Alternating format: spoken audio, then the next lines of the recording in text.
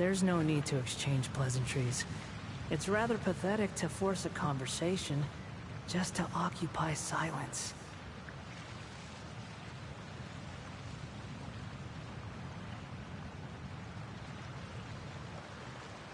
Behold!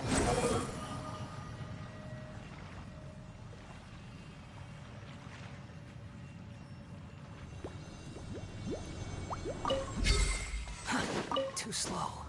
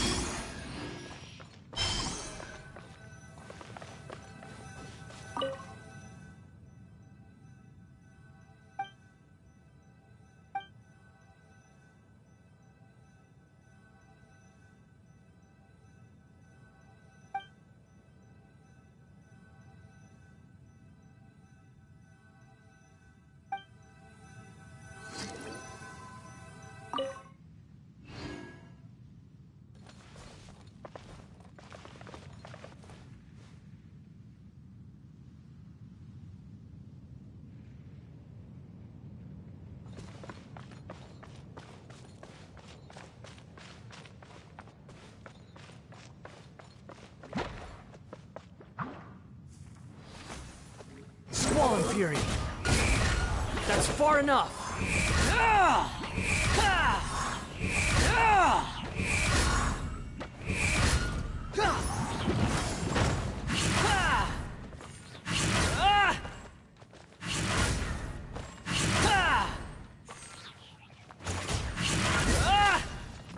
Behold!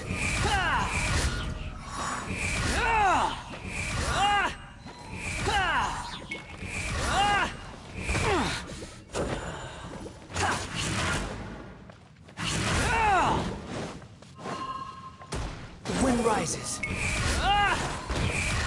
You're dead!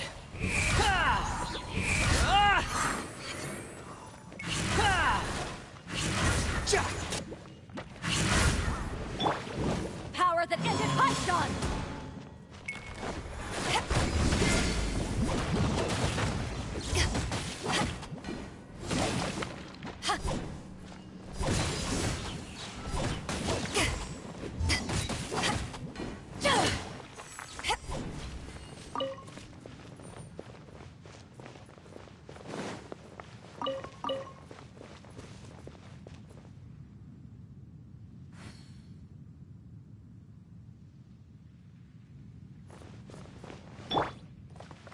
Quit following me.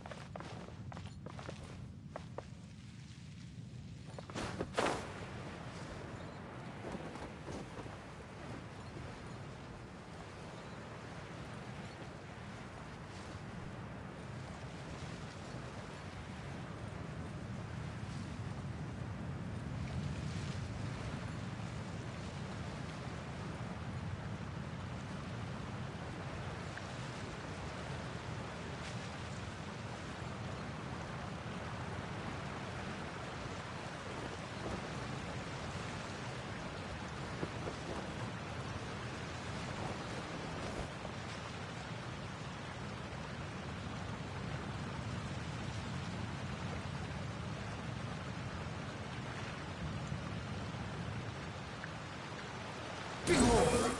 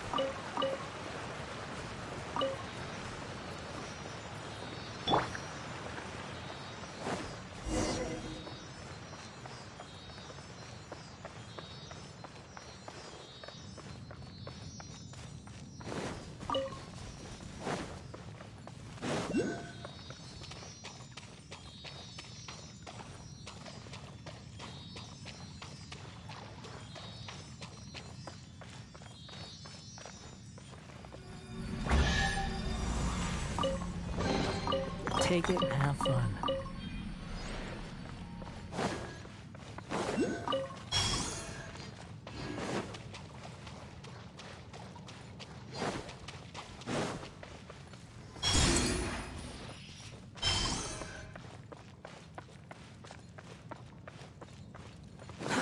Too slow.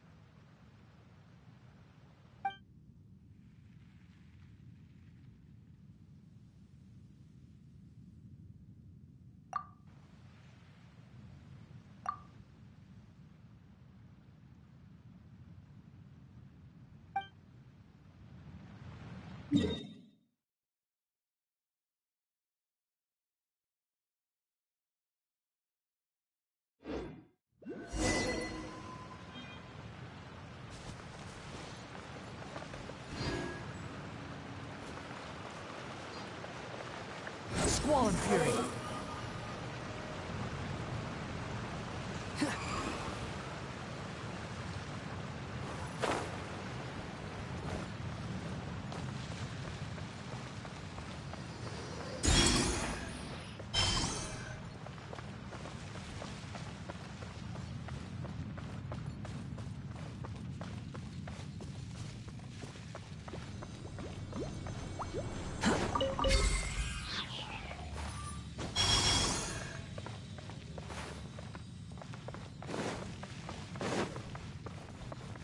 Quit following me.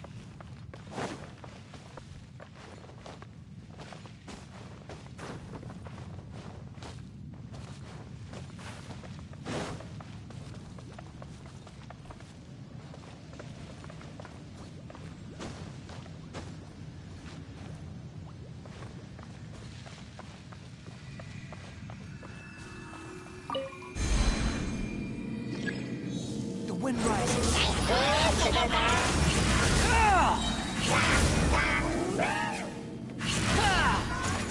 Cry louder!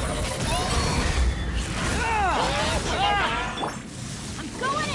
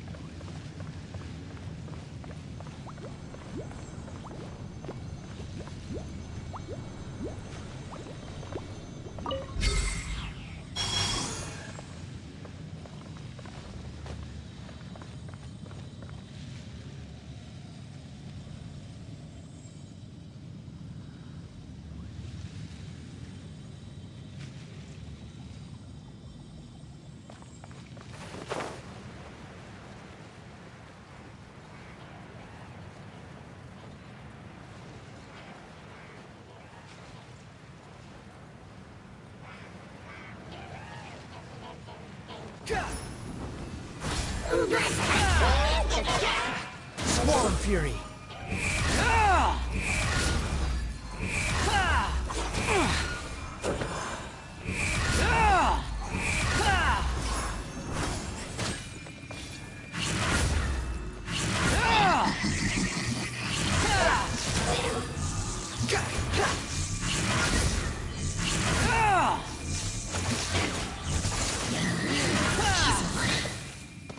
The wind rises.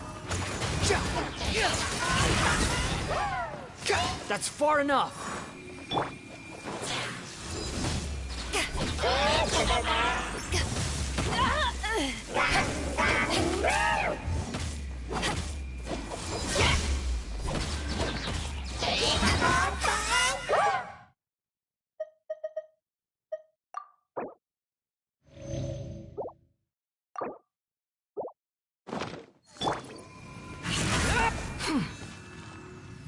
Squall and Fury.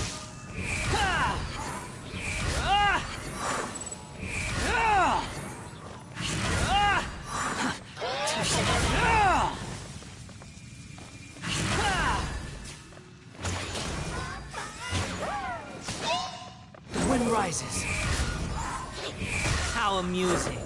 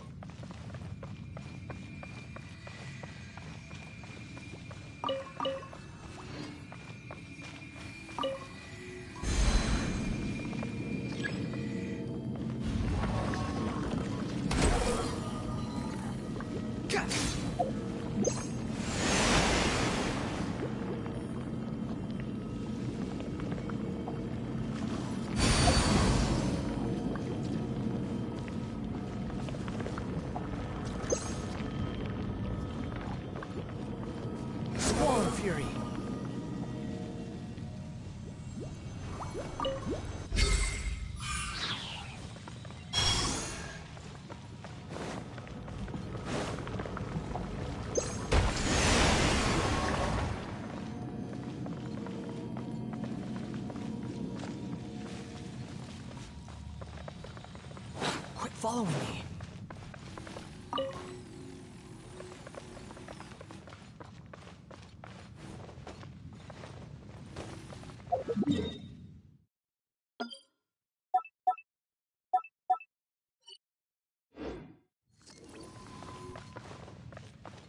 The wind rises.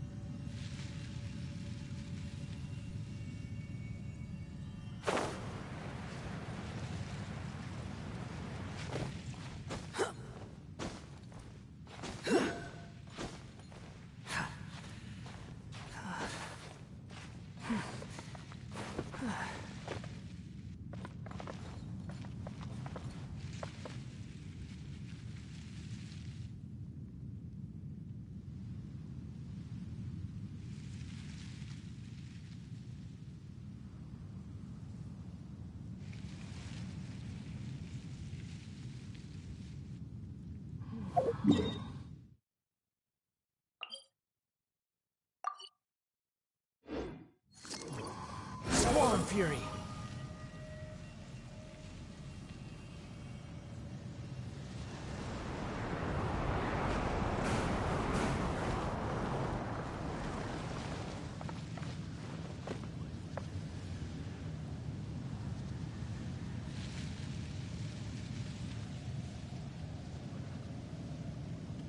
Behold!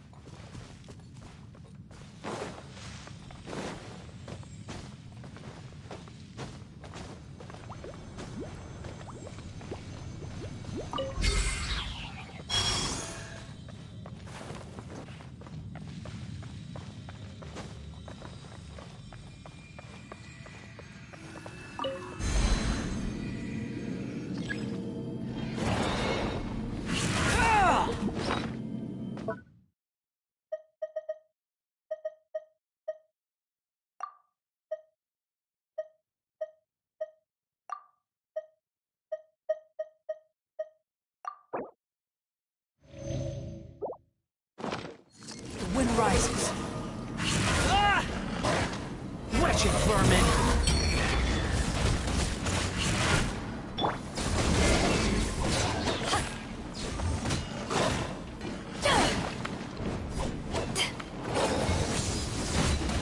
Eyes on me!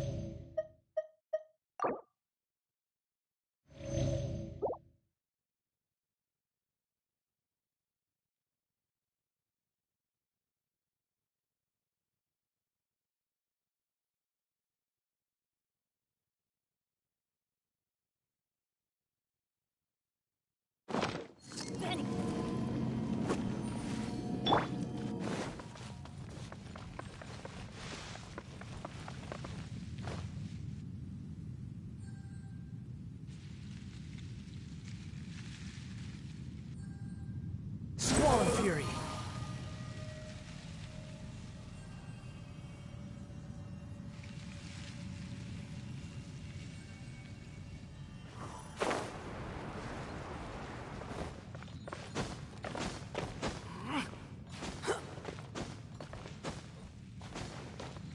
The wind rises.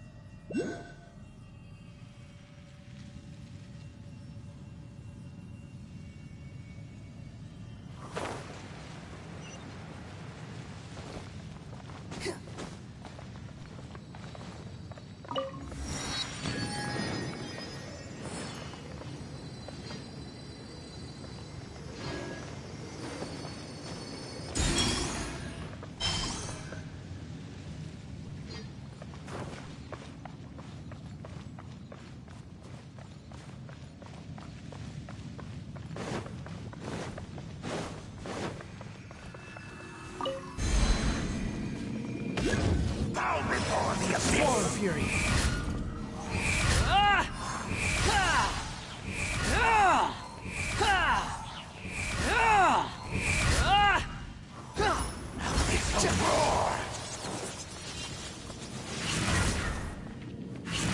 The wind rises.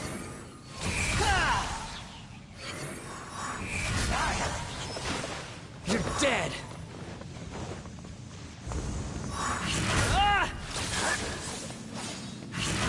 Squall and Fury!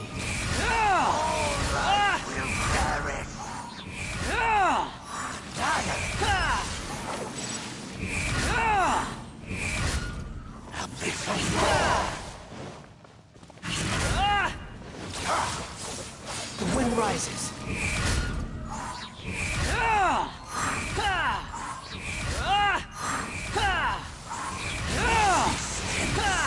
It's you time! The end! Cry louder!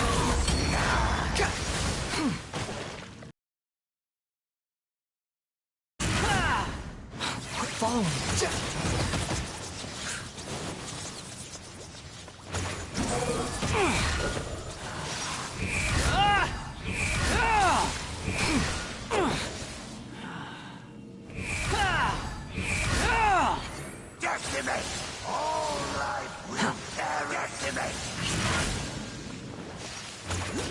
Squall and Fury.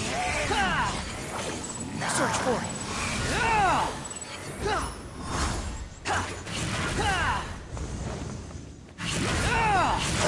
How amusing. The wind rises.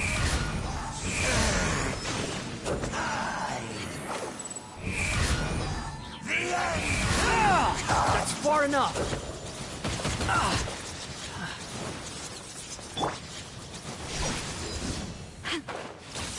All life will perish. The end is nigh.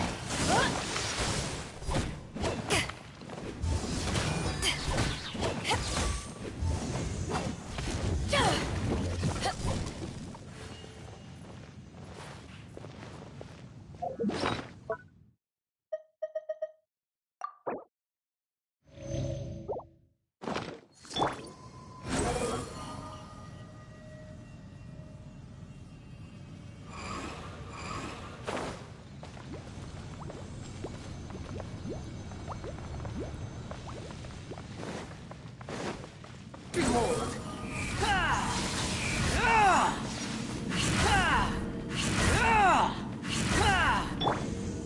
You're toast! The abyss shall rise once again.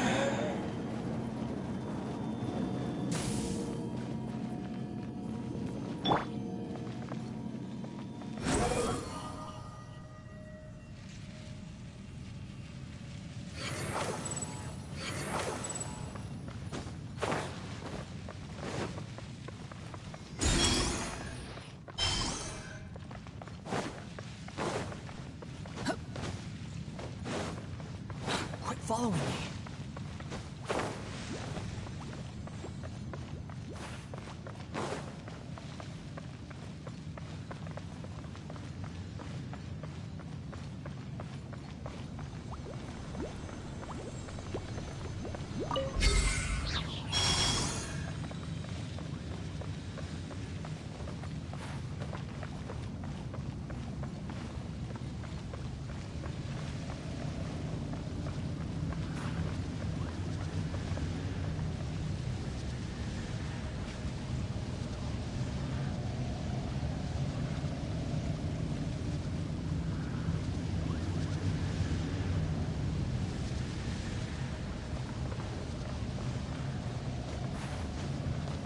Squall and Fury.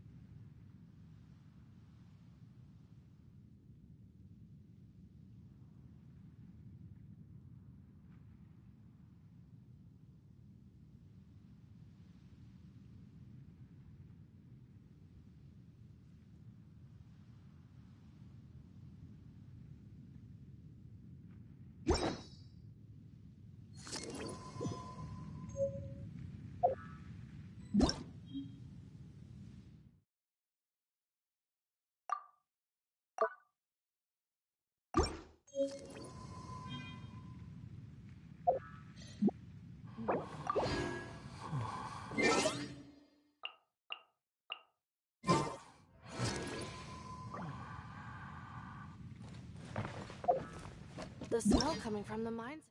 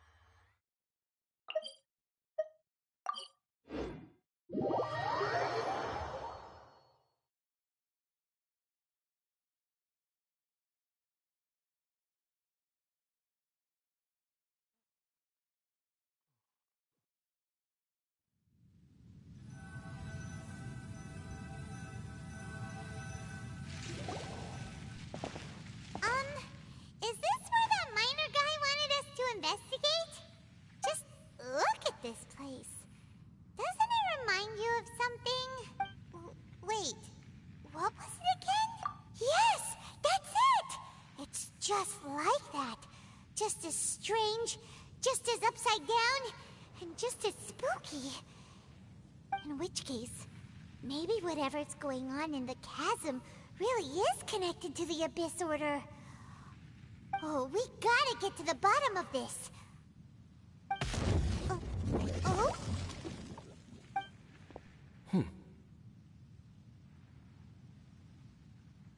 The feeling is mutual. I certainly hadn't expected to meet you here either. Long time no see, Dane. Wait, but how did you suddenly end up here in the chasm? The chasm? So we're in the depths of the chasm, are we? Interesting. This is one place where I have never set foot before. I understand how you must feel. Last time we met suddenly and parted hastily. Now our paths cross again. Fate, it seems, owes you an explanation. That much should be self-explanatory. I came upon the trail of another Abyss Herald recently and began pursuing it. Unfortunately, I got as far as cornering him before he resorted to the same trick that they all do. I was hot on his heels when I followed him through the portal, but as usual, it was to no avail. It took me to the wrong place. Correct. Based on my recent experiences, I can only conclude that the Abyss's portals are not simply pathways from point A to point B, but gateways to an entire network.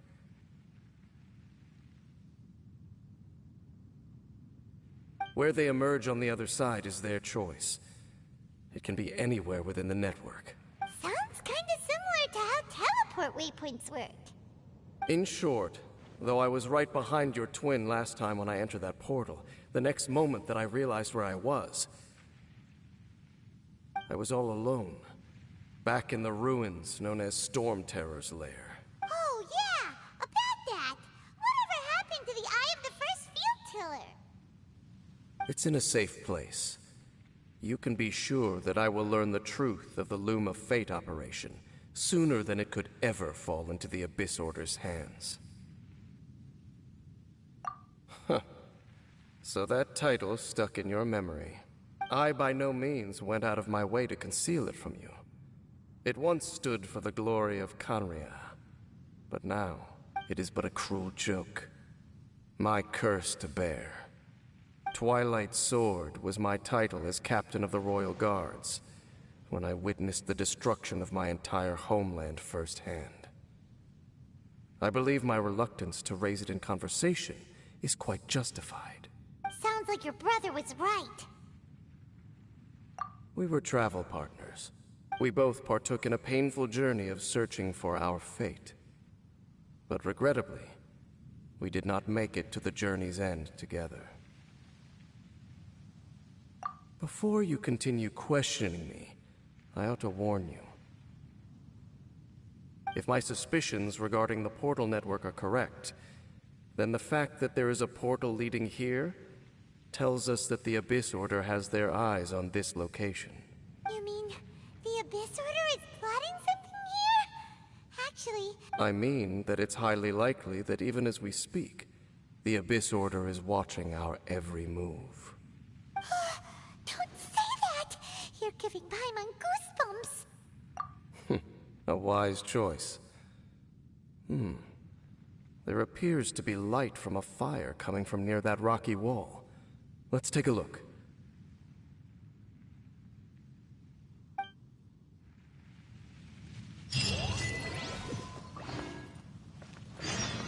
Behold!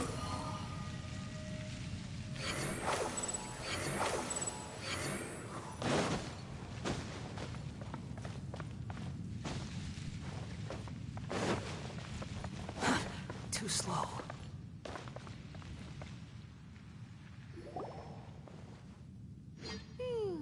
There are signs of hilly churl activity here.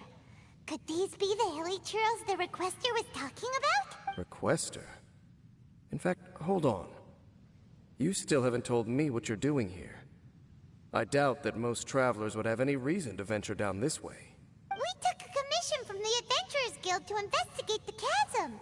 Apparently a whole load of hilly churls have been gathering here, and the requester wants to know why. And now it looks like we finally found our first clue. Do you want the answer? Huh? You mean, you know something about this? As it happens, I do. It's understandable that you did not perceive anything unusual. What makes this place so strange is that the environment here weakens the effect of the curse. The curse? Oh, Paimon remembers. Last time you guys were saying that Kanria's people were cursed to immortality or something. For centuries, I have suffered daily from the curse that was laid upon me. But here, I suddenly feel a small amount of relief from this suffering. And right here, right now, I can feel my body sending a strong message to me. It is telling me, stay. So, this place weakens the curse? That's pretty incredible. But how? That I shall need to investigate. But to the best of my knowledge, the Abyss Order does not have the technology to achieve this. Indeed. Do you know why Hilichurls wear masks? It's to hide their appearance, lest they catch sight of their reflection in a body of water. Compared to how they remember themselves, it is a terrible sight to behold. One that the curse of immortality denies death to those afflicted with it. And yet, it does not truly mean that they will never die. So, you mean, there's a way to undo it? No. I mean that the body and soul will continue to be eroded until they are virtually non-existent, even if death is not the form that this erosion takes. When the Hilichurls realize that the end is nigh for them, it seems their instinct is to seek out a calm and dark corner of the world in which to finally say goodbye to the centuries of suffering they have endured. And of all the places they could lay down to rest, one that can ease the effects of their curse would surely be their first choice. Wow. That's conversation's over. Brace yourselves. What is it? We're under attack.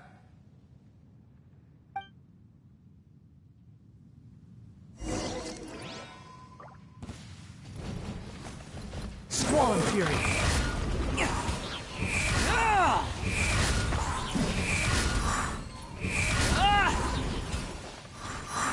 How amusing. The wind rises.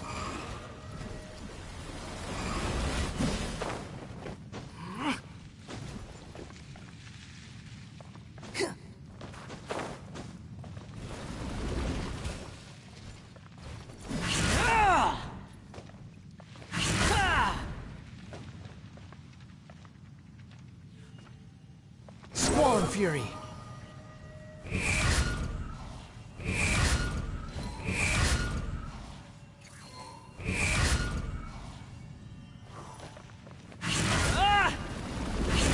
That's far enough! The wind rises.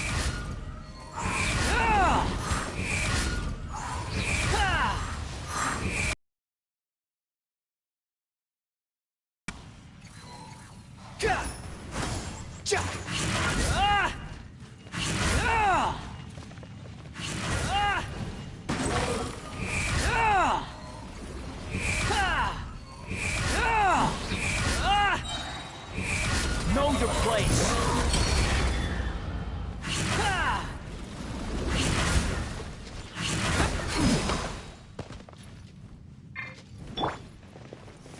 Power of the ended Python!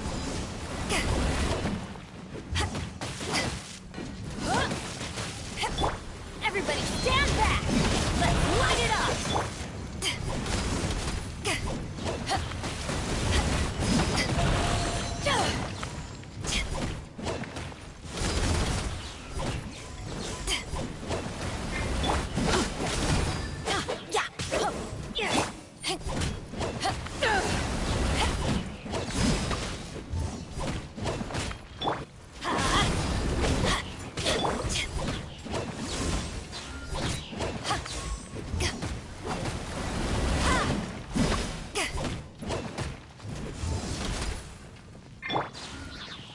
Let's light it up!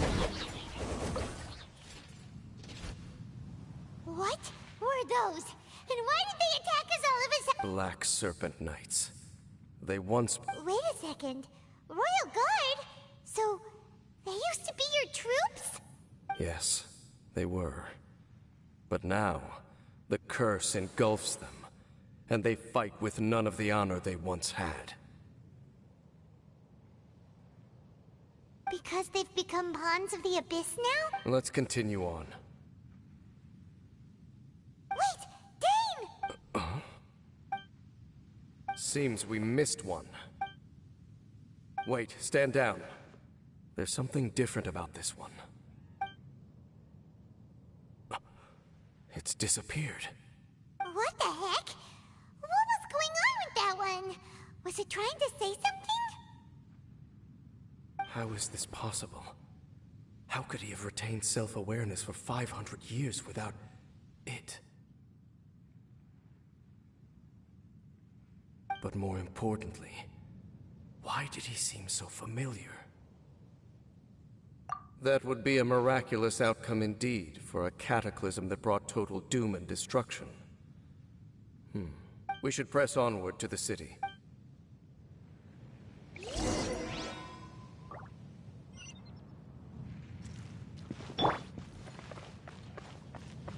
Squall Fury!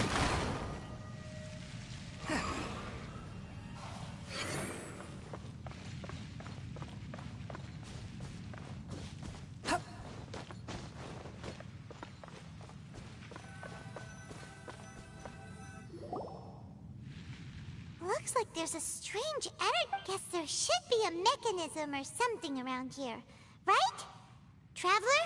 Looks like it's time to get into ruin exploring mode! Don't waste your time.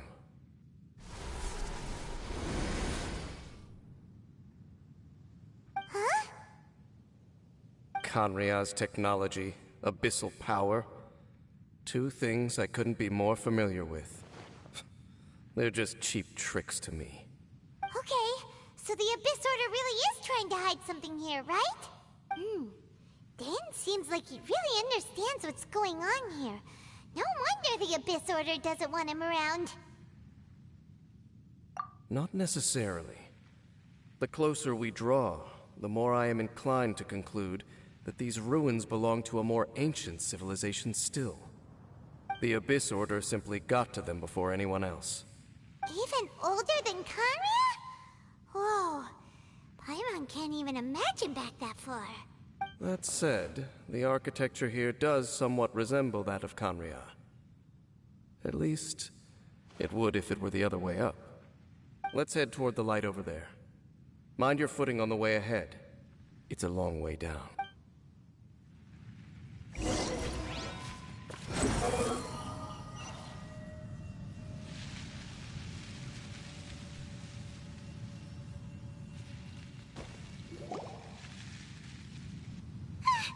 Black Serpent Knights!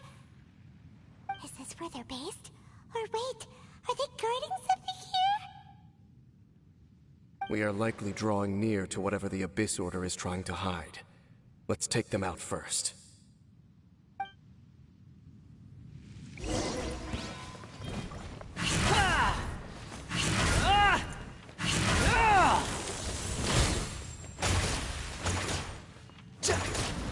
Behold!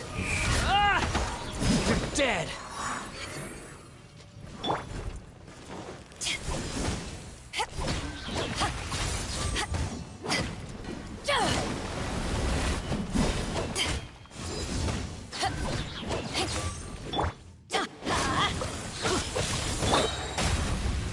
To ashes!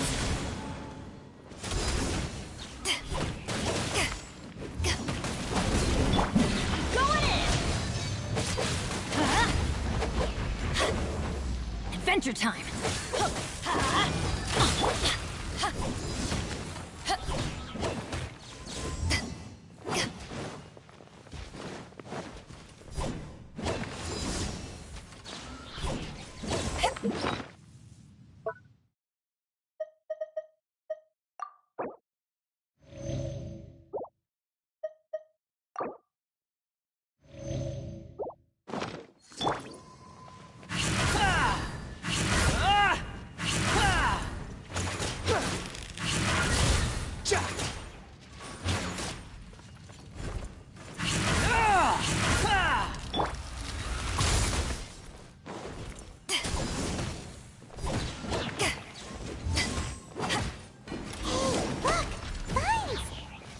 Able to climb up, right?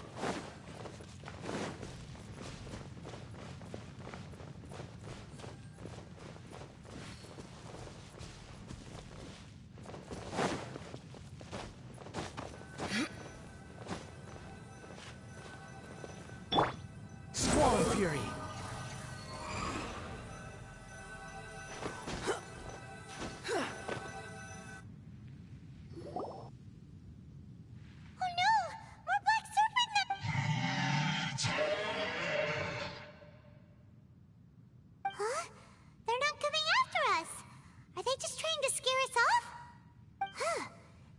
Seem like they're hiding something behind them. Hold on, I think they... They're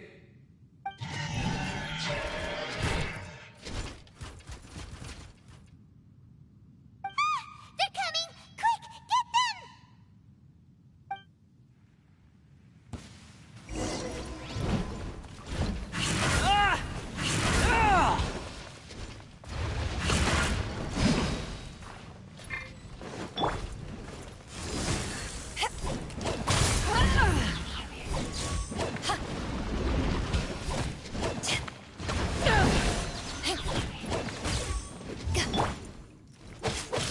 Let's light it up!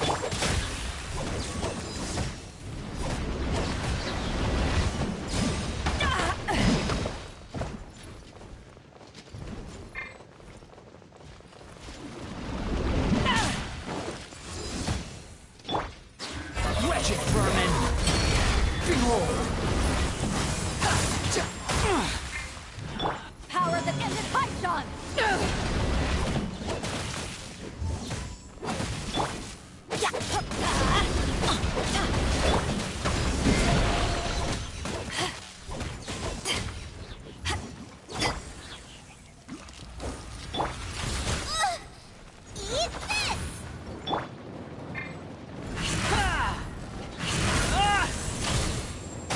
far enough.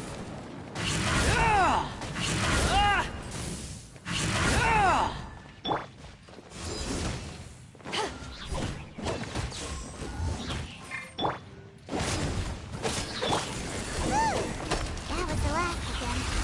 Now, let's see what it was they were trying to hide.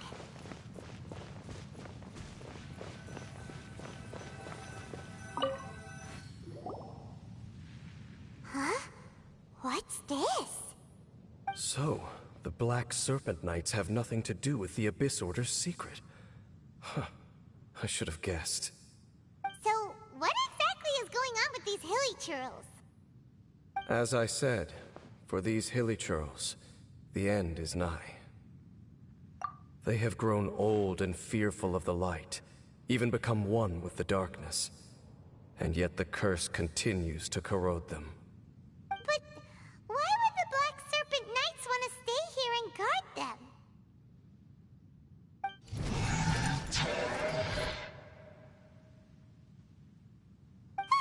More of them are closing in!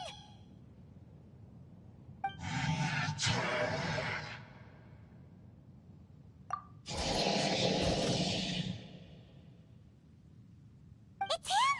The guy that came out of nowhere and disappeared again! And now they're retreating! Did he just order them to do that? Halfdan? Whoa, whoa! What? You recognize him? Could it be? If it's as I suspect, then this is a truly tragic state of affairs. Dane? You want to know why they were gathered here guarding the hilly churls, don't you?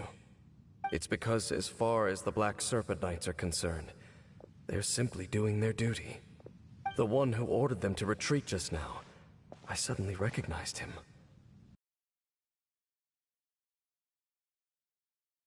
Guard of old. His name is Halfdan. So, he's from 500 years ago, too? To this day, I still remember the final orders I, the Twilight Sword, gave to Halfdan on the day of disaster in Khaenri'ah, before I made haste back to the palace. Inform all Black Serpent Knights to protect the people of Khaenri'ah at all costs.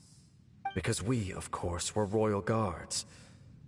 But this would mean nothing in the events that followed. Royals, gentry, common folk. These identities made no difference. Against the might of the gods, the only identity that mattered was being from Khaenri'ah. These Black Serpent Knights have lost their intellect. But perhaps, in whatever remains of their minds, they are still protecting the people of Khaenri'ah. If you see these ruins as Khaenri'ah in the throes of disaster, and these hilly churls as the people crying for help, then suddenly I can make sense of what I'm hearing. Their growls are less of a threat and more of a warning. Then, what are they saying? Though it is barely discernible, I can just about make it out. They keep repeating a word from the old language of Khaenri'ah. Run. Even I have to admit, the fact their will is strong enough to survive 500 years of erosion. It is nothing short of a miracle. Oh, so Paimon had them all wrong. It doesn't matter. Even I took them for enemies for a moment. Let's keep heading toward the light at the top. I believe the Black Serpent Knights will no longer try to stop us.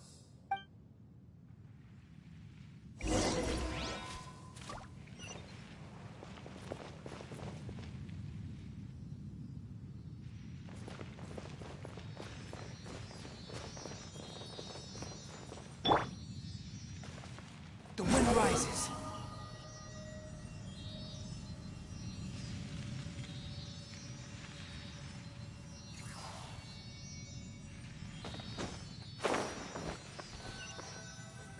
Sure enough, we aren't seeing any more Black Serpent Knights. Guess that half-damn guy really did recognize Captain Dane, huh?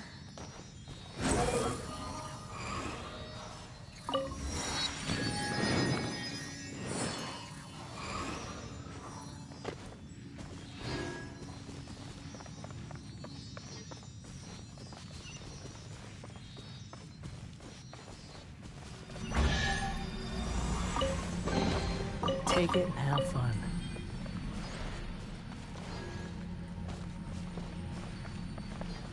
The wind rises.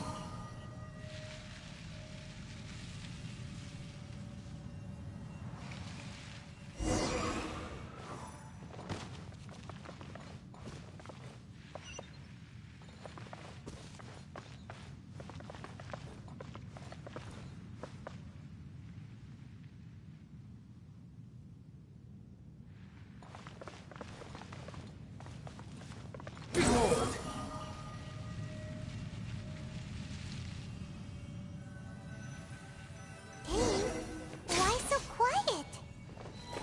I'm just thinking, nothing more. If you're trying to console me, I can assure you there is no need. Fine.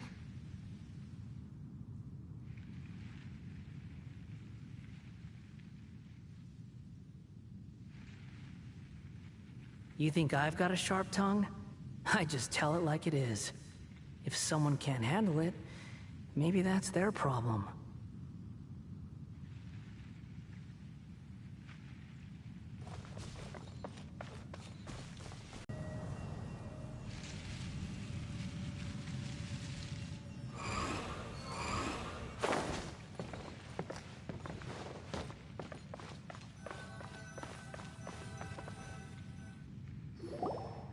Hey, look! There's no...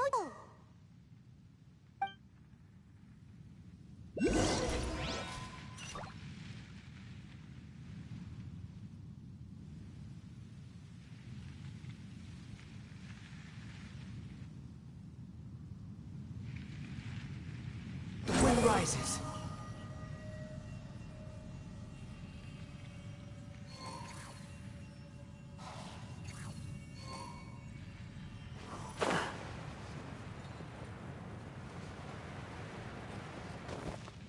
Behold!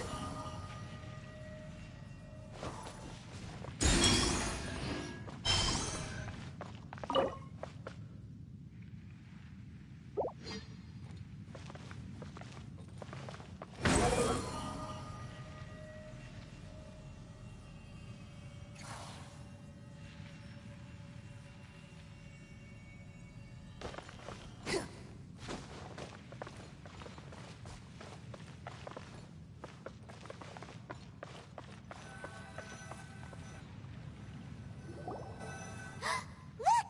Up there! A water pool! Even the water pool is upside down. Oh, wow! This is a pretty amazing place! Dane, do you have any idea at all how it works? The pool must be part of the entire city structure. A relic of this ancient civilization. And more importantly, it is the very thing that is weakening the curse. Here, my whole body feels more at peace than it has in a long time. The effect is stronger here than it was before. And I think it's because that water pool has something akin to a cleansing effect. Cleansing? So that means the water in that pool can wash away the curse for good? No, that would be impossible. How are you so sure? I have lived with this curse for 500 years, and I have been fully conscious the entire time. Suffice to say, no one understands the curse like I do.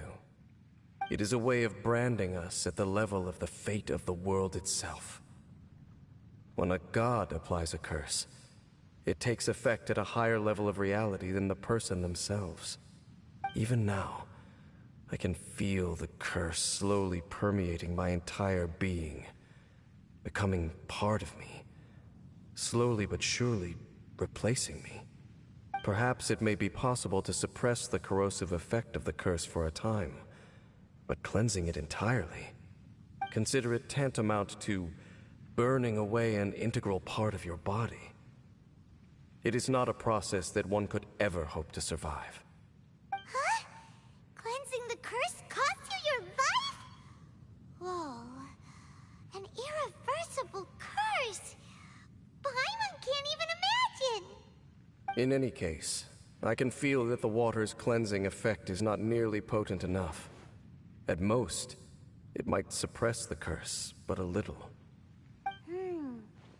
So, what's that contraption there? It looks kind of out of place. Frankly, I have never seen a device of this design before either. It is not unreasonable to suspect that it could belong to the Abyss Order. But what could they be planning to do here?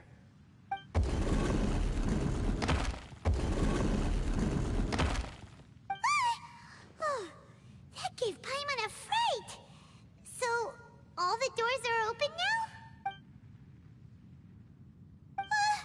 Halfdan's back again! Halfdan, do you have something to say to me?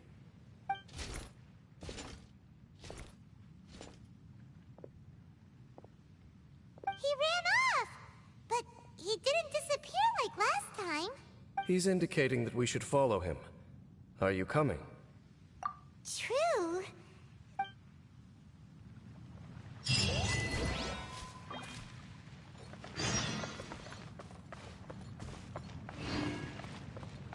Halfdan jumped down over there! Let's follow him.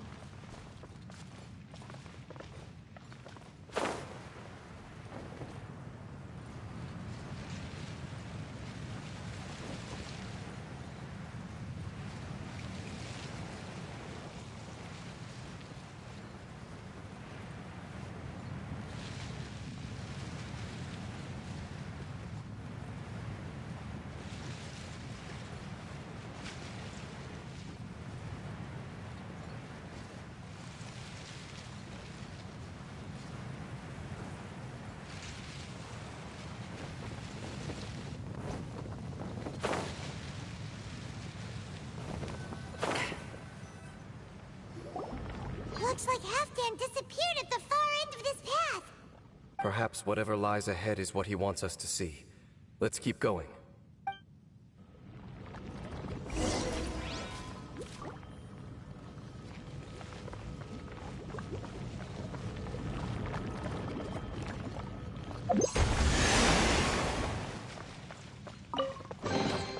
Unnecessary.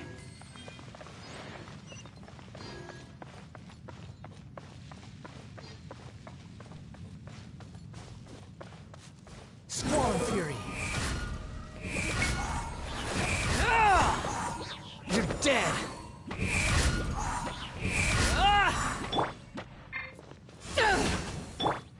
Teamwork is dreamwork!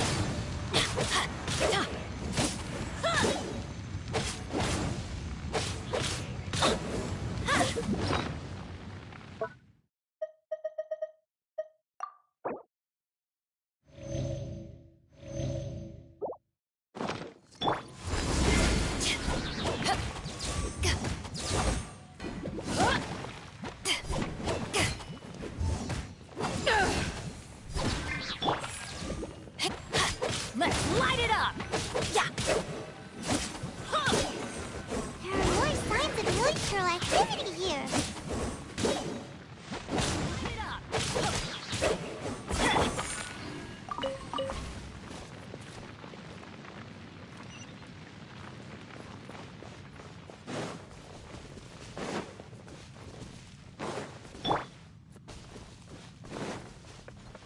Is that way into the hilly trail camp? Let's go see.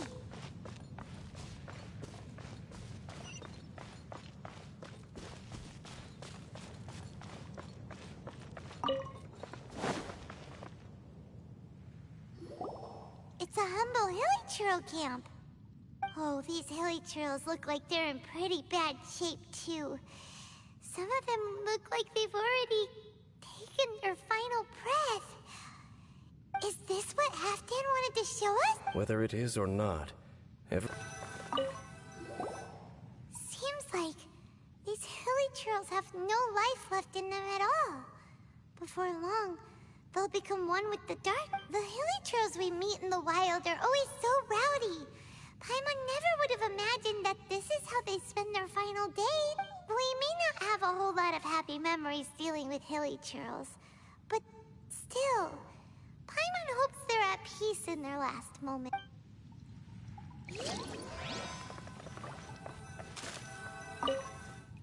Hilichurls usually store food in crates like these, right? But these seem pretty much empty. Is it because they're so near to the end that they don't need to eat anymore? Even if they don't need to eat anymore, Paimon bets they still miss food for the flavor.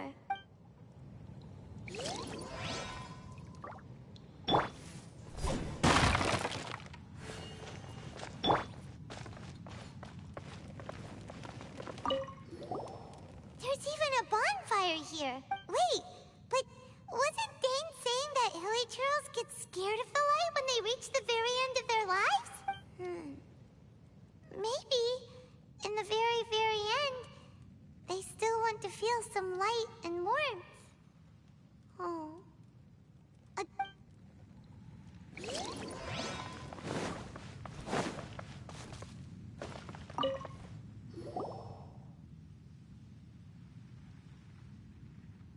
How did that flower get this far underground? Did someone bring it in memory of the deceased hilichurls? Hey, now that you mention it, Paimon thinks it looks kind of familiar. It is the national flower of Khaenri'ah, the Intivat. It once bloomed all over the nation. It would only last 2 weeks before wilting. But if you were to pluck one and take it out of Khaenri'ah, the petals would stop growing and turn hard. Only when it finally returned to its home soil would the petals grow soft once more, and finally turn to dust. So the Intivat is a symbol for a wanderer far from home, signifying the tenderness of the homeland. So for this flower to get here, it must have been brought from...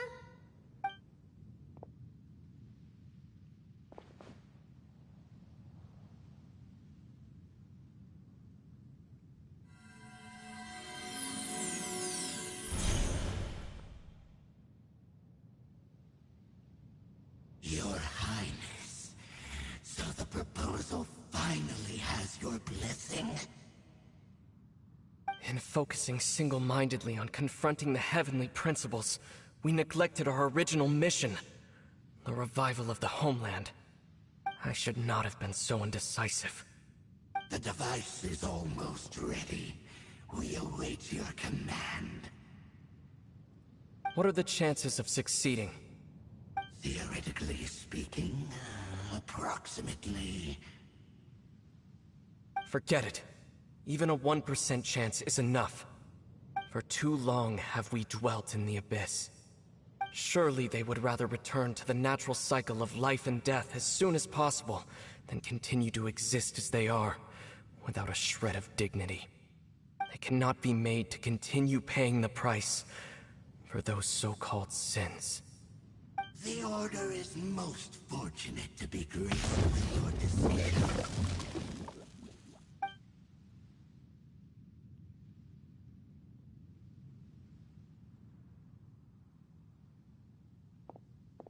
Ether!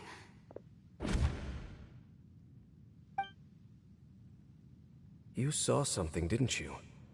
Can you tell me what it was? Yeah, you zoned out for quite a while there.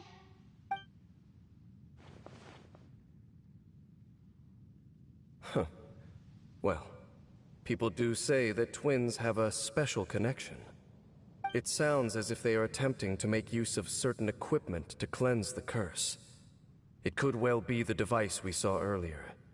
And you say he mentioned the revival of the homeland, correct? No surprise there.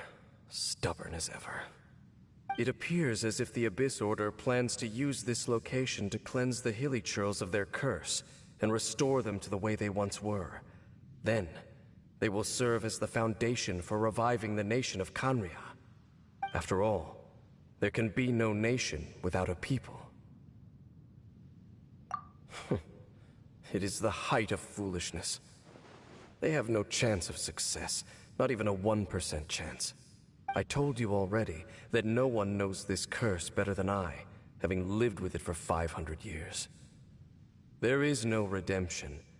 There is no undoing the curse. Trying to remove it by force will achieve nothing but to inflict further suffering. So make sure you are clear in your mind.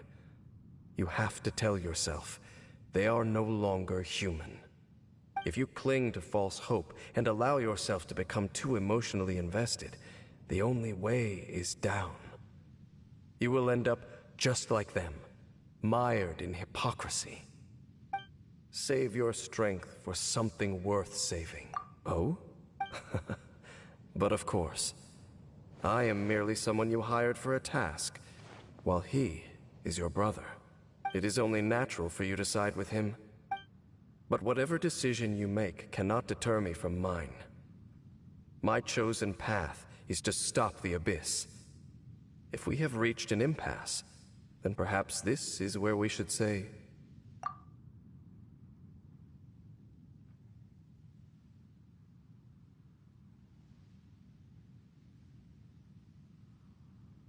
I see.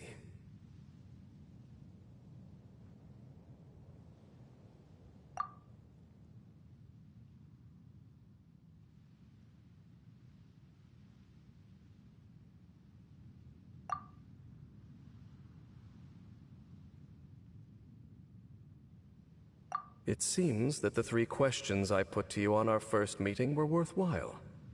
You have developed your own individual views on this world. Very well. Since you have volunteered your true thoughts on this matter, I shall not hide mine from you. Right now, I have a more immediate agenda than stopping the Abyss. That is to say, the Abyss's actions here directly dishonor the final wishes of Halfdan and my other compatriots. I cannot allow this to proceed.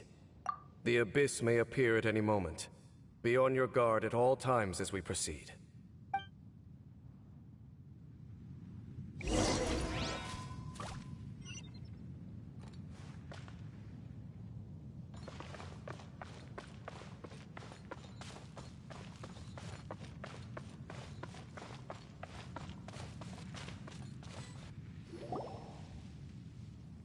We can see the Upside Down City from here, too. Wait, watch out!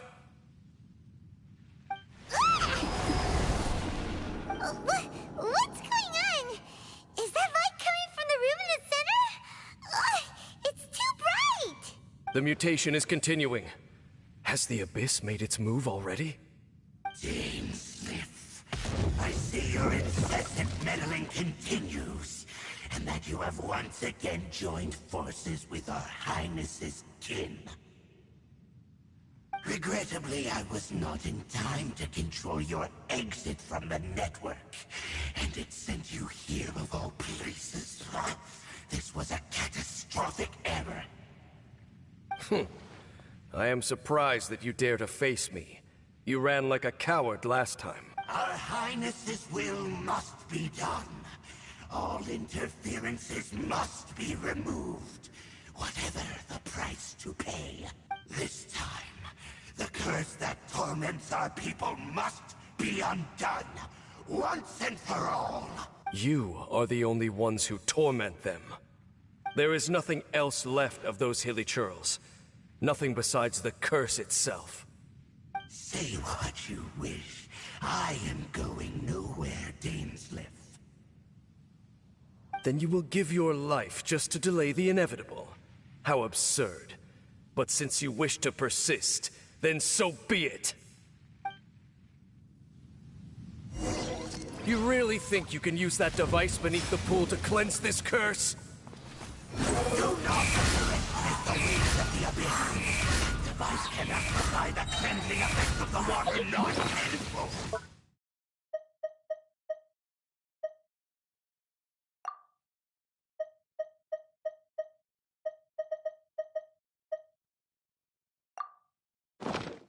Bow your head! Then I overestimated you. This plan is even cruder than I thought. How amusing.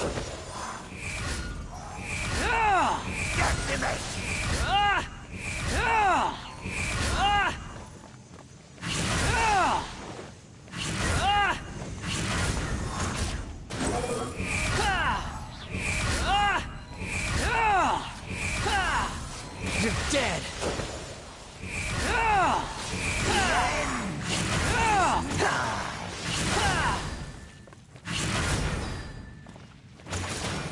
Squall Fury! That's far enough!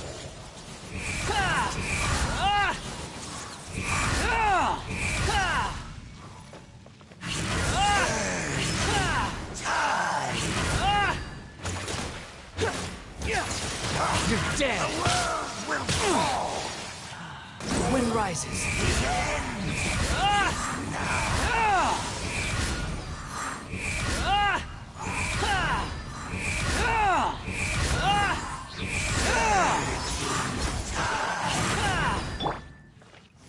To ashes! The end will come!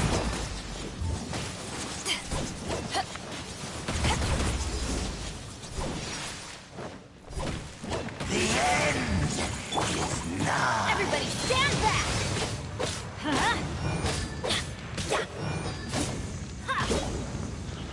Let's light it up! Why do they never miss? Cry louder! Behold! The abyss shall rise! You've been hunting this Abyss Herald for ages! Now you finally got him! There's no time to celebrate. The Abyss Order's device is activating, but there's still time to destroy it. All right, let's go!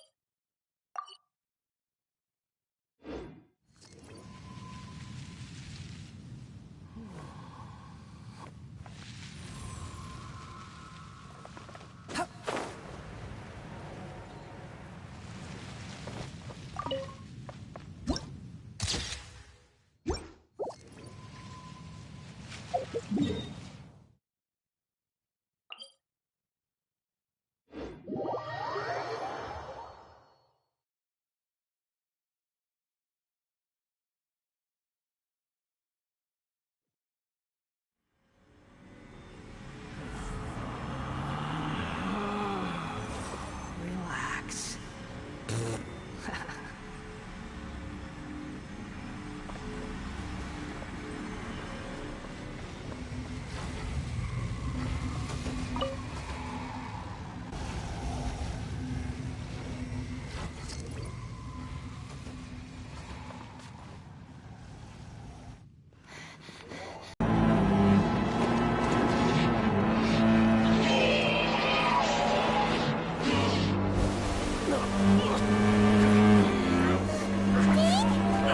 Am I too late? They're in agony. This is no way for them to meet their end. Find a way to stop that thing.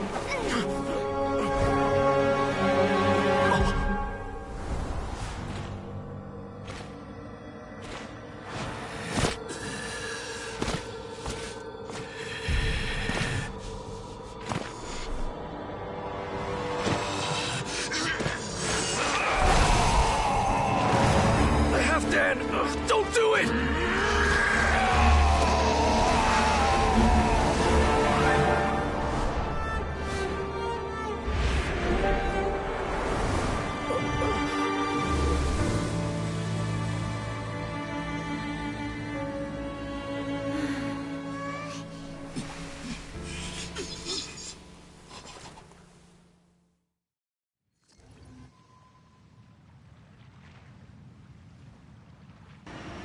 I thought he would have been turned to ashes in an instant.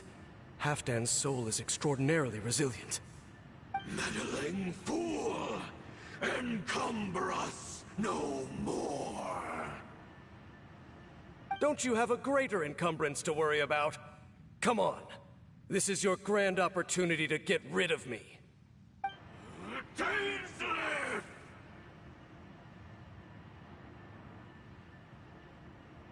Take him out and deactivate the device. Be Wind rises. has come. Hear the truth. How amusing.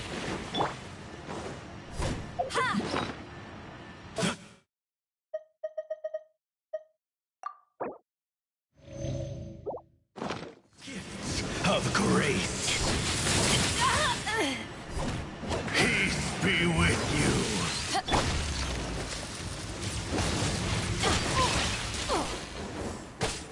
Hear the truth. The gift of grace. Let's light it up! Peace be with you. Abyssal light shine. No.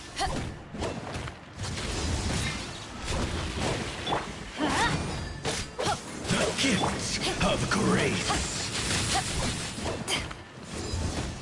Peace and hope find you. The power.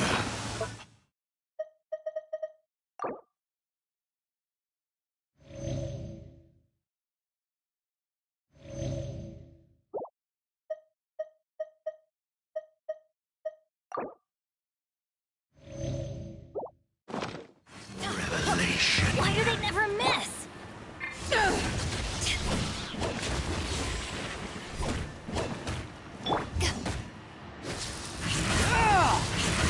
You're dead.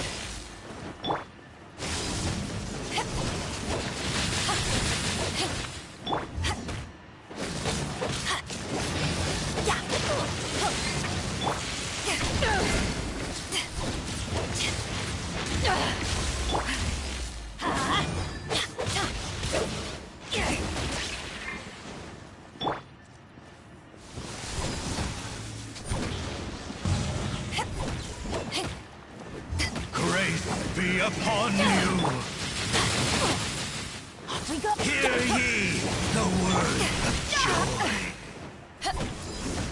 The truth.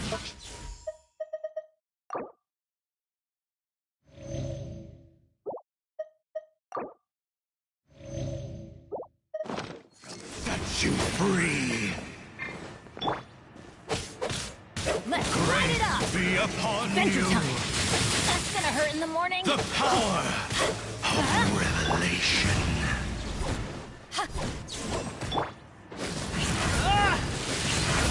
Peace and hope.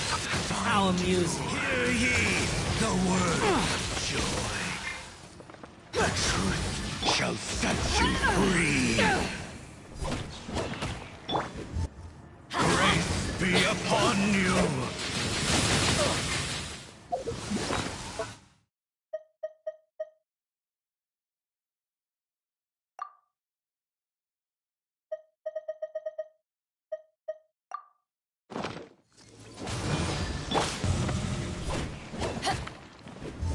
Peace and hope find you.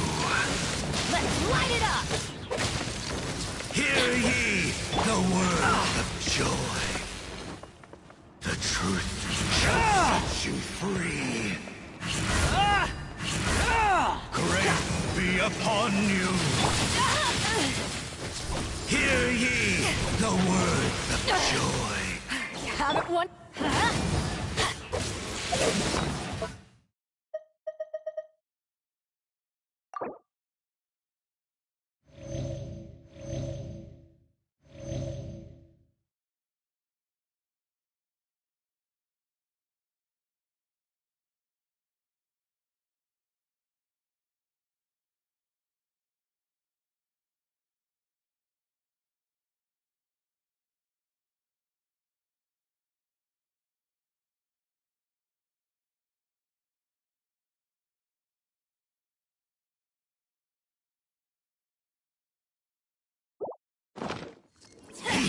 Why do they never miss? Find you.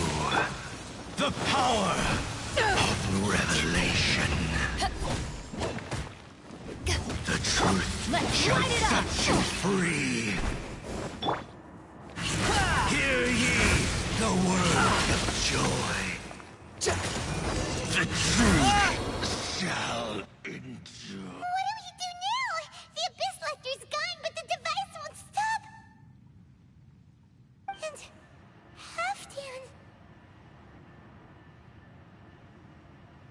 No!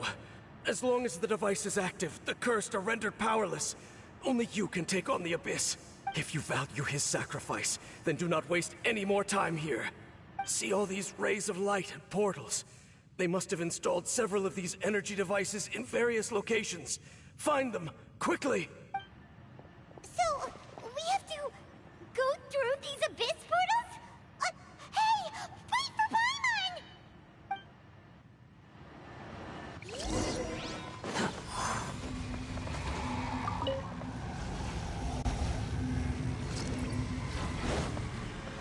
Behold!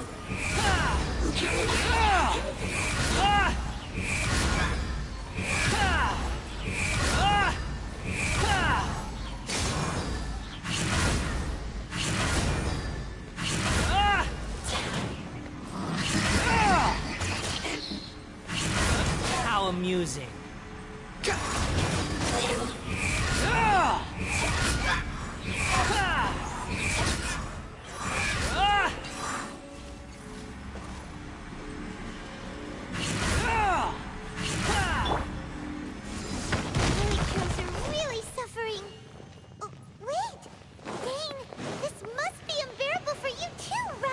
Never mind that.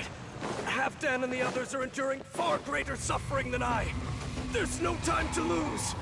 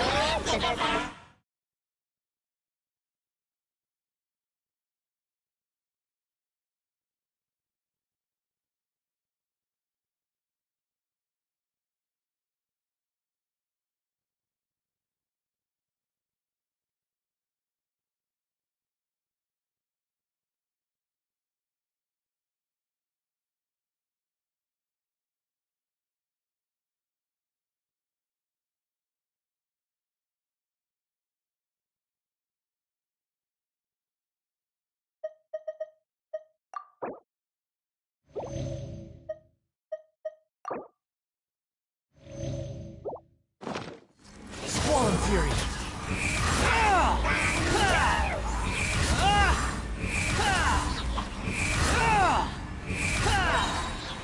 Know your place!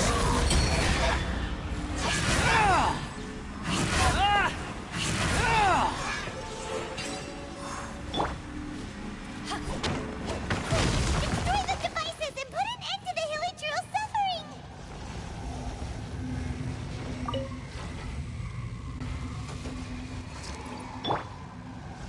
The wind rises.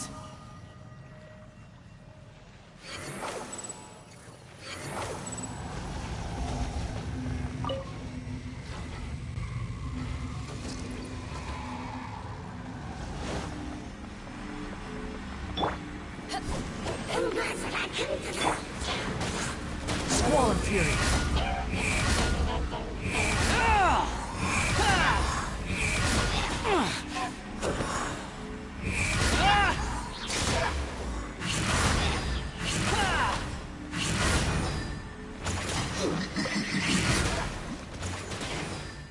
Behold!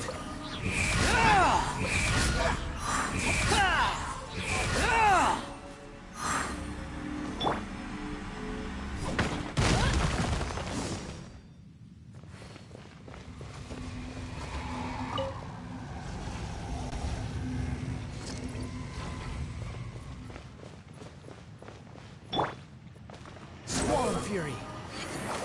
Search for it! Search for it!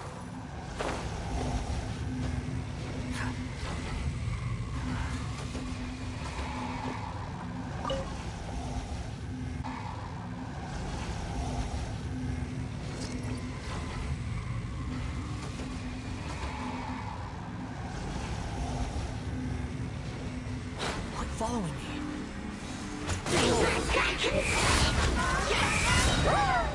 Valiant your head!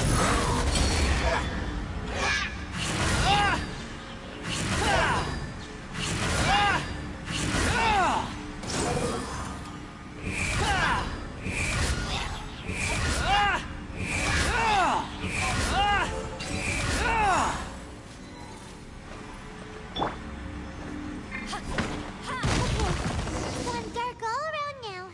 Shall we head back to the room in the center?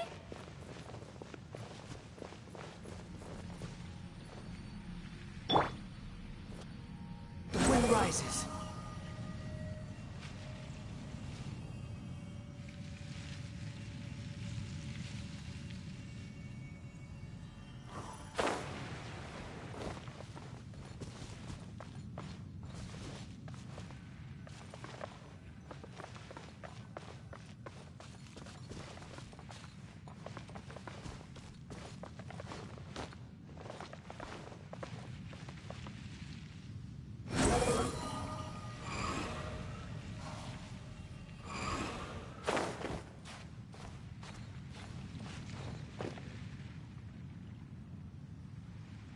Squall Fury.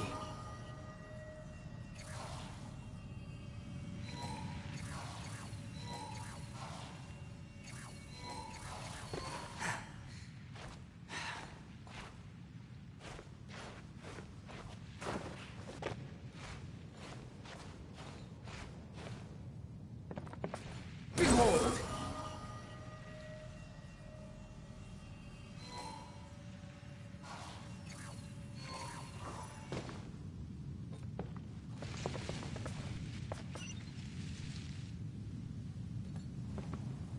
The wind rises.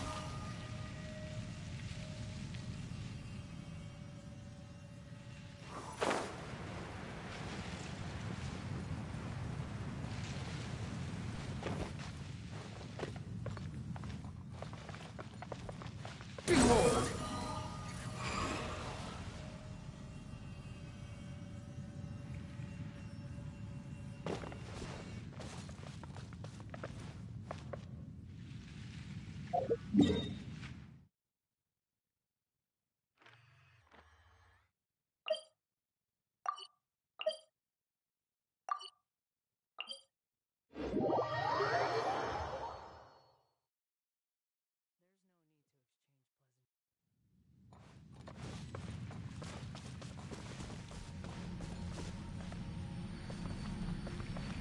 Squall Fury.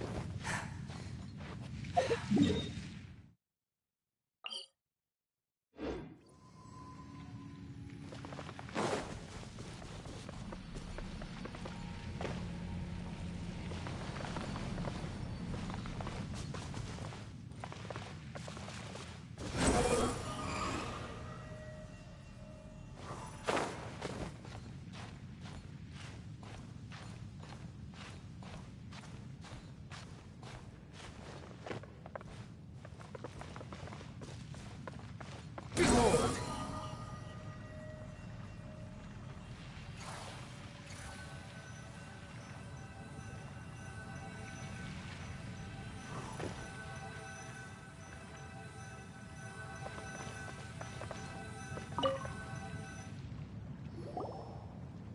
So, that's it, right? The device is fully shut down now? The burning sensation has indeed stopped. So, we managed to stop First Order's plan?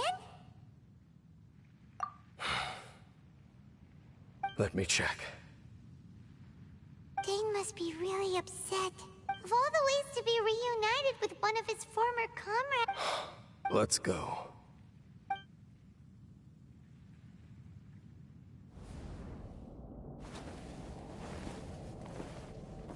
Huh? Huh? Light.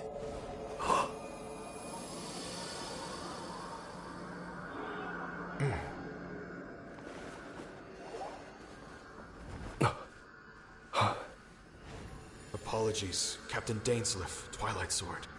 Back then, I failed you, and failed to protect our people. No. For 500 years, you have faithfully done your duty. To this day, I am proud of you all.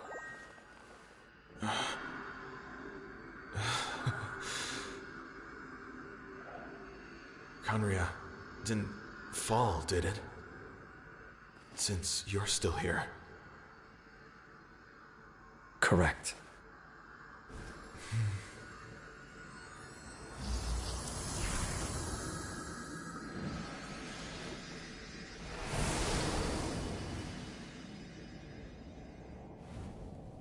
So, no need to revive the homeland.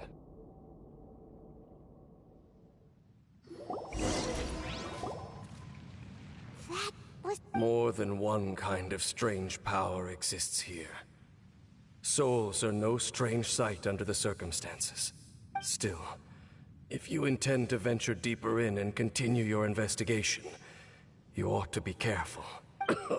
You bet! We'll be super careful! Oh, but Dane, does this mean you're not coming with us? That device took a severe toll on me. It will take me some time to recover. Oh, right. Well, actually, Paimon already knew that.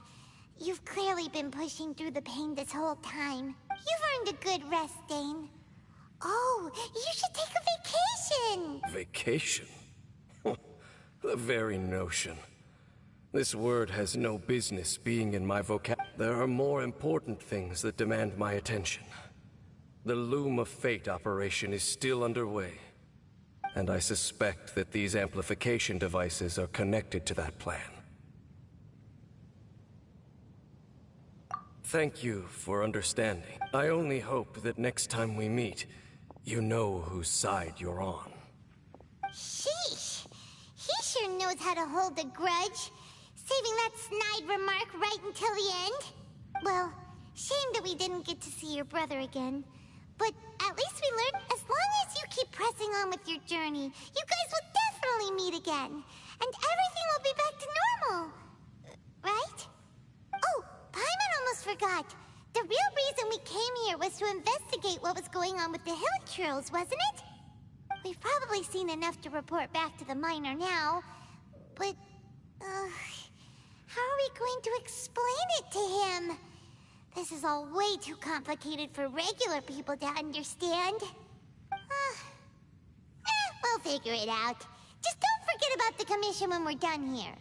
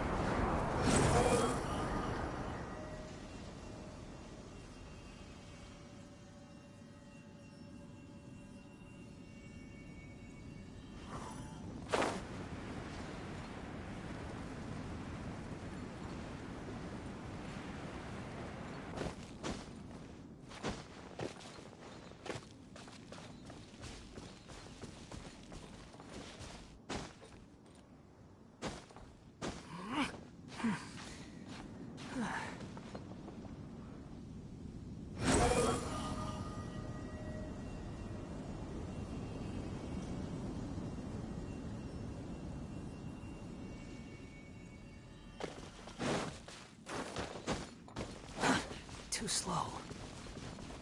The wind rises.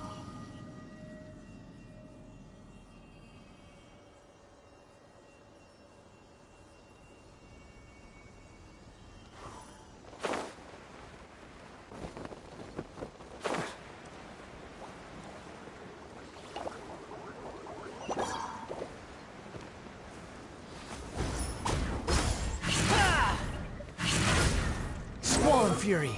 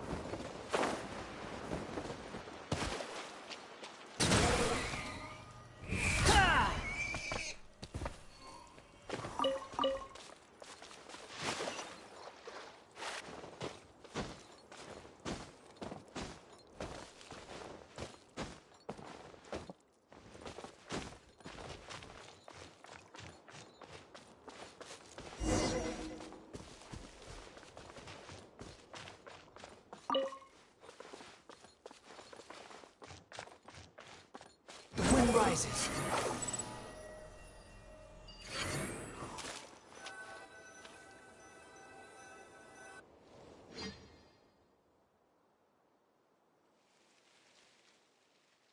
Now that we made it to Sumeru, our next objective should be to head to Sumeru City and find a way to meet with Lesser Lord Kusanali. And speaking of Lesser Lord Kusanali, even though we haven't heard too much about her, she doesn't seem to be the same deity who abducted your brother. But even so, people call Sumeru the Nation of Wisdom, you know. If we can get a chance to meet the God of Wisdom, maybe she can give us some useful information. But, Paimon doesn't know the way to Sumeru City. Maybe we can climb up to that spot with the statue of this. Even if we can't see exactly where the city is, at least we'll be able to check for some smaller settlements nearby.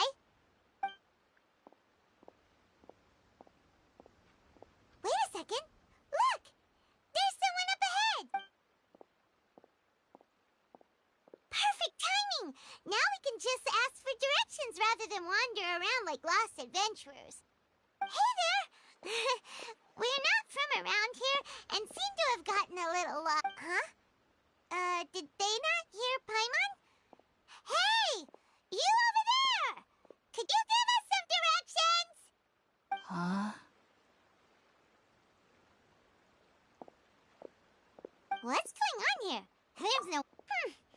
Well, even so, when we get the chance, we'll just ask someone...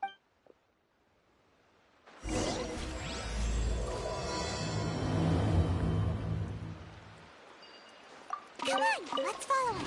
Just keep moving. Make sure she doesn't notice us.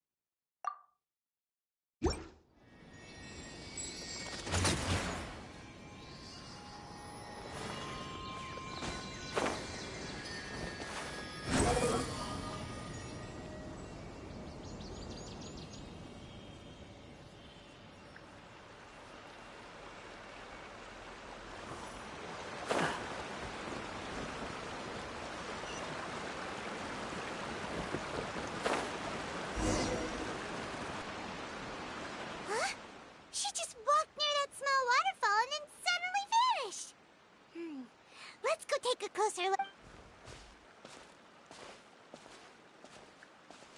Paimon thought this cave would lead to a village or something, but, it looks like that's not the case. Look, she's sitting over there. Wait, she couldn't possibly be living here, could she? What should we do now?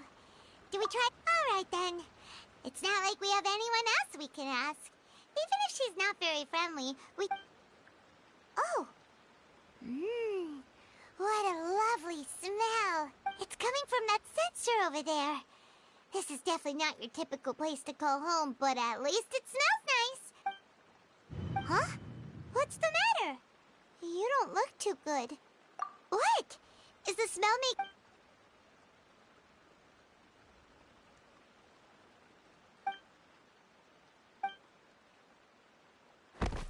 What's happening? Traveler? This is no time for a nap. Oh, come on, wake up.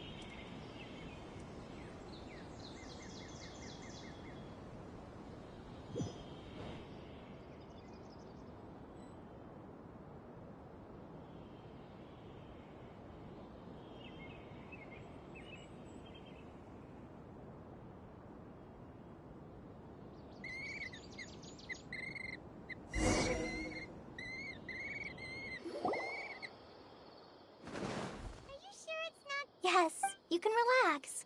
Believe me, Master is extremely knowledgeable. If he says that she's going to be alright, then there's absolutely nothing to worry about.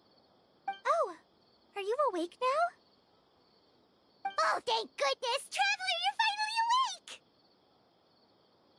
Well, we're at... Good question. Where are we? Jaime was in such a panic when you passed out that she even forgot to ask what place this is. This is Gandharvaville. It was originally built by scholars from Sumeru as a place to rest in the rainforest. Now it's mainly used by the forest rangers as a base of operations. My name is Kale. I'm a trainee forest ranger. My master and I found you passed out during our patrols. Oh, no things are necessary. I didn't do anything, really. By the way, how are you feeling now? Any discomfort? Oh, that's Master's herbal medicine you're tasting. He gave you some while you were unconscious. Before I forget, Master mentioned you should take more medicine once you wake up.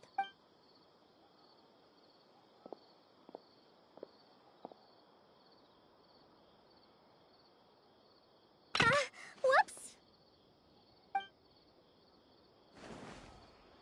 Kale, what's the matter? Were you trying to retrieve the medicine? As I've already told you, you must be careful with these. All right, I'll get it for you once I'm finished here. Sorry, Master. Now, the guide to Avidya Forest's edible fungi is clearly posted on our bulletin board. But if Farbode forgets which mushrooms to avoid one more time, I'll have no choice but to leave the guide somewhere a little more visible. Like right smack on his forehead so others can remind him to be careful. Right? This is the second time he's come down with food poisoning this month. I'll be sure to give him a good talking to. Yes, please do. If, on the off chance, Farbode simply enjoys having little imaginary fairies dance before his eyes, then we'll just let him be. But the next time he requires any of our medicine, be sure to charge him accordingly.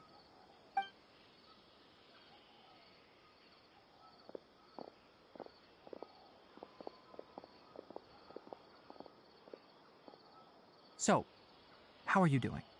Feeling better? Oh, this is my master, Forest Watcher Tainari. He's chief officer over all the rangers here in Gandharvaville. I already informed Paimon about the reason you fell unconscious earlier. But now that you're awake, let me explain it for you as well.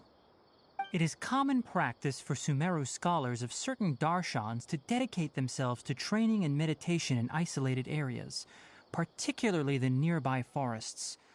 While meditating, they use a certain incense known as spirit borneol to help calm their minds as they enter a state of deep rumination. In hopes of asking directions, you two followed a scholar named Hypatia into her cave.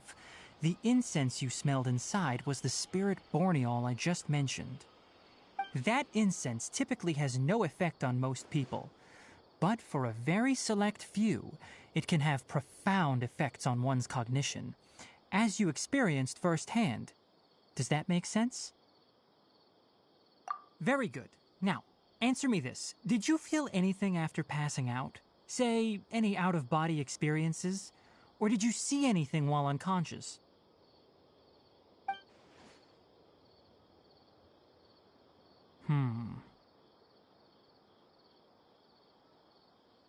Kale, let the others know to stop bringing their patrol logs here for now. Huh? Why? Because these two will be staying here for the next few days. They can have my room and I'll bunk with Amir. Now get a move on and be sure to do as I've said. Yes, Master Tainari. Wait, hold on a second. Can you tell us what's going... Sure, let me fill you in. I originally planned to send you on your way once you finished your medicine. However, it appears now that you should stay a while longer in Gandharvaville for further observation while you recuperate. Further observation? No need to be hasty. As long as you have the capacity to judge between right and wrong, I promise that you'll understand the gravity of the situation once I explain everything to you. Based on what you saw after smelling the incense and losing consciousness, we can conclude that you experienced a powerful hallucination, which suggests your mental state is not in the best of shape. If you're skeptical, have a whiff of this. Oh, are you okay? You're experiencing a similar sensation as when you passed out, aren't you? So even though your condition is stable as of now, if I were to haphazardly let you leave, it's highly likely that you'd suddenly pass out again somewhere else. The rainforest is home to many fierce animals and hazardous areas. If something were to happen to you again, I'm afraid you might not be so lucky. For now, I suggest you continue taking your medicine each day and avoid wandering off on your own. At least until you stop having adverse reactions to this kind of smell, okay? Good. Now continue resting while I fire up another bowl of medicine for you. Seriously? We just arrived in Sumeru and we're already having problems left and right! Paimon knows we're set on meeting Lesser Lord Kusanali as soon as possible, but you really don't look too good. It'd probably be best to let you recover first. Hey! Are you even listening to Paimon? Paimon's over here worrying about you, you know. What's weird? You mean how you're feeling now? You mean the vision of tree roots and red skies you saw? But if those weren't hallucinations, what could they be?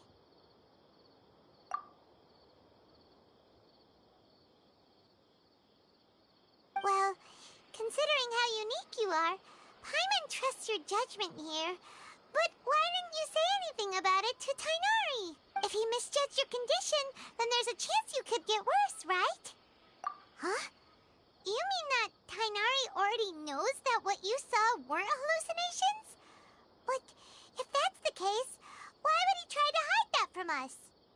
Oh, Paimon gets it now. That explains why you were so quiet earlier. Well, that settles it then.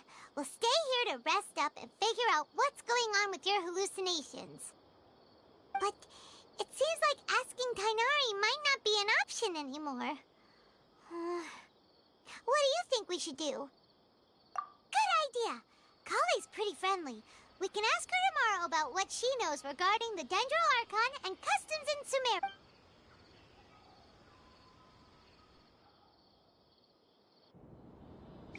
Rise and shine! Come on, it's time to go find Kale!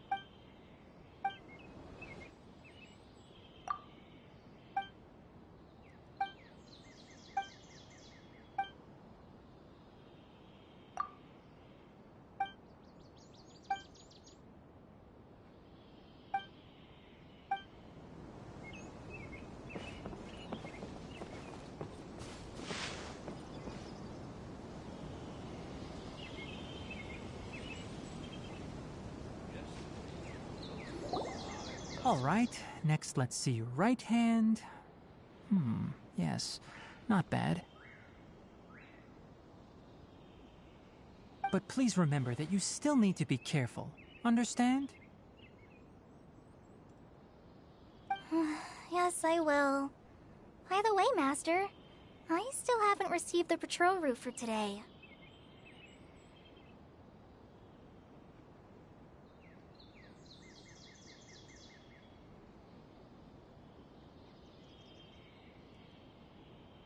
Look, Kale, today's patrol will be a long one, so you won't be coming along this time. Besides, there's a chance we may encounter... well, you understand.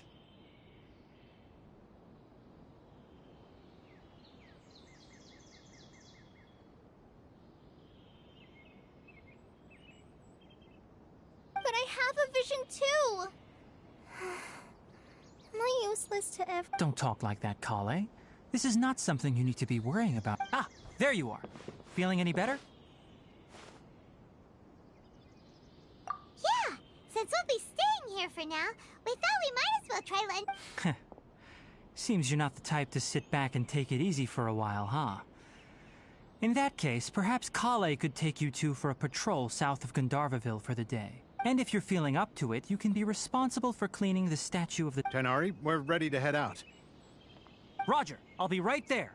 All right, we'll be heading into the forest now. I'll leave any further details to Kale. Yes, you can... So, Kale, what exactly are we going to be doing today? Tighnari mentioned cleaning the statue just now, but, that doesn't really sound like the job for a ranger. Well, a forest ranger's responsibilities can be pretty diverse. They handle a variety of tasks, like checking the condition of outlying roads, maintaining forest facilities, ensuring fire prevention standards are met, and providing assistance to travelers and locals. As for Master, well, he has to handle more dangerous areas of the rainforest. Today we can perform routine checks on the pathway lamps as we make our way to the statue of... Paimon, traveler, this way! You can leave the task of checking the lamps to me. Nothing unusual.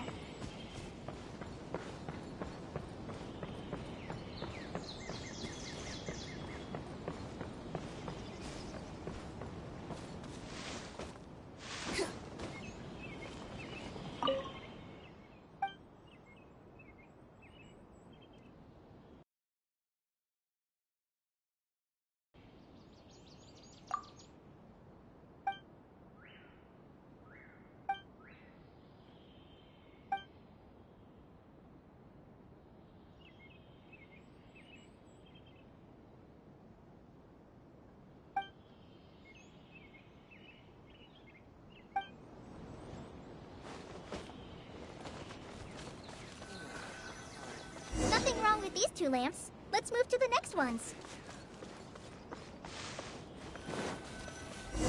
Oh, this lamp seems to be getting a little wobbly. Let me make a note of it.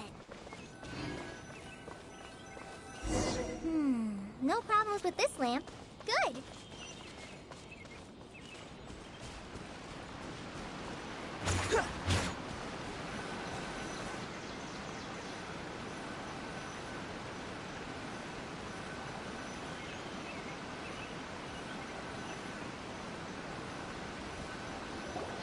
The statue of the Seven is up on top of that large rock formation. You must have seen it when you came down this road before.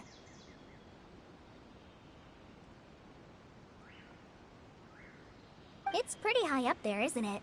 Don't worry. If you're afraid you can't make it up there, I'm sure Master wouldn't mind if you don't clean the statue. Oh? I guess I'll leave it up to you then. There's not much footing once you... Paimon will fly up with you and help you with those hard-to-reach areas. By the way, Kale, do you know anything about the Dendro Archon? You know, what's she like? That depends. Are you referring to Greater Lord Rukkhadevata or Lesser Lord Kusanali? Huh? Greater Lord Rukkhadevata? Oh, is that the name of the former Dendro Archon? Uh-huh. Greater Lord Rukkhadevata was Sumeru's first Dendro Archon. She created the rainforest as well as the wall of Samiel around the desert. Her works provided a means of peaceful living for everyone. To the people of Sumeru, she's not only a symbol of wisdom, but also of power and kindness. Unfortunately, she disappeared in a great calamity that occurred According to what Master has told me, the sages later found the newly born Dendro Archon and whisked her back to Sumeru. To celebrate the reinstatement of their lost deity, the sages dubbed her Lesser Lord Kusanali and let her reside in the sanctuary of Sarastat. Uh-huh. Well, and then... I'm not too sure what happened, to be honest. Huh? You're not too sure? But aren't you from Sumeru? Yeah, I'm from Sumeru. But... Maybe it's difficult to discuss this topic with strangers. If that's the case, then don't worry, we understand. No, it's not that. I'm not trying to hide something from you. Besides, I don't consider you two strangers. Anyway, you two know Amber, right? Wait, Amber? You mean... Yes, that's her. I once lived in Mondstadt for a while, and she helped me a lot during that time. You could even say that she helped me become a new person. There's no one like Amber. She lives life to the fullest while always adhering to her strong sense of justice. She's ready to answer the call for action. If you ask me, she's a prime example of a true outrider. She's the first person anyone coming to Mondstadt will meet. Sorry. Paimon thought the work of Outriders was a little different from what you just... Sorry. I was rambling on just now. It must have sounded kind of weird. It's alright, Kale. Knowing that you're a friend of Amber somehow makes Paimon... So, how do you... Well, after I returned to Sumeru, Amber and I have stayed in touch by in one letter. She mentioned that Mondstadt was attacked by a fearsome dragon, but the city was saved by a mysterious blonde traveler and their floating companion.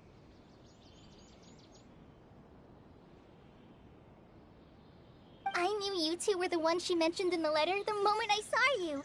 But, considering everything you've been through that day, I thought it'd be inappropriate to bring it up.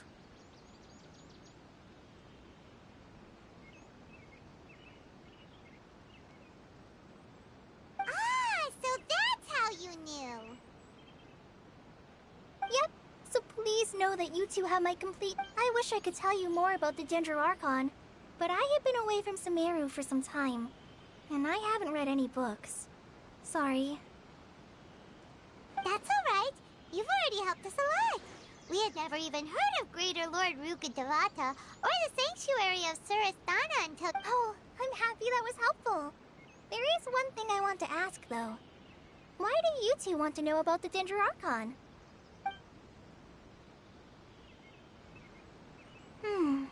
So that's why you're here. Thank you for telling me your story. Don't mention it. We are friends after all, right? You both have my thanks. While you two are up there cleaning, I'll go ahead and inspect the forest canopy. Let's meet back here shortly.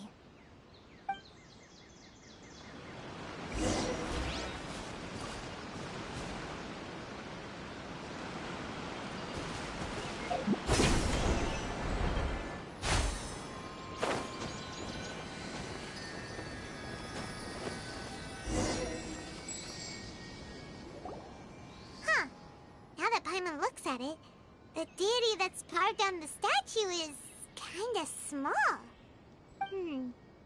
Do you think she's supposed to be Greater Lord Rukkhadevata or Lesser Lord Kusanali? You might be right. The statue does look kinda old. Well, anyway, we'll have to figure that out later. Let's get started on cleaning the statue. Paimon will fly up and take care of the top.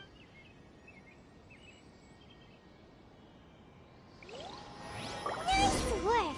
That's one clean statue. Let's head down and meet up with Kale.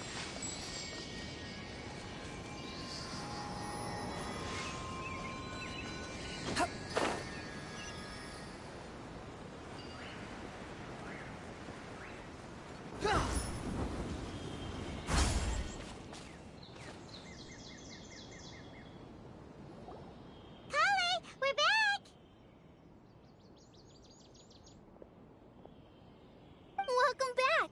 You must be tired after all that... Yay! Food! What kind of good goodies did you bring? Hey, don't be a party pooper. It's not like Kale is a stranger or anything. Besides, the best way to compliment a chef is to show passion for their food. Xiangling taught Paimon that. I prepared a nice portable dish that forest rangers like to eat called pita pockets. I hope you'll like them. Whoops! Ah, no, you dropped it on the ground! Not to worry. I wrapped a few layers of oiled paper around each pita. They should be fine. Oh, whew. Paimon nearly had a heart attack there. Those pitas are amazing! You're quite the cook, Kale. Thank goodness you wrapped them in paper. Paimon wouldn't have been able to sleep at night knowing something so tasty had been wasted. You really know how to compliment the chef, Paimon. Since you liked it so much, I'll be sure to give you a copy of the recipe sometime. I'll even include all my personal cooking pointers, so you'll be making your own pita pockets in no time. Yay! Thanks, Kale! It's hard to believe so much. Oh! Kale, don't you... Paimon knocks stuff over all the time flying around the Traveler, but she's never said anything. Everyone has their clumsy moments. No, you've got the wrong idea about Master. Sure. I've heard the veteran rangers say that Master is from some ancient and mysterious race that is known for their cunning wit and Oh, by the way, you've heard of the Academia, right? Well, there's a group called... Well,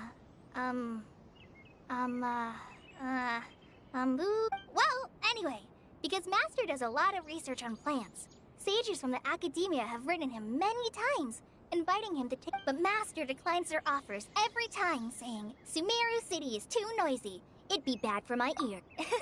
Seems you already know him well. Anyway, I'm sure the sages were not happy. Master could obviously have a bright future in the Academia, but he insists on sticking to the path of a forest watcher. In fact, Master's the one who taught... Really? Paimon would... Oh, speaking of Tainari, he was the one who took care of you after finding you passed out yesterday. He even carried you all the way here. Paimon's still kinda upset, though. He kept scolding Paimon the entire way here. Oh no, I'm sorry. Master might have been overreacting a little. But, it's mostly because Paimon wouldn't stop yelling, Why, oh why? Is she going to die? It probably started to get under Master's skin after a while. Hey! Don't laugh! Paimon was genuinely concerned about you. Hey! Now even Kale's starting to laugh. Ugh, that's it! Paimon won't forget this! It's time for some Paimonial wrath! No! Don't touch me!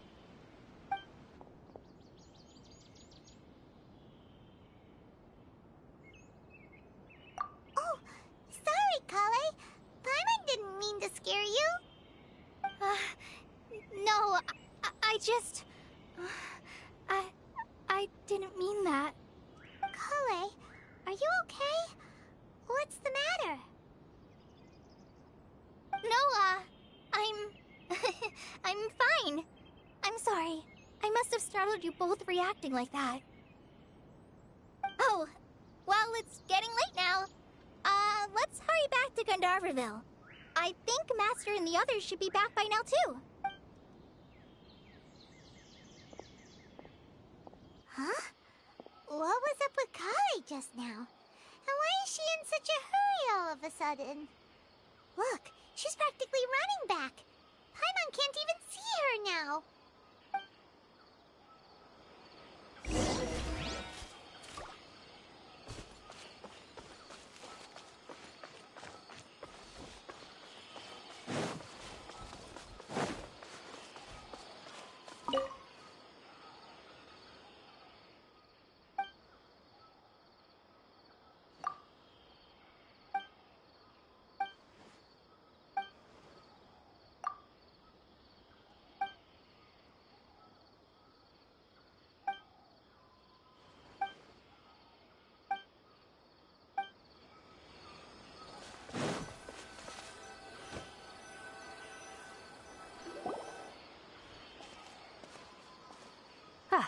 Traveler, you've returned.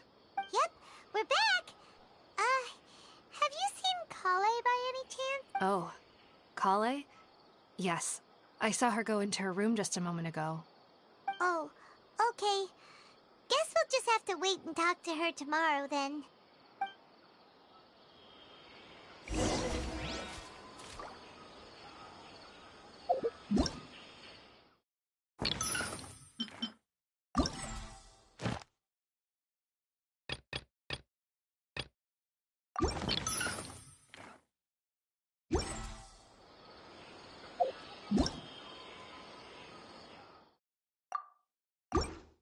There's no such thing as pure freedom in this world.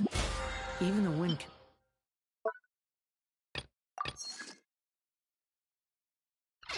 not blow on forever.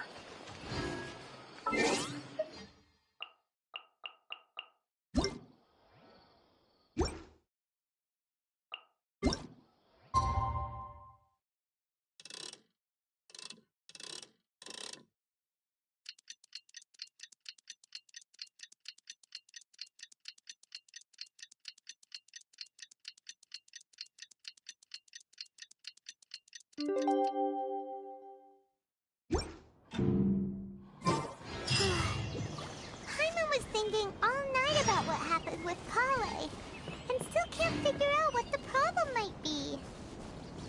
Maybe she's in a better mood now. Let's go check on her.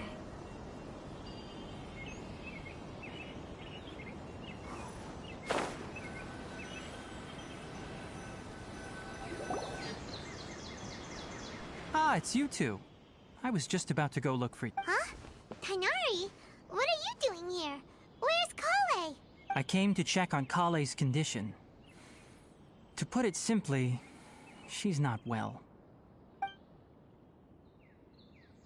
You mean she's sick? How could she be... Oh, wait a minute. Could it be because of what Paimon did yesterday? No need to worry. Something as small as you could never harm her. This sickness is something that Kale has been dealing with for... Kale has been more excited than usual since you two arrived. I suppose it's understandable, though. She hasn't been around... So, Tighnari, what's real...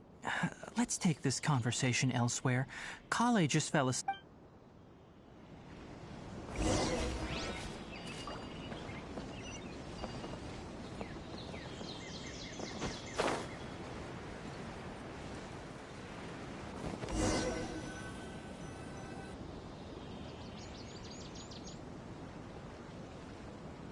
All right, let's continue our conversation here, shall we? To be honest, I hadn't realized that you're that honorary knight from Mondstadt until Kale told me just now.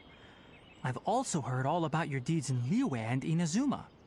So, just to clarify, what I'm about to tell you about Kale is not because of who you are or your past feats. Instead, I am going to tell you because... well, because Kale asked me to. And honestly speaking, I was against Kale revealing her past to you.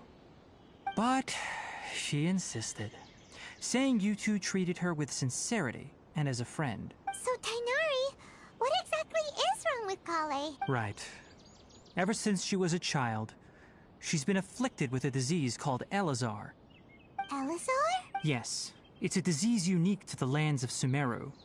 It is characterized by dark and hardened skin. At first, the afflicted may only feel mild numbness on the affected area of the skin. In its final stages, the disease strips a person of the ability to control their own body, and they... That sounds terrifying. Wait, hold on. So when Kale seemed to be acting a little... Correct. That would be the effects of Elazar, which is precisely why I do not want her carrying or holding anything. With appropriate treatment, the disease can be effectively controlled before it progresses to a more serious stage. However, nevertheless, Kale's mother still hoped that there was something out there. She handed Kale over to an organization known as the Fatui after one of their members. What? The Fatui? Ah, it appears you're already familiar with them. That'll save me some explanation. Anyway, the person who eventually rescued Kale and brought her to me for care said that she had been given to a harbinger known as the Doctor. I have no idea how this doctor managed to do it, but her case of Elazar was completely stable for all the years that Kale was with. However, Kale's days with the Fatui were anything but pleasant. Kale is a resilient individual and always tries to appear cheerful, but her experience with the Fatui has left deep scars. Even now, she can still feel death. Oh, Paimon had no idea Kale's been through so much suffering. Oh, by the way, Paimon, Kale wanted me to tell you that she's sorry for scaring you yesterday. She also wanted both of you to know that she's sorry for hiding her illness. She doesn't need to apologize. None of this is... Well said. I hope you'll get a chance to tell her that in person. Kale once thought that it would be impossible for her to have any real friendships. I trust that you two will never let my trainee... Don't worry, Tainari. We'll take good care of her. Well, it's not too serious at this point. She overexerted herself the last couple of days, which is what led to her breakdown this time. As long as she has taken her medicine and gets plenty of rest, she should get better. Though, I must admit that Kale's condition was much more stable when she first arrived here in Gandharvaville. She was interested in the work of the forest rangers the moment she saw us. I could see that she was serious about learning, so I felt compelled to ask her. Her stamina has gotten much worse recently, though a moderate amount of physical exercise is all... All right, now that I've told you about... Yeah, we'd like to do something. All right, but I must warn you two. The rainforest is a... Oh then. We'll be looking for a plant known as Nilotpala lotus. It's often used to help those afflicted with Elazar recover their... Hey, Tainari? Where exactly are we going to find this plant? Nilotpala lotuses can be found all over the rainforest, but it often grows right here around Gandharvaville. Given the name, it sounds like we should be looking for it in the water. You are correct. Nilotpala lotus grows in the water.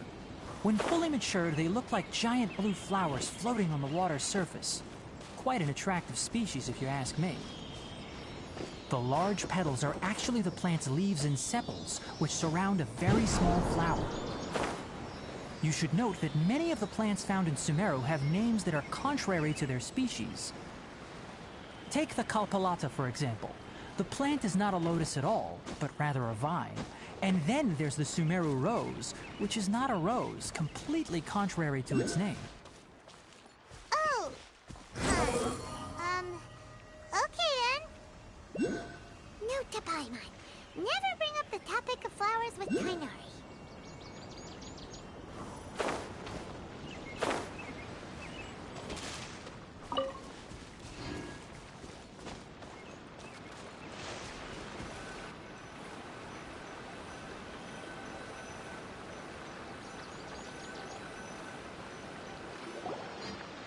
There should be Nilotpala lotuses growing somewhere in this area. Let's split up and begin searching. If you could manage to gather 4 of them, that would be sufficient. We'll rendezvous here once you've gathered...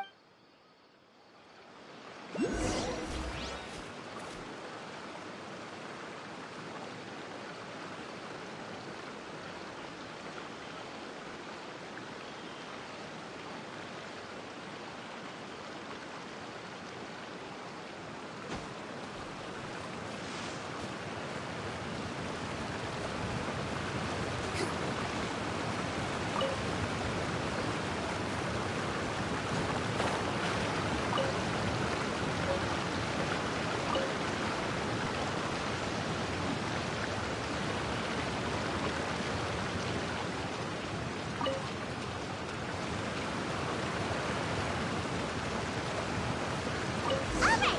We've gathered enough Nilotpala lotuses. Let's head back to meet Tainari.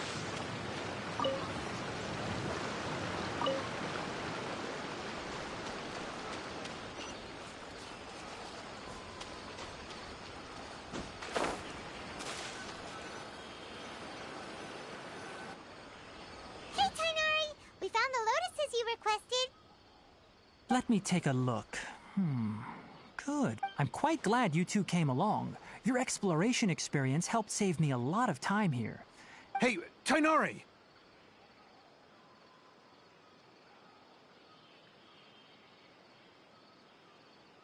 Oh, Tainari! Someone's calling your name. They're dressed. Ah, yes, that's Amir and the others. But didn't they just set off not too long ago? What are they doing? Let's go find out what's going on.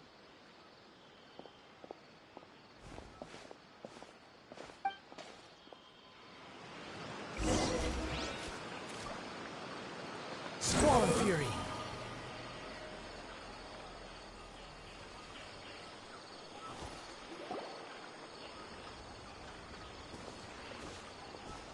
Tainari, thank goodness we found you here. We were just about to head back and find you at Gendo. What's going on? We just discovered a withering zone. The Withering is back? But the patrol route you were on... Can you tell me the exact location? It's up ahead, deep in the river valley. It's appeared in a spot that blocks nearly the entire narrow... And the radius of the contamination? Sorry, I couldn't get a clear enough view to... No one in our patrol team had a vision, and it appeared to still be spreading. Okay, I understand. You made the right decision. I'll go deal with it right away. Wait, Tainari! You two have only just arrived in Sumeru. You're still unfamiliar with... There's a unique type of anomaly that occurs. The affected areas not only cause nearby vegetation to wither, but it's also lethal to... Yes, Amir is absolutely right. I wasn't kidding when I said the rainfall. As Amir said, only someone with a vision, that is, the power to manipulate elements. That's right. If any of the forest, only someone with a vision can venture within a withering zone. But you don't seem to carry a vision. Don't worry, she may not have a vision, but don't sweat it. We've helped others deal with... Wait, you've met other forest rangers before? I was planning to properly show you both how to... Anyway, since you two are experienced...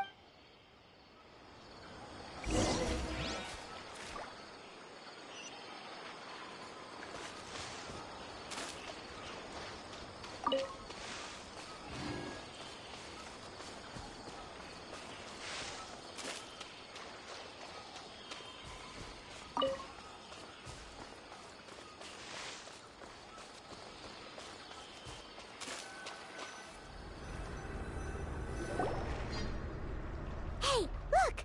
That gloomy... Even though Paimon's seen one before, it's still kind... All right, Traveler. We're about to enter the Withering Zone. But please remember, don't push yourself. If at any point it becomes too much, return... You ready then? Let's go.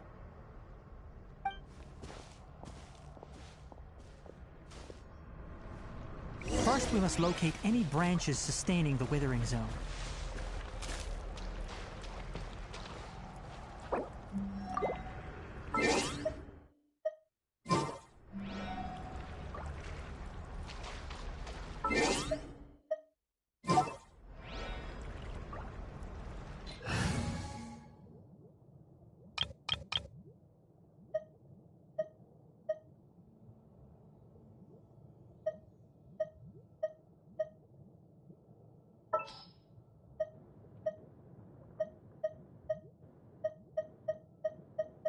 Come with me.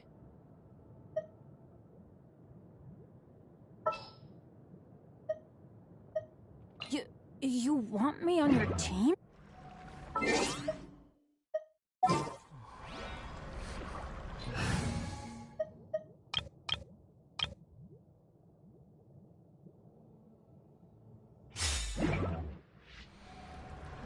Behold!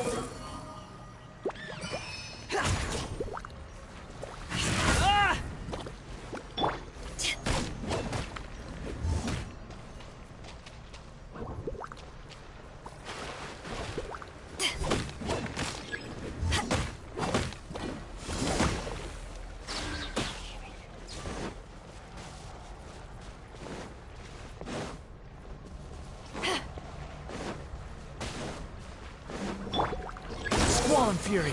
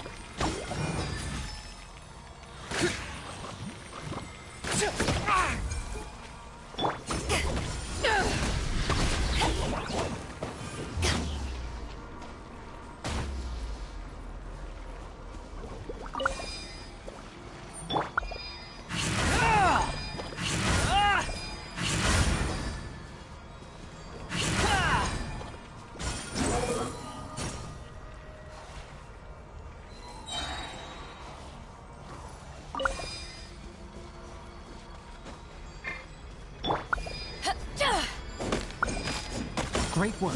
Now that all the branches have been cleared, we'll need to take care of the tumor.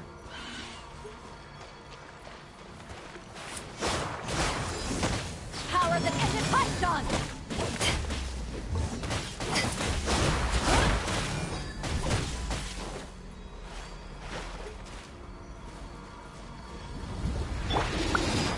Wretched vermin!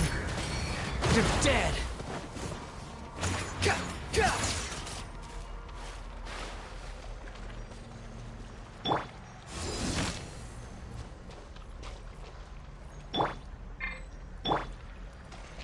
Wind rises.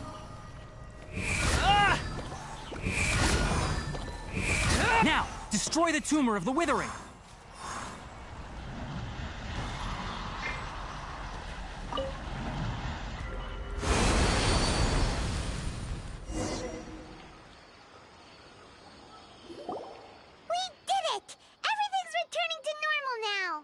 Yes, thanks to you two. We were— Tighnari? It's that obvious, huh? Recently, the rate at which the Withering Zone appears has been increasing. If that simply meant more work for me, then that wouldn't be an issue. For instance, even though we cleared out the this presents a crisis for the ecosystem itself. And most disturbingly, as— Huh? But why— I'm still not sure of the exact reason. However, no, none that we know of. The Withering has been recorded in Sumeru for millennia. By the way, have you heard of Irminsul before? Irminsul is a tree located deep beneath the surface. Although it isn't like any tree we know in a biological sense. You can basically think of it as a large tree that grows down. I'm sure you've heard of ley lines, right? They're like the roots of Irminsul, spreading and extending from a massive cavern deep underground, all the way up to the surface.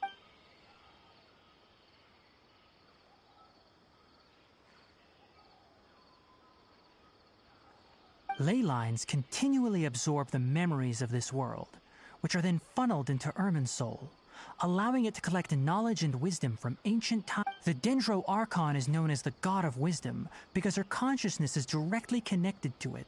And as for the Withering, its emergence is related to a disease that's affecting it. That's right. My ancestors learned of this from Greater Lord Rukkhadevata's familiars a long time ago. But even those mysterious creatures did not know. I'm afraid we Rangers will be battling the Withering Zones here for a long time until a cure is— Alright, that's enough on this topic for the time being. Now that we've taken care of things here, it's time for us to head back to Gandharvaville.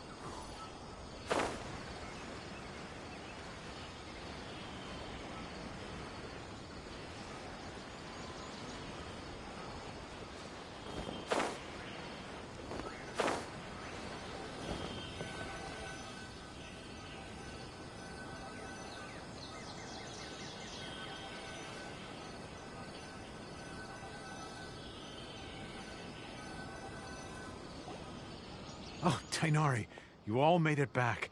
How did it go? The Withering Zone you reported has been taken— Huh. Wait, is that— Oh no, Hypatia!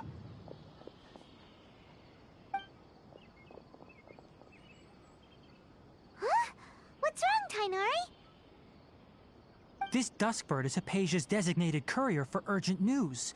You do remember her, don't you? Oh, her? Let me see what's written in the letter first. So what's it say? And what's with that weird expression on your face? Huh? Yes, allow me to explain. After we brought you from Hypatia's cave, she must have just finished. It's been nearly 3 days since she's had anything to eat. And it appears she's... What? You mean she's been sitting there for 3 days? Well, obviously because this has happened before. Last time she drew 5 lines. And by the time we found... Needless to say, Hypatia's been through worse. But I've got some emergency rations set aside for times like these. Paimon. Wait, you want us to bring her the rations? But will the Traveler be okay if her cave is still... Let's find out. Here, Traveler, take a smell and see. So, how do you feel? Huh? Really? You're not... But, wait! How'd you know that she'd be a... Back when we were clearing the Withering Zone, I observed that she could adeptly manipulate the Dendro element. I knew then that she would be fine. And if I may ask, when I was telling you two about Irminsul's ley lines, was what I described similar at all to what you saw while you were unconscious? That's correct. Those weren't hallucinations at all. Though I don't intend to apologize for deceiving you. Because what you saw is of significant importance. Not just for the nation of Sumeru, but my forefathers were shown much favor by Greater Lord Rukkhadevata. We took an oath to protect this nation together with her. Now that that duty has fallen to me, it was part of my responsibilities to ascertain whether you could be entrusted with the fate of Sumeru. Now, after seeing you in action with my own eyes, you have earned my confidence, and when you passed out, your consciousness had connected directly with Irminsul. What? I could try to tell you more, but it would be better if you went to ask Hypatia instead. Her focus on meditation and use of Spirit Borneol are... That sounds nice and all, but will she really help us? Seriously, she completely ignored us the last time we tried talking to her.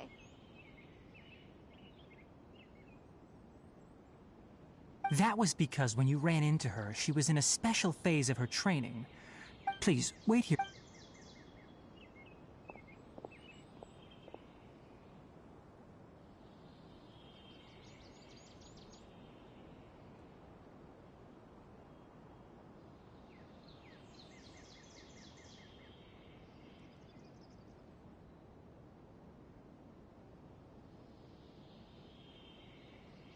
Here, take these. It's a meal I packed for Hypatia, as well as some... Also, here's a letter that I would like you to give to her.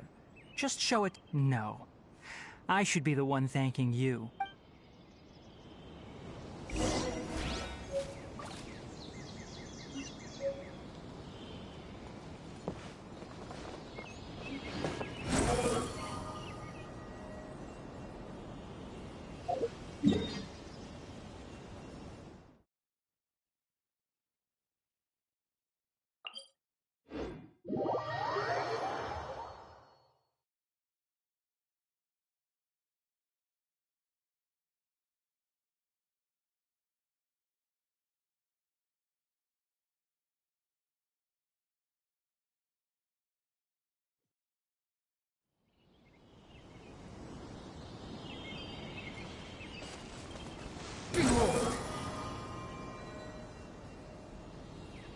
Hypatia should still be in the cave.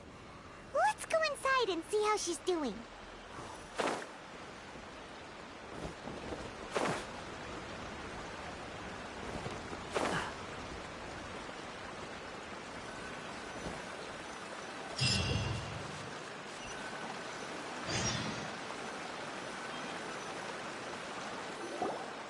Hello? Hypatia?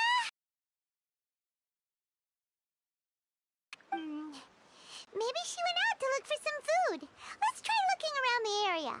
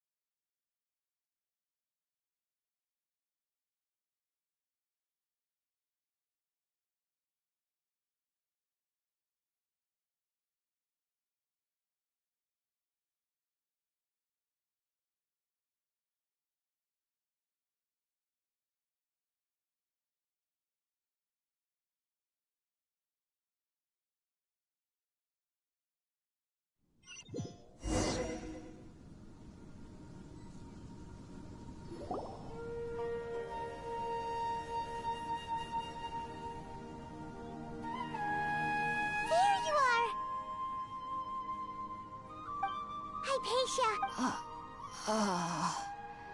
So... There's no way we can get her to eat in her current condition. Huh? Wait.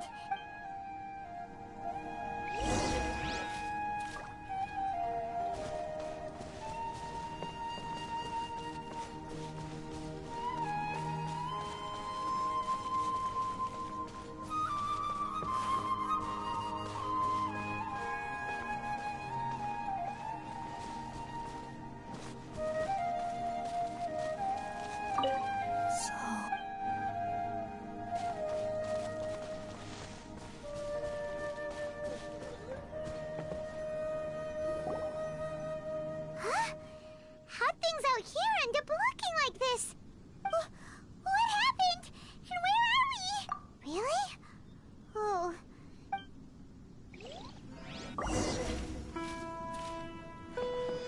The wind rises.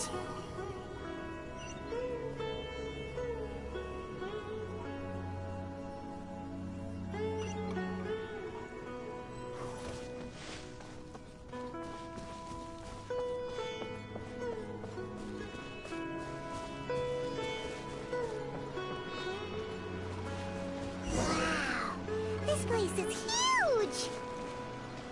Paimon knew there's something off about that cave.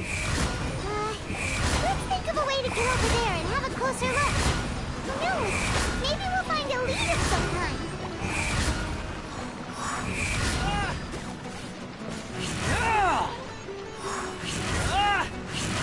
Behold!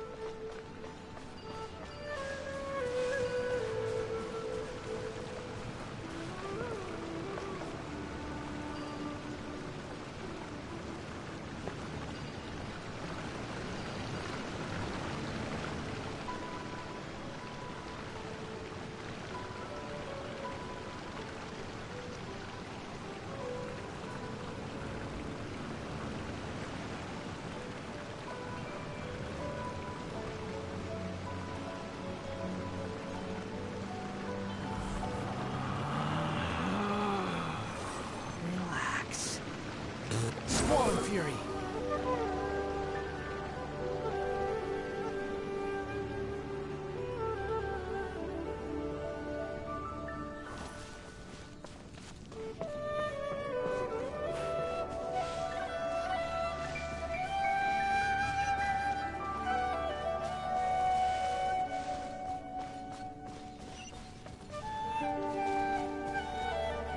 The wind rises.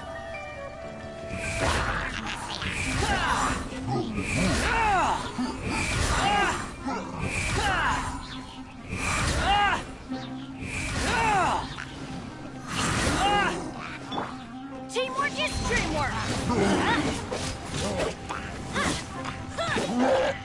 Let's light it up! Unsightly insects. Squall Fury.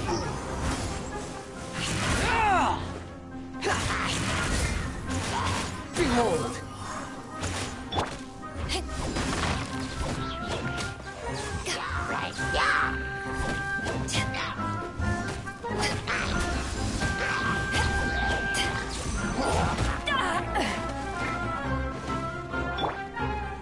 Squall Fury. That's far enough.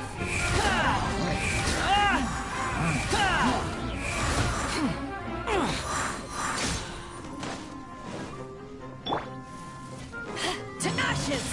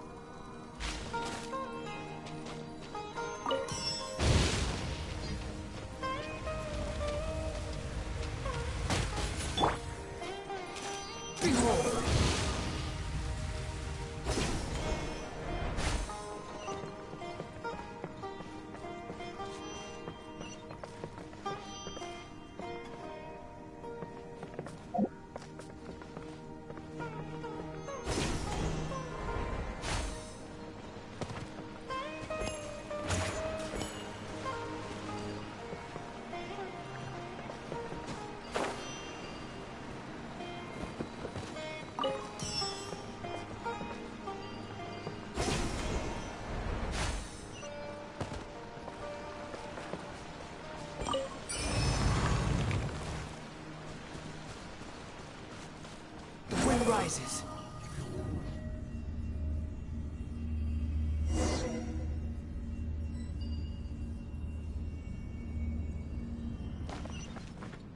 What in Tibet is going on here? This place is getting weirder by the minute. Hey, what's the matter? You don't look so good.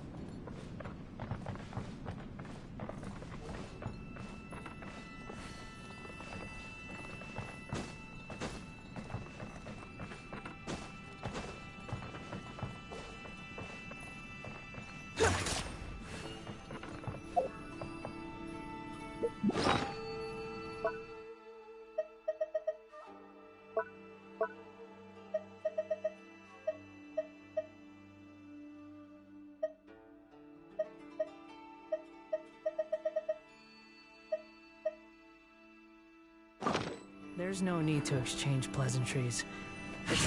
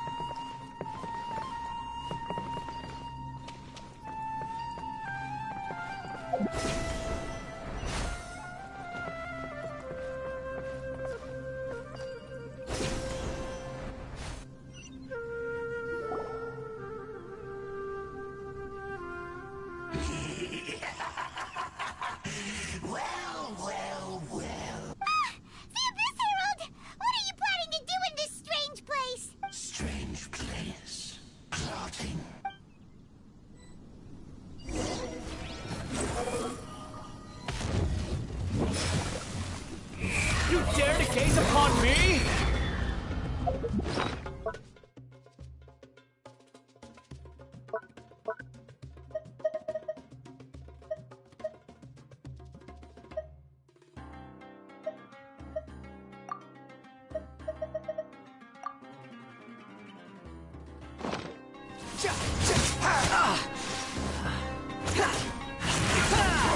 Squirm, that's far enough.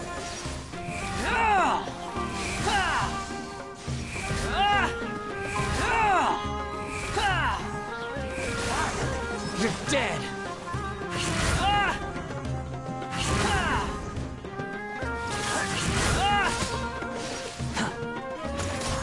Behold.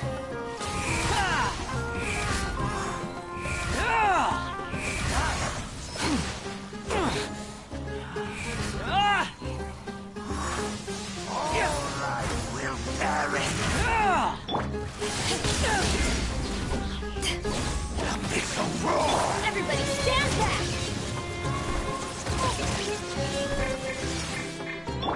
Everyone on me!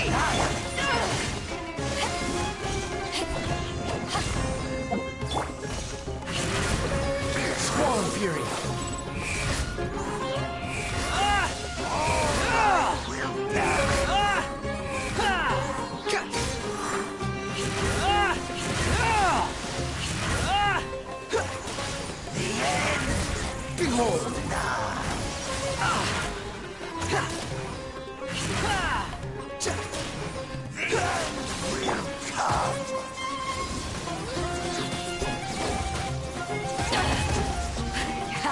yet. Huh? Why can't we beat this guy? Oh, Paimon doesn't get it! We faced others like him before! What's wrong this time?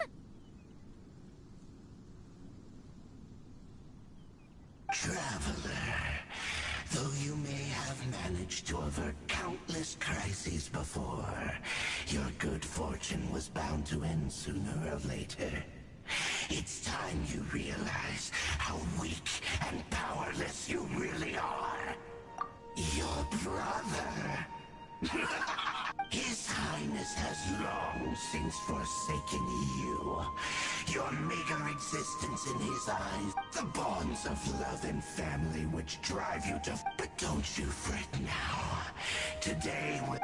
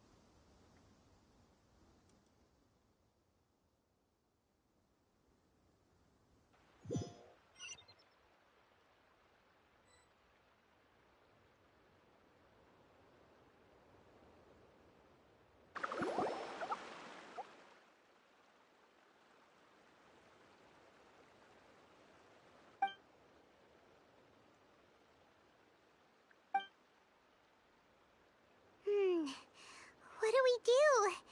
Oh, there she is! Well, the good news is that she's still conscious. Hey, why'd you drop her food on the floor like that?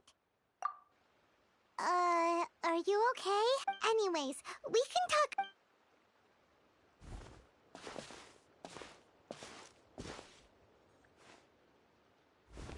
Whoa, wait a sec. Look at all this fruit lying around her. We can put that to good use.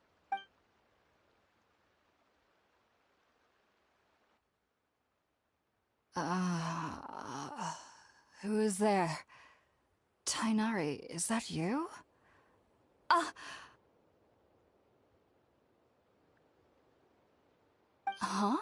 It's okay. You can relax, Hypatia. Tainari sent us here to bring you some food and water. Here, we have a letter that he asked us to give you.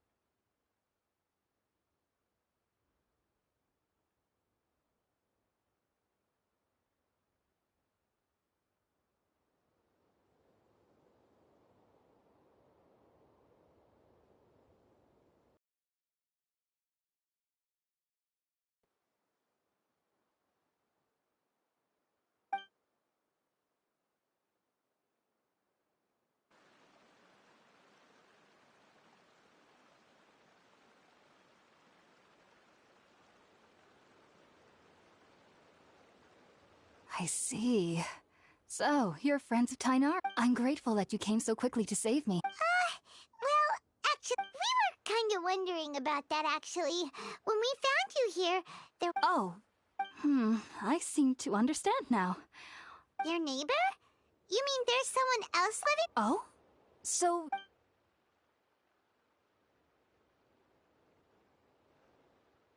Wait, hold on a second, Traveler.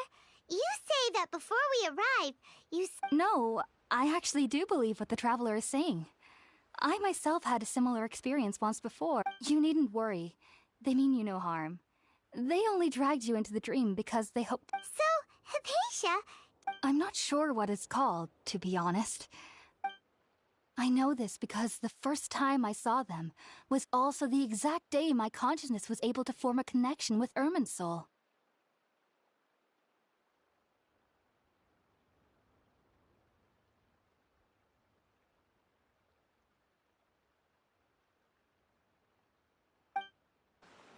Even after I opened my eyes and stopped meditating, my heart was still pounding, and at that very moment, I suddenly noticed a small figure at the opening of the cave.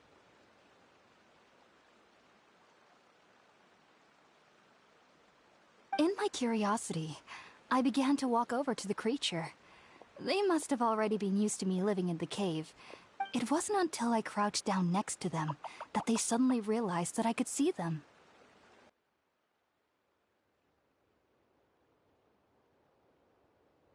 And then I had a dream. By the time I came to, I was convinced they'd never show up again. But sure enough, I saw them nearby a few days later. And they weren't alone. I feel like they aren't as afraid of me as the first time I approached them. But I never would have expected them to save... Yes, no doubt about that. By the way, Tighnari mentioned in his letter that you had questions for me regarding Irminsul.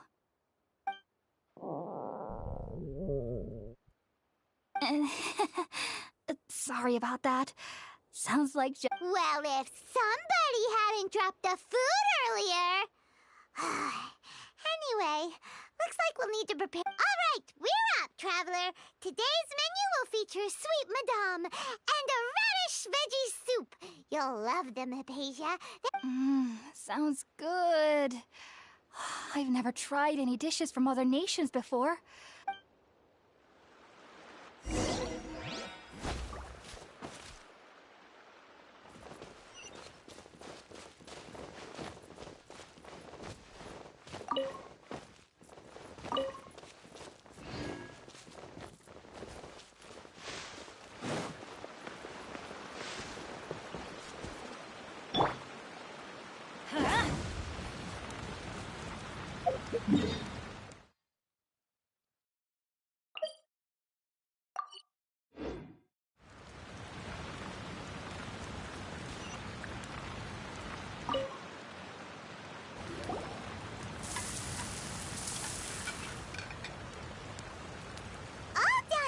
Let's use the empty box that Tighnari gave us since... Oh, it smells amazing!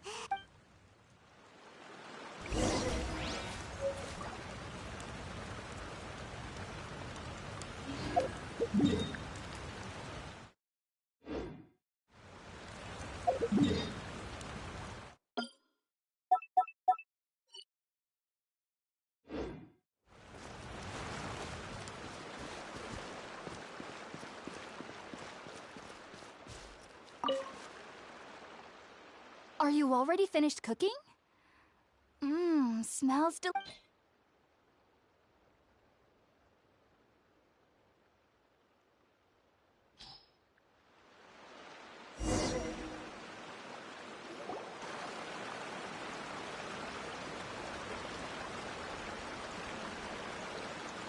Even though everything you mentioned was in Tighnari's letter, it's still hard to believe you were able to connect.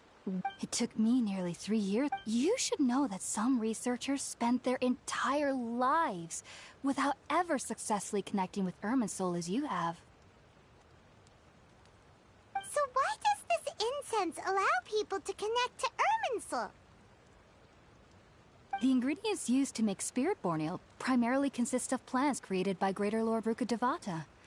These since the root of the Dendro Archon's power lies within Irminsul, we can occasionally tap into naturally. Anyone who can establish a connection with Makes sense. But Paimon's got a question. That was primarily due to her body's unique constitution. Stimulated by the incense, she could perceive the Dendro Archon's power and experience the sensory overload. Taking in any scent similar to the ingredients of spirit-born ale would cause adverse effects. Not to worry, though. Technically, your body should still be sensitive to the powers of the Dendro Archon. But well, that's... I must admit, I am quite envious of your abilities. Even if it meant suffering... Whoa! You really...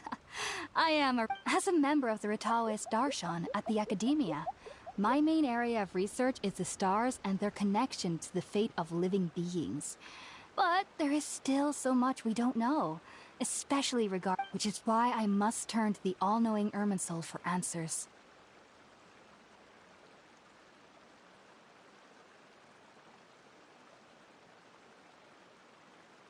If only my perception wasn't so limited.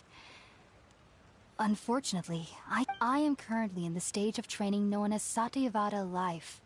Many sages have said that Irminsul contains divine knowledge, and touching such knowledge without the proper preparations and abilities will only lead to one's mind caving in on itself. That's why we meditate alone. Whoa. So knowledge from Irminsul could be super... Of course I do. Especially during... However, I believe that being able to see them is a sort of blessing from the... But what's strangest of all is that they're clearly an envoy of the God of Wisdom herself. What's so strange about that? It doesn't sound so out of... Well, it's strange. Huh. Yes, well, the sages say that wisdom implies rationality, but that which occurs in dreams is often neither rational nor logical. Yes, if one struggles with anxieties, those emotions... The fact that the people of Sumeru do not have dreams is seen as a blessing by the sages. They believe that Greater Lord Rukkhadevata, the God of Wisdom, is keeping us away from the foolish delusions you encounter in your sleep. I was born into a family of scholars in Sumeru City. I studied hard, enrolled as a student in the Academia, and went... But then, on the day I scared the little Aranara, I suddenly saw a dream again. It was incredible. Though I don't exactly remember what I saw. Back then, I was foolish and ignorant as any youth would be. But I was... just be sure not to speak of this if you travel to Sumeru City. They'll look at you as if you've lost your mind. So, do you have any thoughts about the things she saw when she connected with Irminsul? Sorry. I'm afraid I don't have any answers as of now. All I can say is that what you saw is a... World forget me. What could that possibly mean?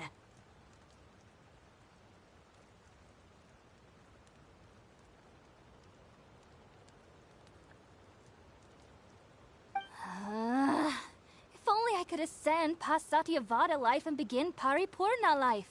I might have some more answers for you. If you two are ever in the area again, please be sure to come. There's no need to be thanking me. You two are my saviors. Besides...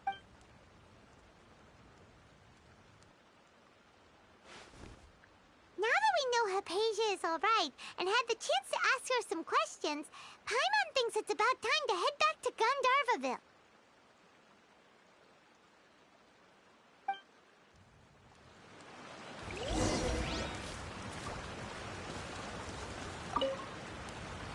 Heading out, I see? If there's anything else you'd ever like to ask about, you know where to find. Even though that little neighbor... The end of your dream... Not to worry, though. As someone from Sumeru who... Heading out, I see? If there's an... Even though that little neighbor... The end of... Not to worry, though. As someone from Sumeru... Heading out, I see? If there's anything else you'd ever like to ask, take care.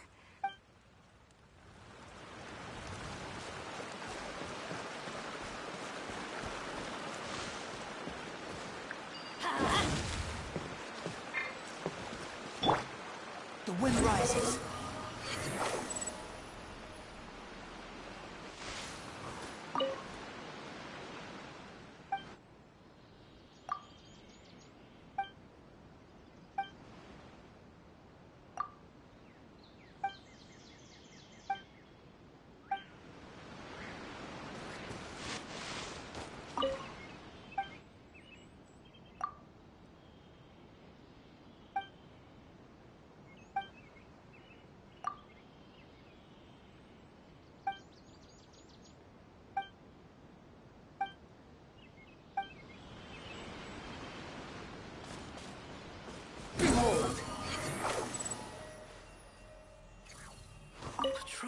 wilderness is so much fun.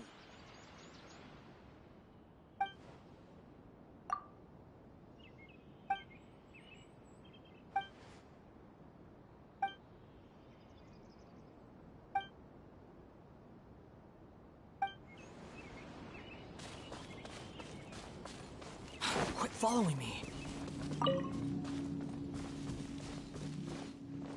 The wind rises.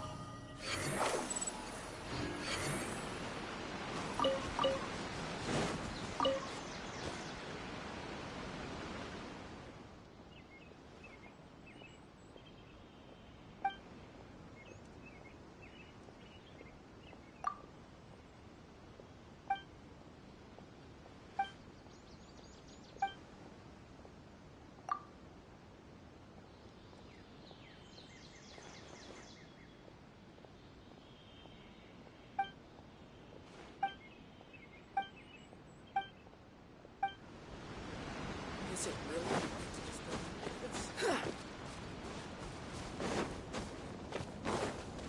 Squall and Fury.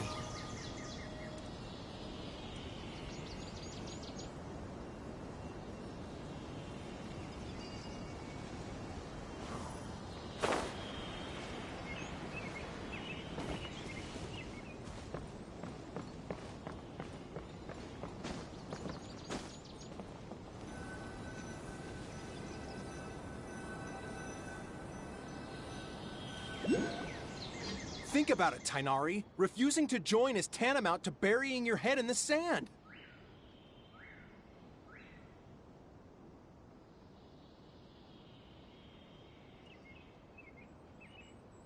I understand that you're a forest watcher, and that it's your duty to combat the effects of withering zones. But isn't it evident that such work is not a lasting solution to the problem? As Sage Kage clearly stated, your presence and guidance in Sumeru City is— Keep your emotions in check, Gulam. Let's at least listen to Tainari's reason. Sage Kage, I am truly honored that you came here in person. I am merely a forest watcher. How could the great minds of the Well, it turns out— I see. Tainari, your mask— And what exactly does my mask— You'll know once you've arrived in Sumeru City. And how long will I be required? There's no Do you mean to tell me that despite coming all— If that's the case, then I'm afraid— Tainari! So be it. Come, Gulam, we're leaving.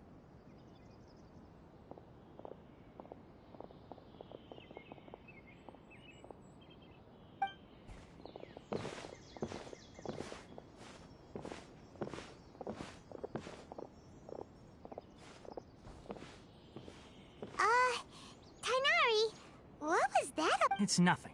Some people from the academia wanted me to go to Sumeru City to assist them with a project. But all that can wait. How did things go with Hypatia? It was quite the eventful trip, but the main thing is that she's safe and sound. Very good. Now that the That's right! We want to meet less— Sorry. I'm afraid I don't have any advice for you there. Well, do you at least know anyone we can try— Let me think. How about this? I'll write you a letter. Also, when you enter Sumeru City, you'll... Oh? It's called an Akasha term. Needless to say, this... Great! Next up! That's right! Tainari, we have something Yes, she's doing much better. She knew you two would be leaving soon. Thanks, Tainari. All right, Farewell. And good...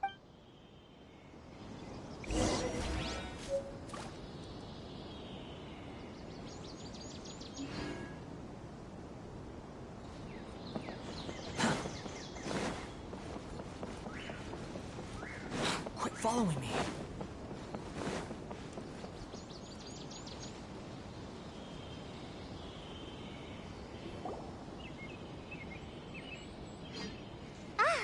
I've been waiting for you.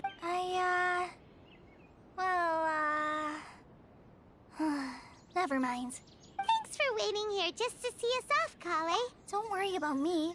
And, but I guess now I understand that There's no need to apologize. We're probably still gonna work. Thank you. That means— Oh?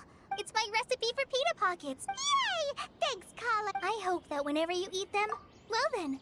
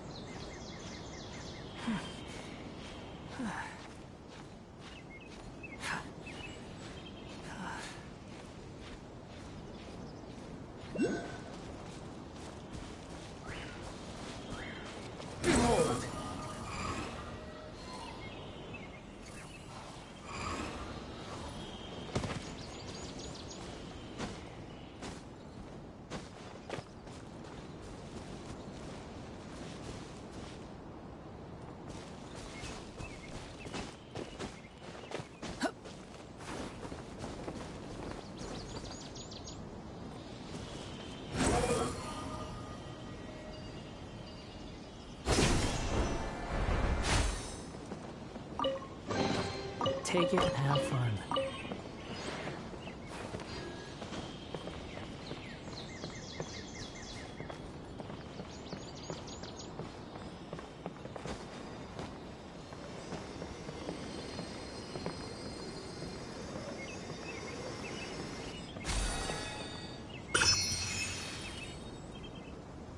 The wind rises.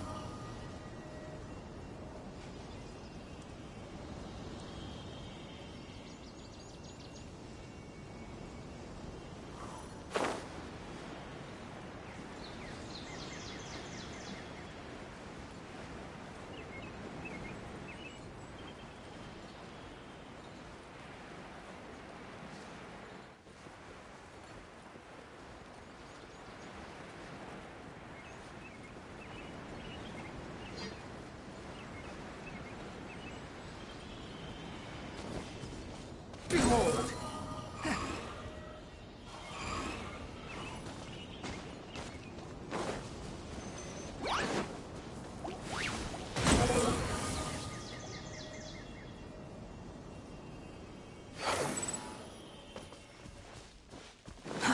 Too slow.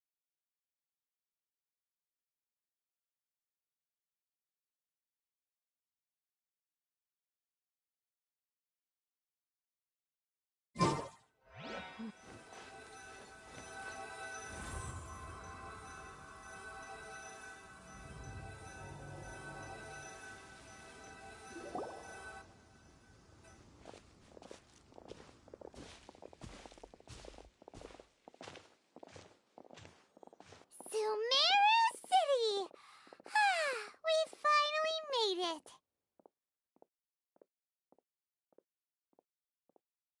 Oh, did you see that? When those people entered the city, something on their heads lit up. One moment, please, you two. It appears this is your first time visiting Sumeru City. Oh, yeah, that's right. But how did you know that? Because there's currently no information on either of you in the Akasha. But no need to worry, that won't prevent you from entering the city. In fact, the Academia conveniently provides each traveler to Sumeru City with a device. Perhaps you two have heard of the Akasha before. It's our beloved Greater Lord Rukkhadevata's lasting legacy, a treasure trove of collected knowledge. After centuries of tireless research on the Akasha, the Academia created one of its most ingenious inventions, the Akasha Terminal. As long as you are within Sumeru's borders, you may use an Akasha terminal to connect directly to the Akasha and access any knowledge you need. I should mention that due to technical limitations, the operation of Akasha terminals will be much smoother and more effective in large cities such as Sumeru City and Port Ormos. Oh, so this is the thing that Tainari was telling us about. It sounds pretty amazing. You two are quite fortunate. Until recently, it was standard practice to only issue Akasha terminals to outlanders who spent an extended amount of time in Sumeru. However, this policy was recently changed, and now all travelers are issued one upon arrival. Here are your Akasha terminals. Please handle them with care. It kinda looks like a leash.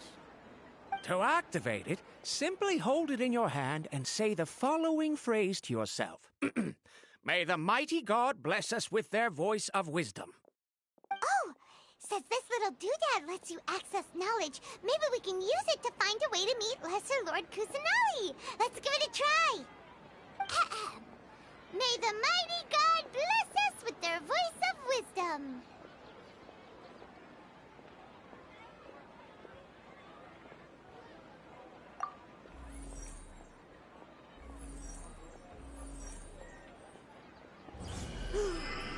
Whoa! Just now, something clicked, and Paimon suddenly knew how to use this thing. It seems all we need to do is concentrate on what we want to know, and bam! You get it. Oh, that'll come in real handy. Exactly. That is the power of the Akasha. And with that, let me officially welcome you both to Sumeru City. May the wisdom of the Dendro Archon always be your guide. Okay, now that we're in, we can check the Akasha about Lesser Lord Kusanali. Let Paimon try. 500 years ago, the sages found a newly born deity from within some scorched ruins. The deity now resides in the sanctuary of Suristana. Seems pretty similar to what Kali was telling us. Okay, next, let's concentrate on asking how to meet her.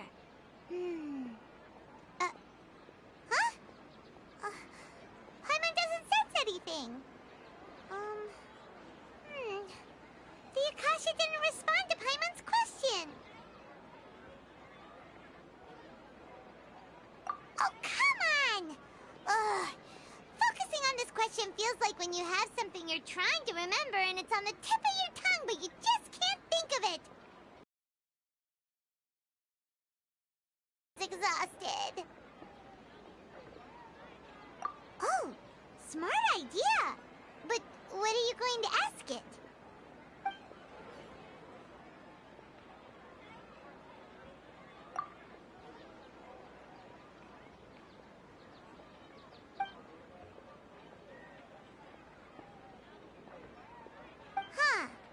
Could it be because we're Outlanders and we've only just arrived in Sumeru?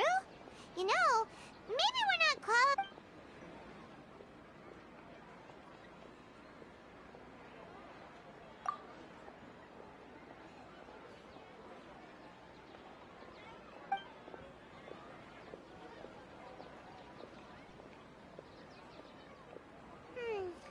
You too? Well, glad it's not just Paimon.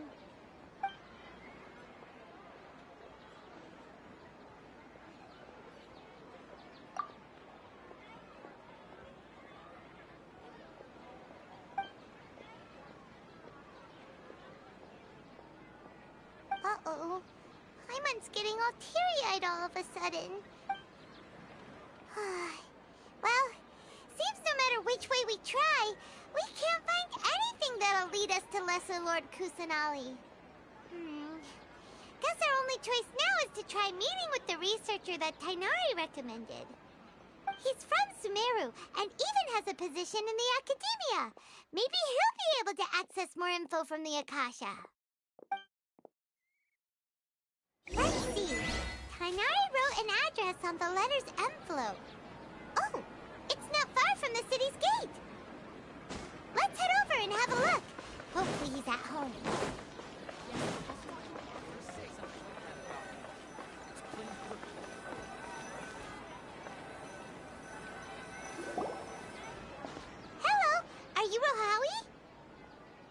Yes, that's me.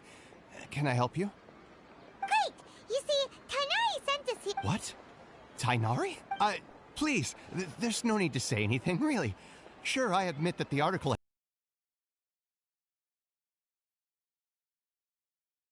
But... Here! This is a letter from Tainari! Oh, let me see...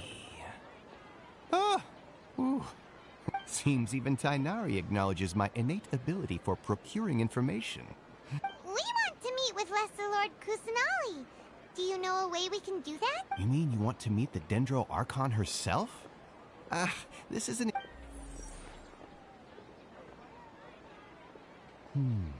Sorry, the What? You too? But what about your abilities for getting information and all that? Well, as I said, this isn't my area of expertise. I am but a... All I know is that ever since... Huh. Didn't expect her to be such a mysterious figure. The Dendro Archon is somewhat of a recluse. Perhaps she just doesn't want to entertain visitors, which would explain the lack of information in the Akasha. Aw, but then what can we do? No need to worry just yet. I'm only hypothesizing here.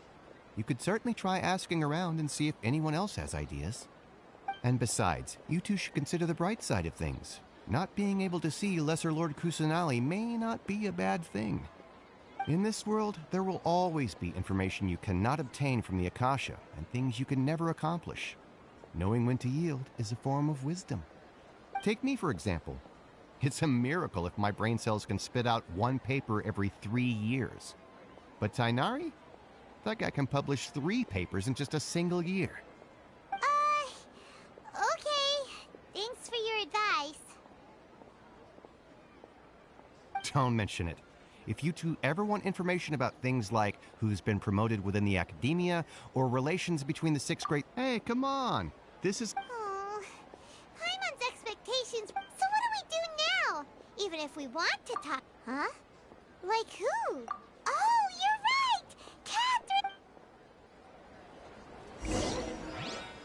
Handed all the cumbersome tests again.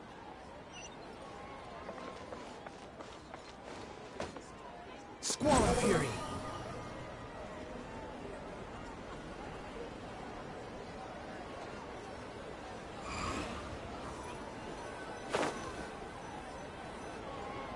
Ad Astra Abyssosk. Hello, Traveler and Paimon. Catherine, we need your help with something. Understood. The Adventurers Guild is always ready to serve you. With what do you require assistance? We want to meet with Lesser Lord Kusanali. Do you know a way we can do that? You two wish to meet with Sumeru's Archon. Understood. Please wait.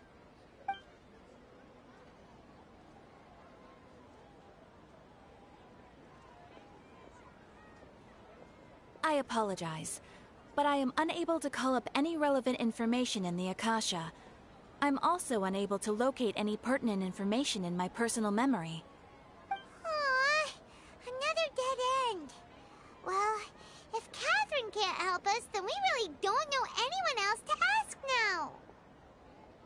Please do not worry. I may know of someone who can help you two.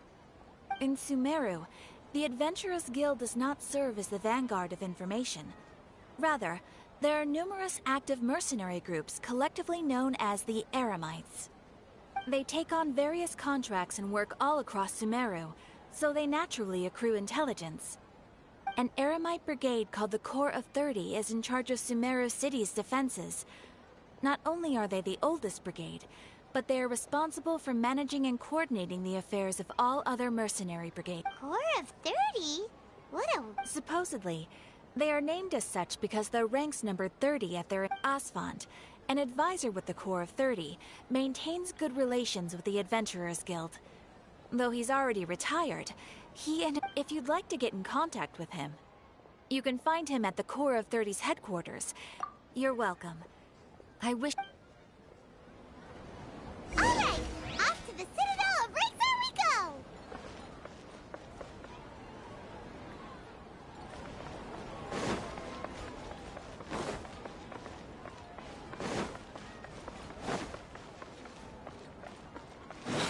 following me.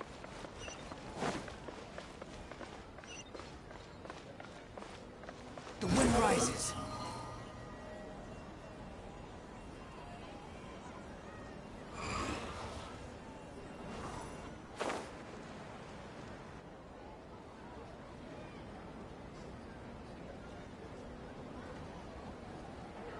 Welcome.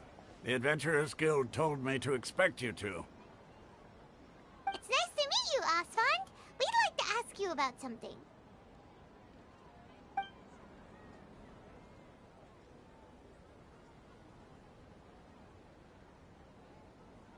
I see. So, Catherine's the one who sent you this way. Ha! It's true that the Eremites' network is vast, but even I can't help you meet the Dendro Archon. Wait, seriously? That's it? Afraid so.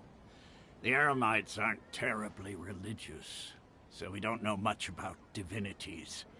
As far as the Akasha goes, we can access even less than you. We originally came from the desert. The gods there died off long ago. Since those days, we've used our own two hands to carve out a living. We aren't interested in Lesser Lord Kusanali. Oh? Why's that? Just take the Academia, for example. They're the ones who truly rule Sumeru.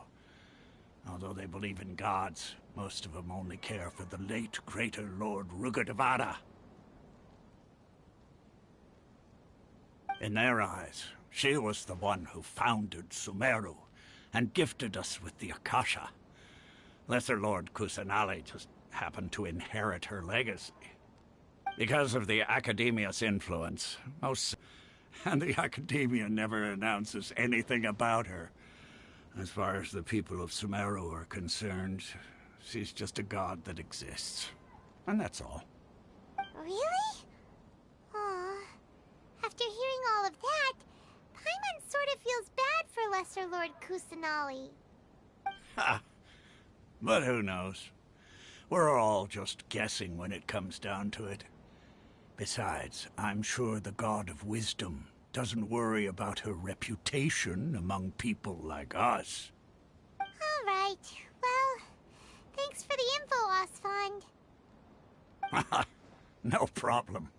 Always happy to help out the Adventurers Guild.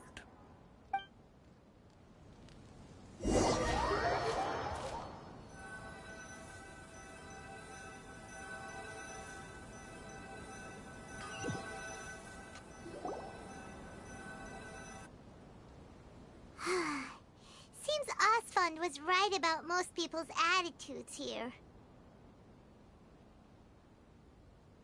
Not only are they not interested in the Dendro Archon, they even say stuff like, if the Akasha doesn't think I should know, then I don't need to know about it.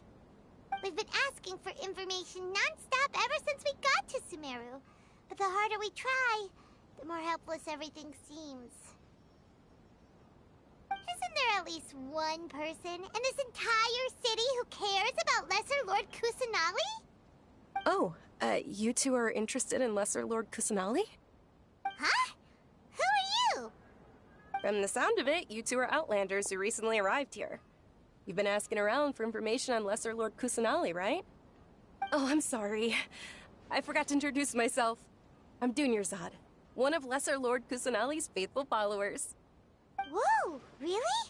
Then do you know how we can meet with her? I'm afraid I can't help you with that. But your conversation earlier did happen to remind me of a legend about the Dendro Archon. Sure. It goes like this. Long, long ago, there was a man who heard a prophecy. It predicted that a great calamity was about to befall him. Panicked by what he heard, the man sought out the Dendro Archon in hopes that she would bless him with the wisdom to help him escape his predicament. The man journeyed across deserts and through rainforests and experienced tribulations of every kind.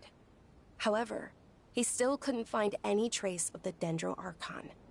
In despair, he thought, alas, the Archon has abandoned me. He then had no choice but to sorrowfully resign to his fate. Okay, and then what happened? And then, the calamity came. But to his own surprise, the man felt somehow emboldened by the trials of his journey. By relying on his own strength, he managed to overcome the adversity. At that moment, a bird perched upon his shoulder. This bird was, in fact, an avatar of the Dendro Archon. She said, "O Archon Seeker, do you now understand? She and her wisdom have long been found by you. Along your journey, we were in every flower and blade of grass, every ray of sparkling sun, and every breath of dancing wind. So long as you continue to think and ponder, we'll be wherever you go."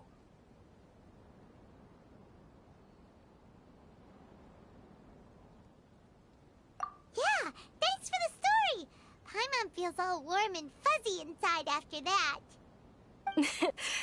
In a way. It seems like this story is also one of the Dendro Archon's avatars.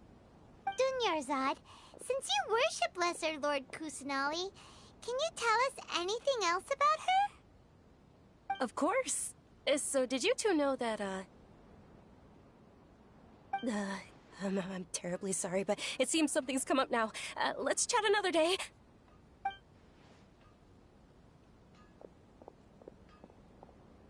Hey, wait! What the heck just happened?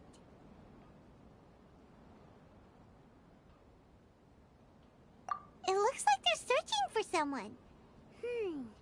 Dunyarzad was acting super nervous just now. You think they're looking for her? This stinks! We finally managed to find a lead about Lesser Lord Kusanali! We can't let them get in the way now. Let's see if we can get rid of them. Then we can catch up with Dunyarzad. Hey, have you two seen a brown-haired girl wearing a purple top and a long blue dress? We're looking for her. Did she have bandages wrapped around her wrists? Yes, that's her. Did you see which direction she went? Yeah, she went that way. Quick, after her!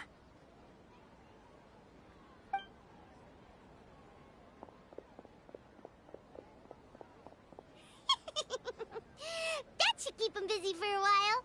Let's hurry and find Dunyarzad.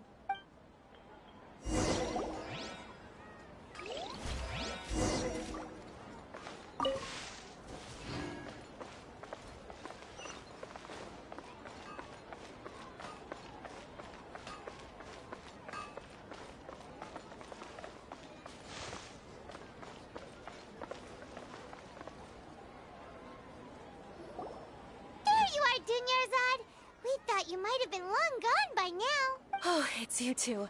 Oh, you startled me there. You can relax now. We threw those people looking for you off the trail. Really? Thank you so much. Uh-oh, looks like... Huh? More of them? Then what? No, wait, my body isn't in the best shape. It's difficult for me to run. Okay, sounds good. There's a tavern on the other side of the port we can go to. They probably wouldn't expect me to hide in a place like that. All right, let's move out. Stay behind them.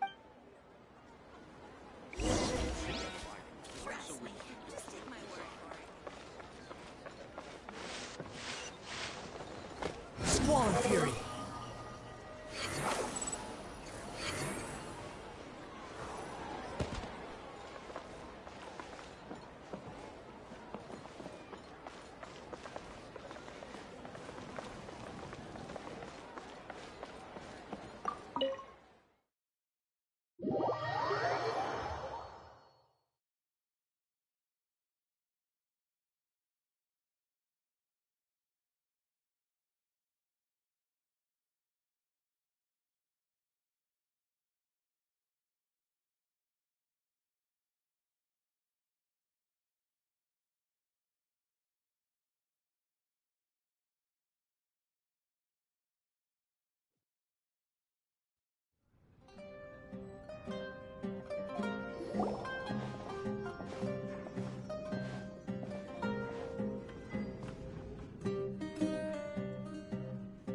We made it.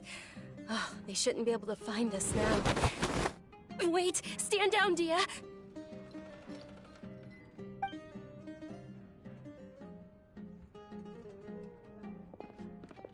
My lady, who are these two? They're travelers that I met on the street just a moment ago. They happened to notice that you were all searching for me, so they... I see. In that case, you two should scram. There's nothing here for you. Wait a sec!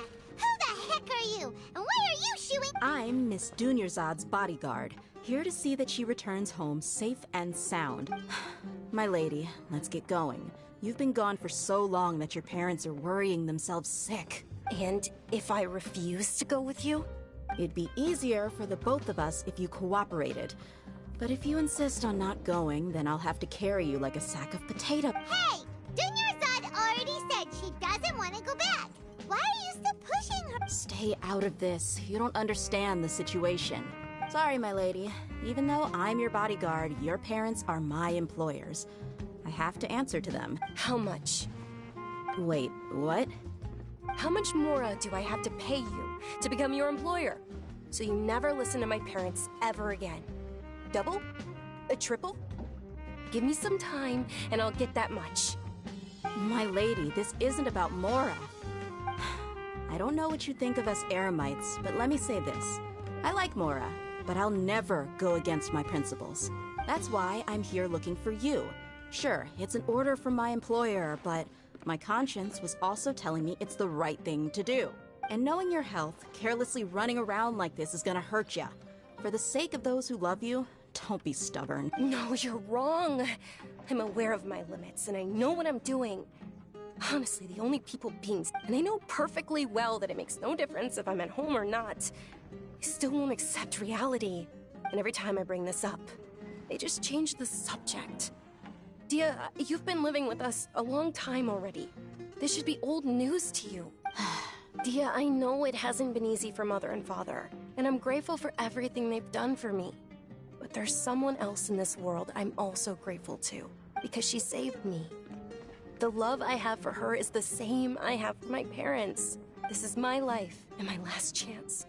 So I want to do something meaningful. My lady, are you sure what you're doing now is meaningful? Yes, I'm sure. At least, it is to me. Fine, I won't ask you to return home anymore. But let me make something very clear. I'm only doing this because I respect your determination, not because I agree with you. Thank you, Dia. Sorry for being so rude just now. My nerves were acting up. And I even brought up your payment and such. Don't worry about it, my lady. I did say that I like Mora. Besides, that's our next topic of conversation. Today's little excursion caused such a ruckus that every single bodyguard at the estate was deployed. It wouldn't be easy to hide things from your old man. Since this definitely won't be your last escapade, here's a little tip. You should at least make it look like your room and things are still in order when you leave. Also, you'll need someone to cover you for when you're out and about. So, I'll let you hire me, my lady. This way, everyone wins. As for the pay, let's say half of what your father pays me. We can settle the bill when we return to the estate. Okay, deal. Yay! Looks like they've reached an understanding.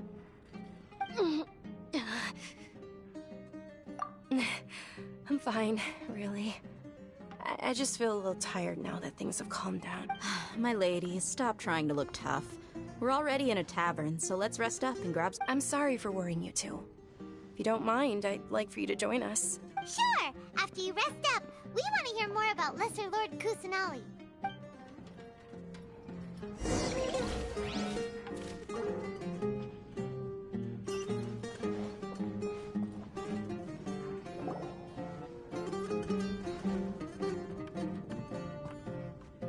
Ha! Well, if it isn't deep. Word on the street is that you're a bodyguard. Nah, you get used to it. How about a menu? You got it. Huh? Isn't this little Miss Homayani herself? We don't get to see... Thank you, sir, but there's no need. I don't have a lot of Mora on me, and I really ought to save as much as I can. But please bring these two the best food you have. They're my new friends, so I want to be a good host for them.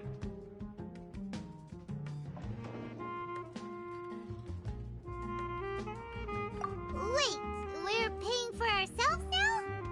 Aw, Paimon kinda wanted to try some fancy, but we aren't exactly loaded.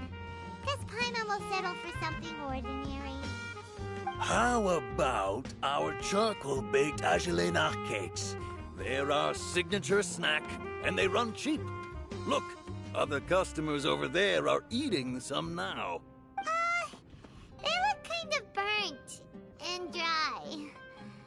Paimon will pass. Hey, come on! Paimon... Dunyarzad, we asked a lot of people when we first arrived, and almost nobody was interested in Lesser Lord Kusanali. Well, remember when you asked me if I knew how to meet the Dendro Archon? Even though I don't know how, I think I've actually seen her before. Huh? Really? Yes, it was when I was a child. At the time, my illness had kept me bedridden for the better part of a year. I was stuck inside and couldn't make any friends, and my parents did their best to find treatments for me. But even then, the Akasha didn't have any helpful information. My younger self no longer had any hopes or dreams. One flare-up was so bad that Then one night, I woke up alone in my room. I was terrified. At that moment, an ethereal voice spoke in my mind. Dunyarzad, don't be scared. You don't have to cry. Who are you? How do you know my name? How do I explain this? You might not... Really? Of course. I know that you're scared of thunder. That you hate taking medicine every morning. And wow, you really do know everything. Dunyarzad, is there anything you want? Not really. Huh? But aren't you a child? Oh, then, can you make my illness? Oh. I'm sorry. Then... After that, the voice said, "Okay, I'll be your friend." Although my body was suffering during those days, that voice encouraged me and told me many wondrous things. Beyond my window was the flourishing Sumeru city. Beyond the city was a lush rainforest. And beyond that was the wall of Samiel, deserts, and all of Tevat. Once I finally made it through that bout of illness, I couldn't hear that voice anymore. I told my mother about it, but I know that that voice wasn't a figment of my imagination. Before that, I had never heard... Yes, for sure. If it weren't for that voice, I would have never grown curious about the outside world. That voice sparked a desire for wisdom. I've been hoping for a chance to repay her. What's the It's Lesser Lord Kusanali's birthday. It's actually an old holiday that originally celebrated Greater Lord Rukkhadevata's birthday. When she passed away, the holiday event, I heard everyone was overjoyed when they welcomed her back to Sumeru. In those days, but because of the Academia's influence, people have gradually... The Academia actively participates in Sumeru's many holidays dedicated to Greater Lord Rukkhadevata. But when it comes to the Sub-Zeros Festival, forget any funding. Maybe they see Lesser Lord Kusanali's birth as confirmation of Greater Lord Rukkhadevata. Aww, but that's awful. It is. It's absolutely terrible. Sure, the Greater Lord founded Sumeru, but hasn't Lesser Lord Kusanali been the one quietly protecting us for the past few hundred years? Just remember that we're still out in public. Don't get too carried away now. I know that people over by the Grand Bazaar still hold the Sub-Zeros Festival to this day, but I hadn't met any of them before. But recently, I made a friend there who also follows Lesser. I gave her my savings because I want her to throw a wonderful festival this year. That's the least I could do. Hold on, my lady. Does this friend happen to be Nilu, the one who sends flowers to the estate? Yes, that's her. I saw her leaving the other day with a nervous look on her face. It seemed like she was hiding something in her arms. Did you give her something? Yes. Initially, I didn't have much more prepared, so I had Nilu sell one of my skirts. I've agreed with Nilu to meet up at the Grand Bazaar today, and see how things are coming along. Sure. That's quite the trip, though. I'll carry you. No, that would be too much, even for you. You might as well just accept the lift. If I let you walk, who knows how long it'll take us. And if anything... But of course! Nilu will be thrilled to hear there are more people interested in Lesser Lord Kusanali.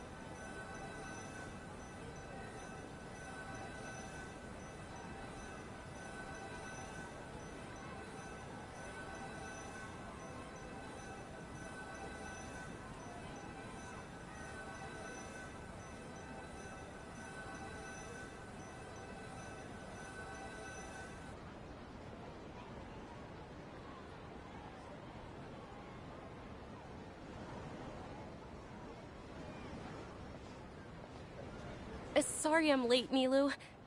Oh, Dunyarzad. It was taking you so long that I assumed you got trapped at home, but you made it in the end. Uh-oh. But if Dia's here, that means you got caught, right? You could say that, but everything worked out. Oh, and who are these two? Oh, meet the Traveler and Paimon, my two newest friends. They're visitors who just arrived at Sumeru City and are looking for information. So you're followers from another land? That's wonderful. You two absolutely mustn't miss the Sabzeruz festival. By the way, Dunyarzad, we've already started decorating the Grand Bazaar. It looks spectacular. Thanks to your generous... You're very welcome. It's the only thing I could do. Probably? But don't sweat it. We've already finished renovating the stage. Come on, I'll show you.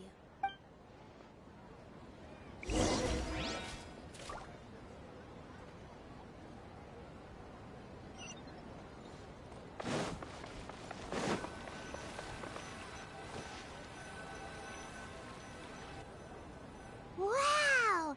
This place is amazing! Not bad. Last time I was here, the stairs were full of holes.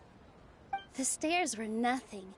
A little while ago, we discovered that the tree above the stage had a huge chunk of bark ready to fall off. Mr. Zubair was worried sick.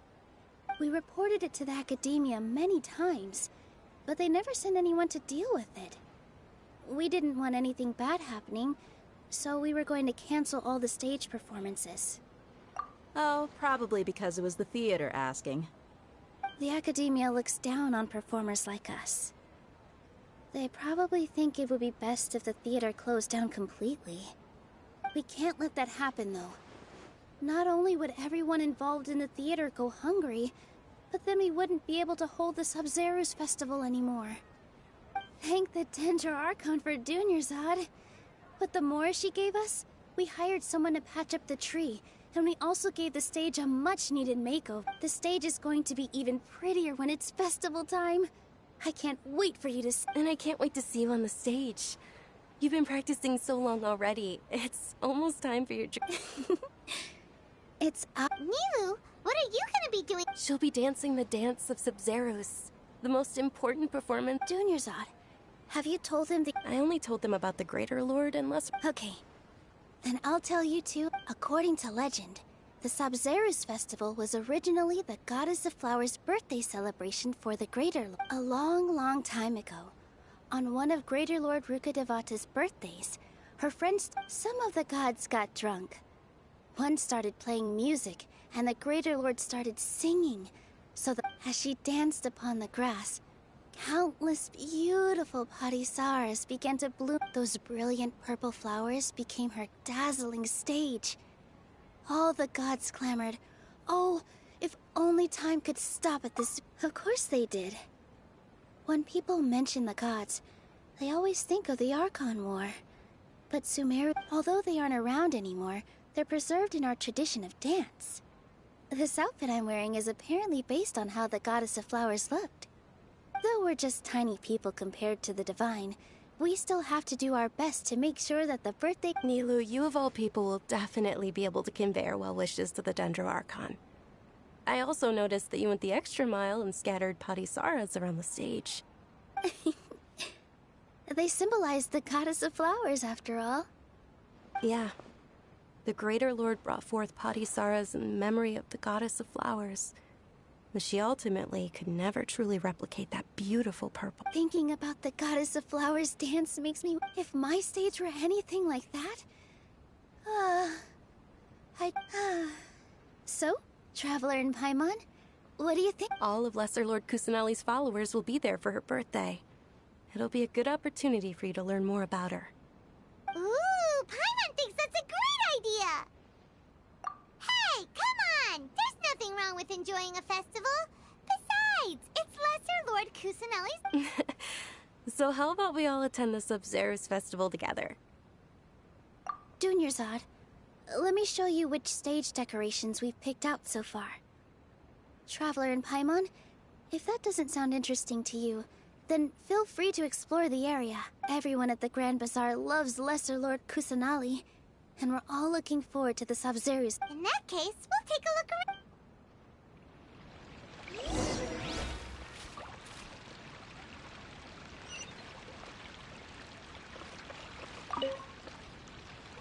Whoa! What's with your yellow hair? And why do your clothes look... Did you know that the Sabzeruz Festival is about to happen? There'll be loads of fun things to...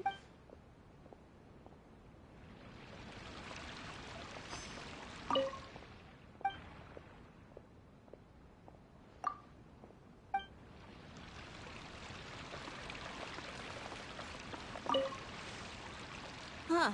Revamping the stage. I don't know much about the Grand Bazaar, but I do... Oh, and the perfume sold around here is a lot... I mean...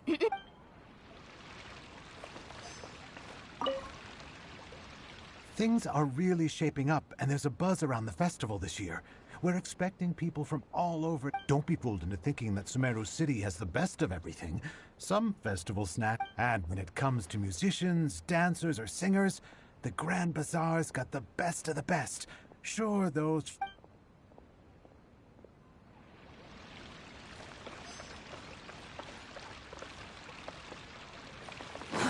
Too slow. Ah, dance as a child. My grandmother said that Greater Lord, the Sabzeruz Festival.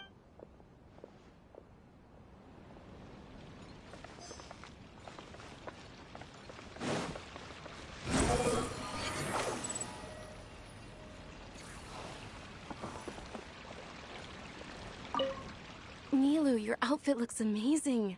I thought I'd add a little extra pizzazz to my dress. Wow. Uh-huh. Sewing is a fundamental skill for everyone in the... I've noticed that you can't keep... Of course. The legends say that the goddess of flowers had beautiful horns on her head, so this crown was made to reflect that.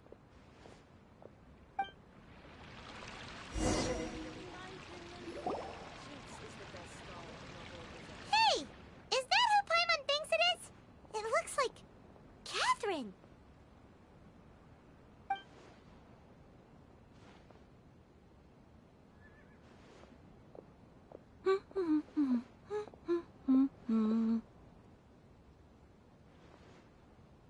Huh.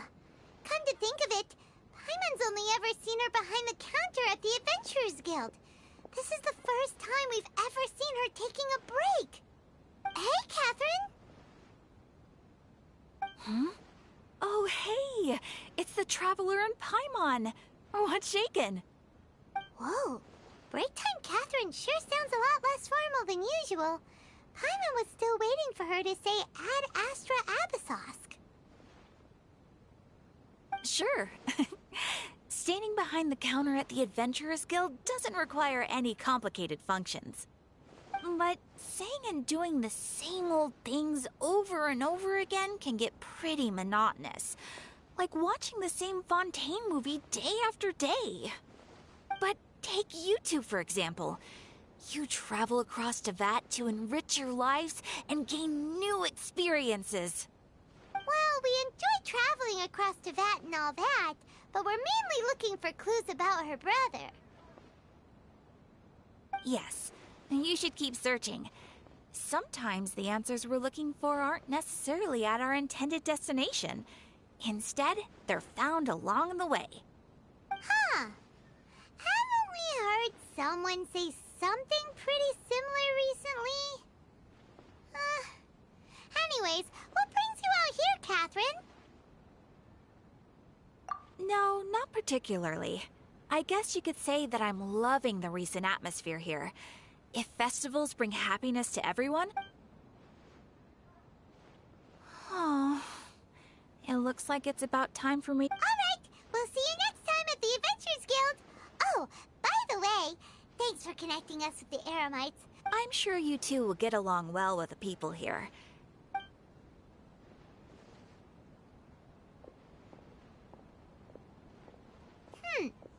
There's something... Hey, Traveler. Fine. Oh, hey, Dia. What's going... I've got something to tell ya. My lady knows you're looking for ways to meet Lesser Lord Kusanali, and she's been trying to come up with a way to... Are you serious? It might not necessarily pan out, so don't get your hopes up too much. I'll need to take you two somewhere and ask someone some questions. My lady is feeling a little worn out at the moment. Nilu's found a place for... Sounds like...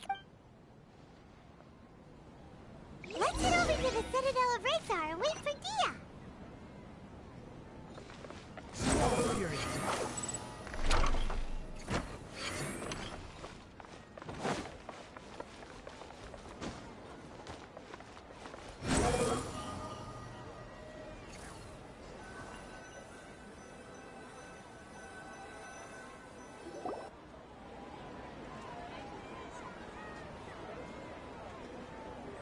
Sorry, I'm late. It took some Anyway, I guess I should be thanking you. I haven't seen Miss Dunyarzad that happy in a... You sure sound a whole lot nicer than we would... It's called being a professional. Look, Dia's... Listen, you... I don't expect to be working for Miss Dunyarzad very long, but I hope to finish things on a positive note if possible. Let's cut the chit-chat and head into the Citadel. We'll see if the person I know has a way for you two to meet with the Lesser Lord.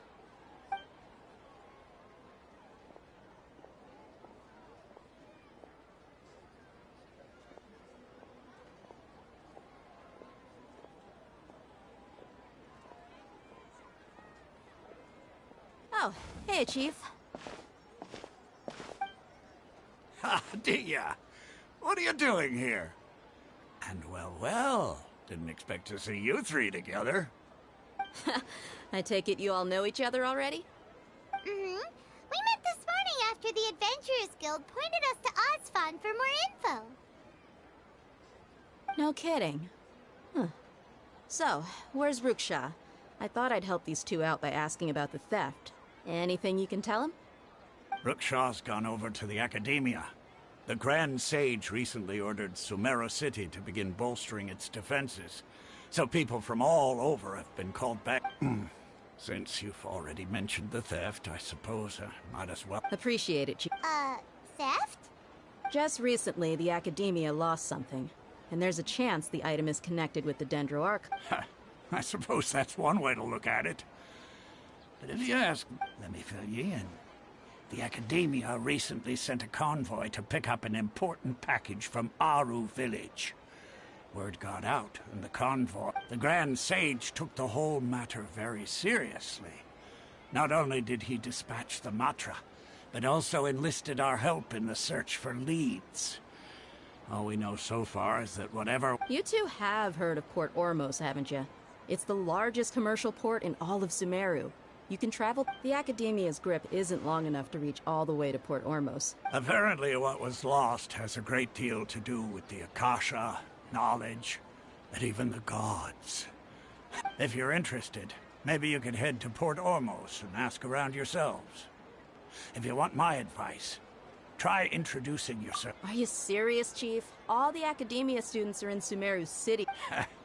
If you're also interested...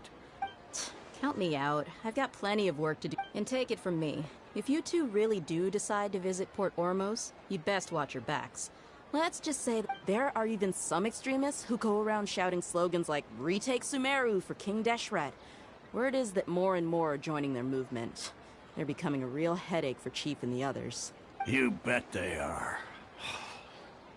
King Desh. Not everyone's like you, Chief. Even the desert natives who abandoned their homes in the wilderness still wish to have... Well, Traveler, that's about all. Thanks, Dia! And you too! Since we've gathered all we could for the moment in Sumeru City, let's head to Port... Miss Dunyarzad is looking forward to seeing you both at the Sub-Zerus Festival. So, be sure to get yourselves back. Good. Then we'll see you both...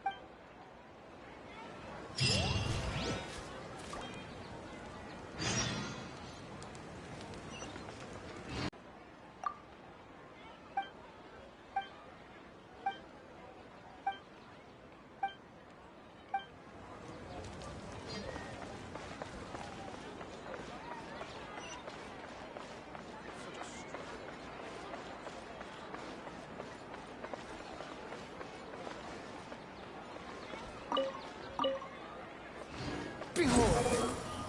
Upon the gale.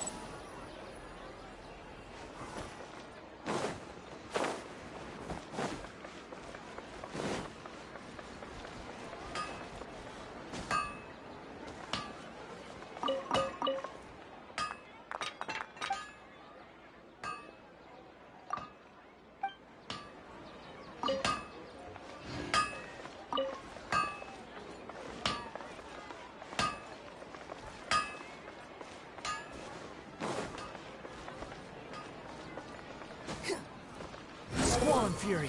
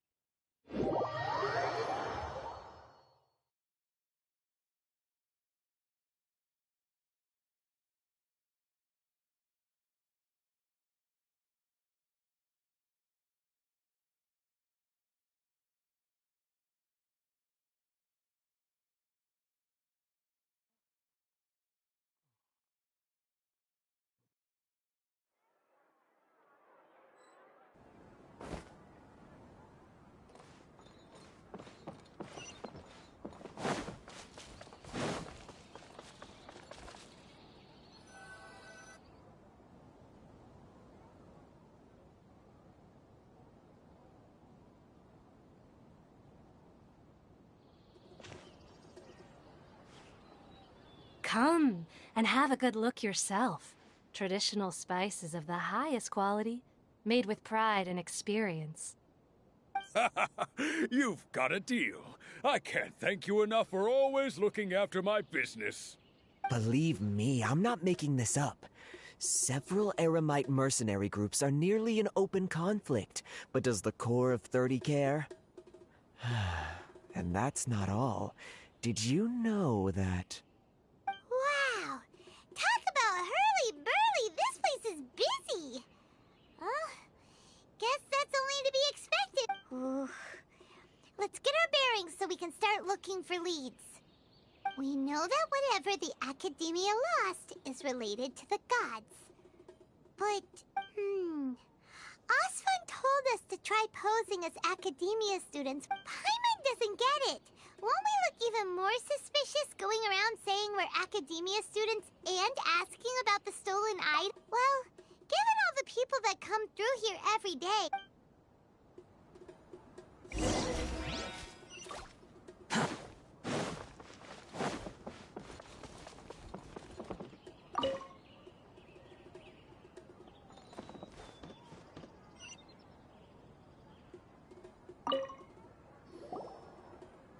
Welcome. welcome. How can I help you two? Hi there. We would like to ask you a question. Do students from the Academia ever come to Port Ormos? Of course. Especially around. Many people often talk about how hard it is to get accepted into the Academia, let alone graduate. But those who finish their studies and go on to become full-time researchers at the Academia have it even Sure, we may not be Sumeru City, but you see over there? Those are students from the Academia. They've been looking worried and miserable ever since If you ask me, the life of a merchant is better. Those students seem to be discussing something.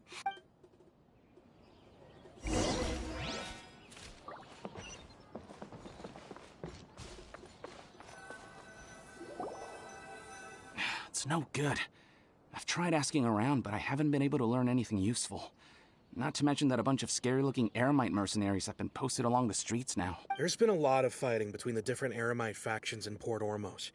If we choose to move on our own, then it would be wise to steer clear of... Especially the group that's constantly shouting some stuff about King Deshret and some resurrection. I've even heard that the Citadel of Regzar is starting to get fed up with them. What was that group? They're called Ain el Akhmar. Today, I heard that the thing we're out... Wait, come again? Don't you see? Many of the Eremites, they're usually pretty wary of outsiders, but I've heard that Ain el Akhmar likes to set up shop at the Jafar... Wait, did you say 500,000? I wouldn't worry too much.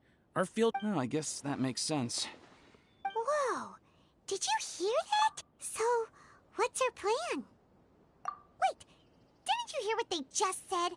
Buying information is going to cost us 500,000 mora! Have you lost your mind? Oh, all right. Paimon never... Out of all my commissions, I enjoy making jewels. Too slow. Search forth.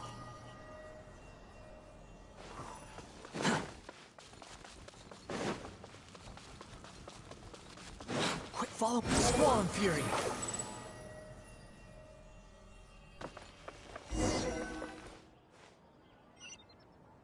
This is the place we heard those students talking about.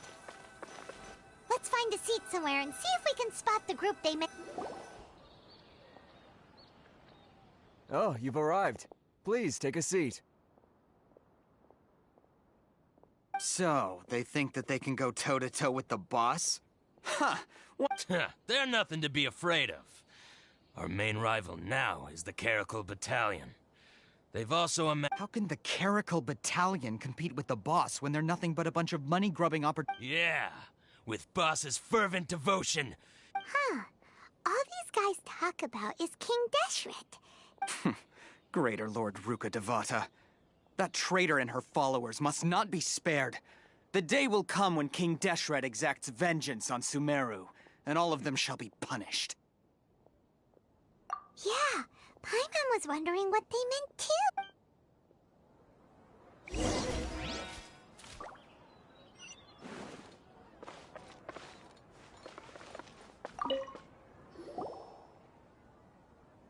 Huh? Who are you? What do you want? A student? Huh. What's a student from Sumeru City doing in Port Ormos? Ah, well, if it's info you want, you've come to the right place. The question is, can you afford it? Huh?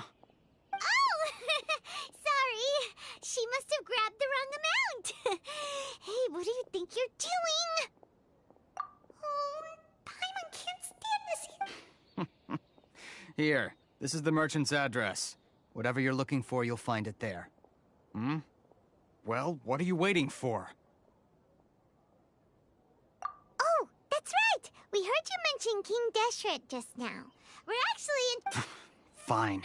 Since you've already handed over the As you can see, members of Ain el Akhmar are devout. Years ago, King Deshret founded the great desert nation that was our homeland. King Deshret was the rightful god of wisdom, but he was betrayed by a companion. So, you mean... Greater Lord Ruka Devata, yes. That shameless wretch destroyed King Deshret's civilization, and our ancestors were forced to flee to... Furthermore, she conspired with the Academia to cover up the truth of her actions, and create the merciful and benevolent facade. But the story doesn't end there, oh no. King Deshret, mark my words, our god shall return. And when that day comes, all followers of the traitor and all the desert dwellers who have forgotten their true god will suffer retribution together. If what I'm saying makes you shiver with fear, it might not be too late for you to become a believer of King Deshret. I don't have anything to say to you Academia people about that. I think this conversation... Not just yet. This man is a fraud. Huh? You again? Deranged Academia lunatic. Yes, it's me again. I already warned you that if you weren't willing to sit and discuss things with me, I'd take measures to make things... Listen to me. That address he gave you is fake. Or at least, you won't find a merchant waiting for you there. This group has been... Once you show up, they keep up the act until they have hard evidence that you want to purchase said item. Then they use that to squeeze you for all... Hey! Shut it, Alhaitham! What are you playing at? I told you the other day. Ha! The boss made it perfect. Yes, and in no uncertain terms. But that was then. I'm warning you. Don't push it. If you're suggesting that we escalate this from a verbal exchange to a physical one, I accept. After all, if, on the other hand, I will jeopardize the Eremite's reputation, which I know you... I am quite confident that if I began to take such action, your boss would willingly approach me himself. Also, a word of advice. I suggest you tell your boss... Consider this. This guy is really out of his mind. Okay, then. If you really have a death wish, let's meet a week from today. The pier in front of the Pharos Lighthouse, 4 o'clock in the afternoon, sharp. Don't expect us to hold back. Not so fast. First, you return the 500,000 mora to them.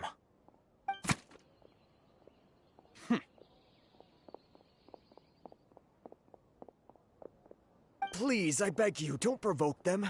We can't afford any trouble with this crowd. They haven't even paid... Mr. Iman. There appears to be fewer staff in the restaurant recently. This wouldn't happen to be... Someone who chooses to do business with a group like that really can't afford to get so flustered the instant someone confronts them about it. Consider the meal compensation for our silence. I'd say you're getting an excellent deal. Whoa, did you see that? He not only got us our plus, he seems to know a lot about... He went that way! After him!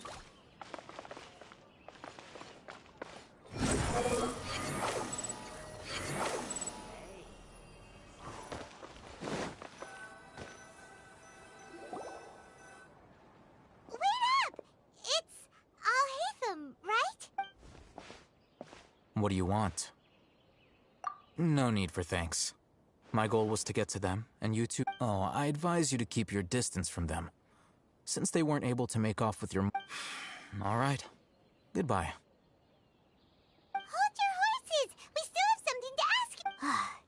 Since you tore through their scam right in front of them... Who exactly are you two? And why are you a student? Right. Look, you should know that those thugs conducting business with you had nothing to do with your lie. Huh? Oh, yeah! She's really strong! She doesn't even have a vision. Maybe not, but she can still use elemental energy. Otherwise, there's no way we'd go asking for info from... Those high-headed thugs are definitely gonna bring... All right. I accept. We'll reconvene at the appointed time, but... So, since you were happy to give us this merchant's info... You were willing to part with 500,000 more? Okay. Well, if you truly are as skilled as you claim... Look, if you've been making inquiries, then you have to know something by now. Tell me what you know so far, so I don't waste time. We know it's connected to the Academia somehow, and that not only do the Eremites deal in it, but some students want to get a hold... You know almost everything there is to know, but you're unable to compile this and... This is what you've been looking for.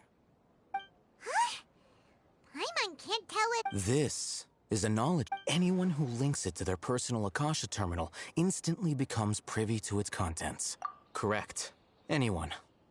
Unlike the Akasha, which heavily regulates who can access what information.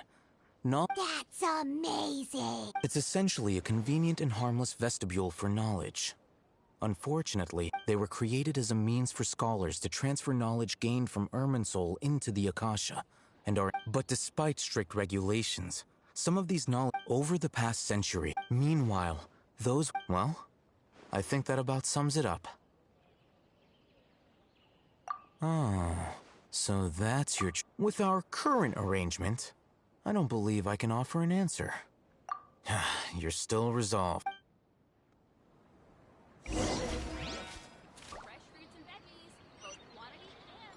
Behold!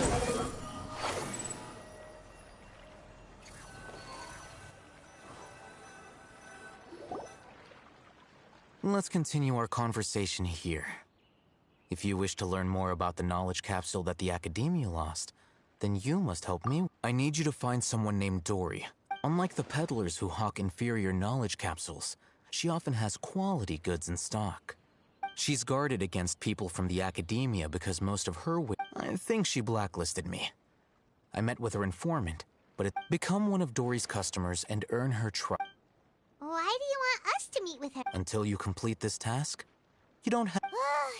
Fine. You two are outlanders who haven't been here. Beyond the password, though, I have no way of knowing what other tricks. This is kind of nerve-wracking. The true challenge begins after you meet her.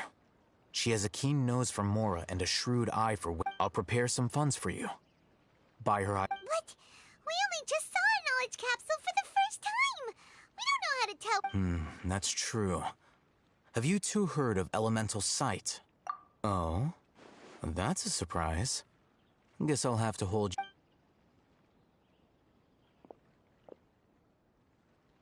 Here are two knowledge capsules. Tell me, can you detect any difference in their quality?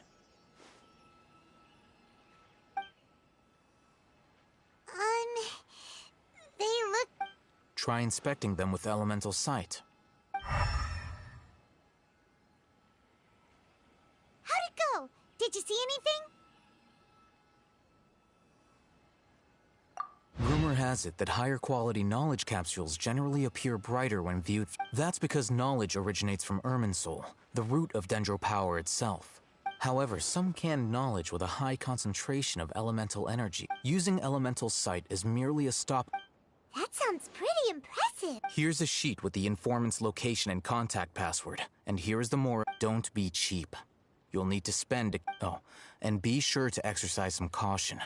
There have been Matra present in Port Ormos lately. Your Matra? They belong to the Academia. The Matra are razor sharp. You're in for nothing good if they lock their sights onto you. Okay, then we have a deal. Looking at what Al-Haytham wrote, Dory's informant is a trader near Old Ormos. Let's follow these instructions and try to get in contact with him.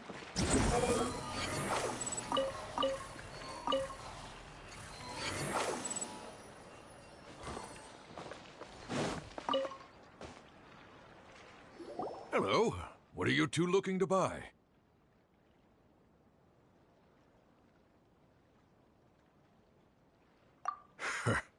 What a unique palette.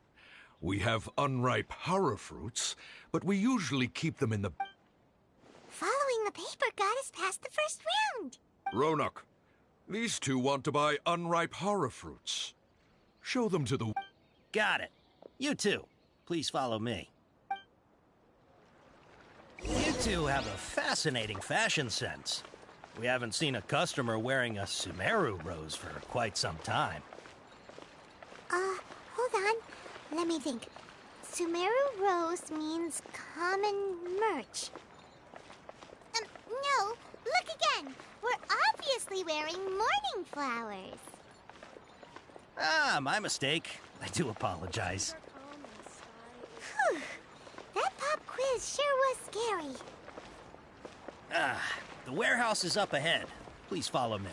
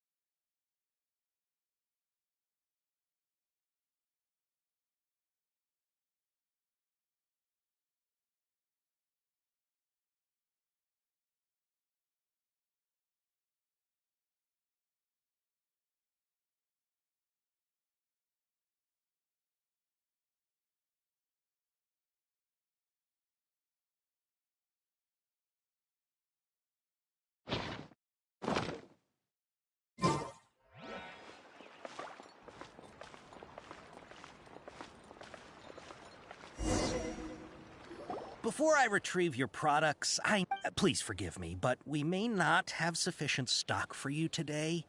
Earlier, many of our hara fruits were taken by mice.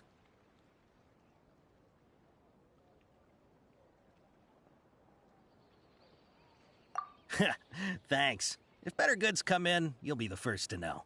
You look like you have some skill. Why don't I pick out some fruits that'll make you dizzy?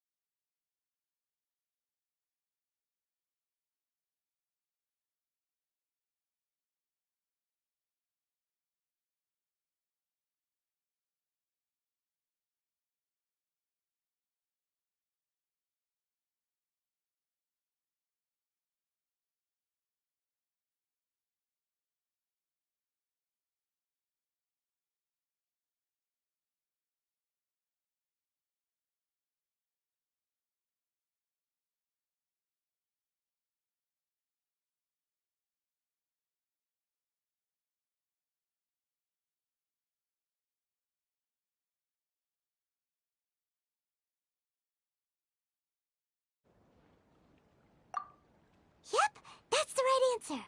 But eating hara fruit that makes your head and ears ring sounds like a bad life decision. Would you like your hara fruits to be packaged in the Sumeru City or Port Ormos style?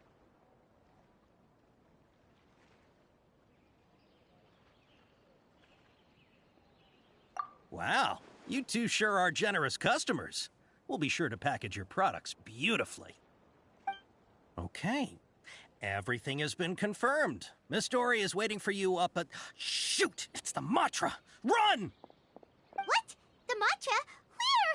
Oh, Hatham said we're done for if they catch us. We gotta get out of here. We don't know this area, so let's follow that informant.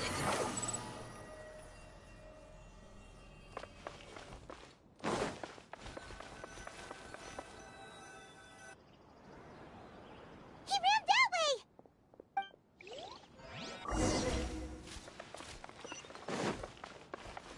Behold!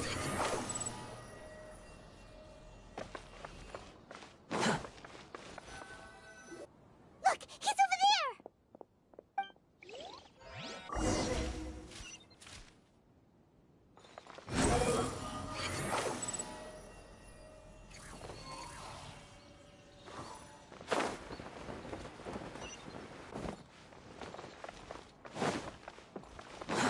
Too slow. Squall of Fury.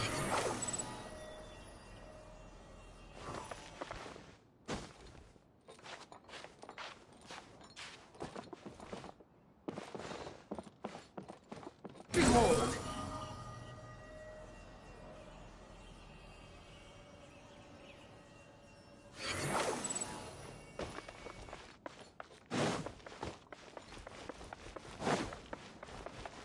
Quit following me. The wind rises.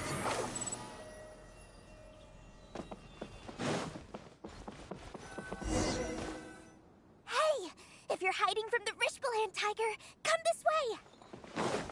Another password! Huh? Oh, that voice came from behind the building on the right! Here, over here. You can stop running now.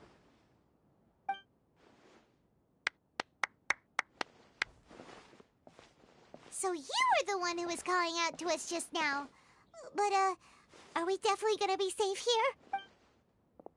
These two good customers wish to buy some horror fruit, Miss Dory.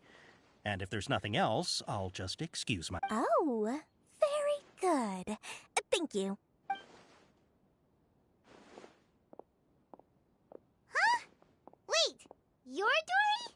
I'm unsure. Hey, what are you trying to say, Princess Pea-Brain? I can be scary enough when I need to, but it seems you two have actually done pretty well. Paimon's not sure if that's supposed to be a I can't risk doing business with people who start huffing and puffing after just a few paces. No matter how much more they might have. Not only... So that's why it's your first time here, but don't worry, I won't ask too many questions. Even if you wish to buy enough knowledge capsules to decorate your house with, please, knock your... As long as you have lots of round, shiny Mora, then we're all good. Ah, yes, of course, of course. Wow, she has a trove of canned knowledge. Whew. She'd probably be in serious... What kind of products do you seek, my dear customers? Don't worry, take this one for example. An analysis of the sociological ideology. Yeesh, who would want to be in... Or how about the architectural styles and construction methods up to that in the early Archon Warp? With this one, you can become an expert in historic architecture preservation and find an excellent Ooh, now this sounds like a 2 million Mora, and it... Whoa! Of course, you are free to pick whatever your heart's desire. The contents and price of each knowledge capsule are indicated in small... Alright, let's try the method that Al-Haytham mentioned.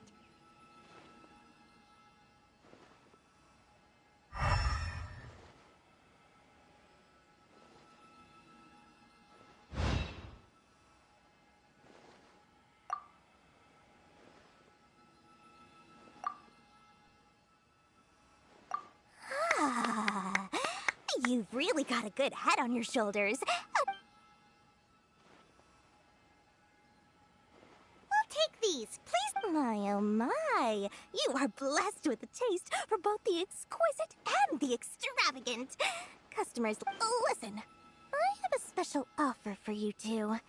If you spend just 100,000 Mora more, you can pick any knowledge capsule of your choice up to a value of 1 million Mora. Say what now? Hey, did you hear that? Spend another 100K and we get a capsule worth a whole million! But all the canned knowledge we just bought is easily worth 500,000 Mora. If we spend just think about it. We've gone to all this trouble to get this canned knowledge. Aren't you even the least bit curious about how this whole canned knowledge thing works? We're talking instant knowledge here. Don't you want to try it yourself? Come on, come on! We still have around 100,000 of Al-Haytham's Mora left. So let's put it to good use by finding something useful for you. Ahem, you've got a deal, Dory. We'd like... Excellent. Then please, select from this hold on a second. Paimon thought we could choose whatever we wanted. Why can't we choose the ones from over there? Oh, but my dear customer, the knowledge capsules over here are worth 1 million Mora each. I'm sure discerning customers like yourselves will be able to find... Uh-oh, Paimon has a bad feeling about this. Let's use Elemental Sight again to check these.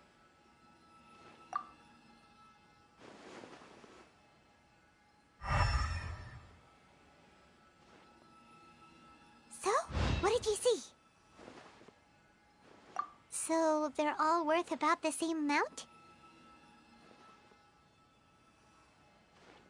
Well, anyway, the Mora's already been spent, so let's at least try to find something useful. Let Paimon take a look here. An introduction to traditional Sumeru brewing techniques, The art of growing spices, an overview of ancient runes. Oh, how about this one? Sword fighting techniques 8. Not sure we'd ever find volumes 1 through 7, but at least this knowledge should be useful, right? Let's go with this one. Dory, we'll take this one. All right, very good. I'm expecting some new goods in the next couple days, so be sure to check back again soon. Whether it's canned knowledge or anything else you need, bring your Mora to Dory and Doors. Our dealings with Dory went smoothly enough. Let's head to Wakala Funduk and meet up with Alhaitham. Hopefully now he'll finally tell us about what the Academia lost. You think I've got a sharp tongue? I just tell it like it is. If someone can't handle it, maybe that's their problem.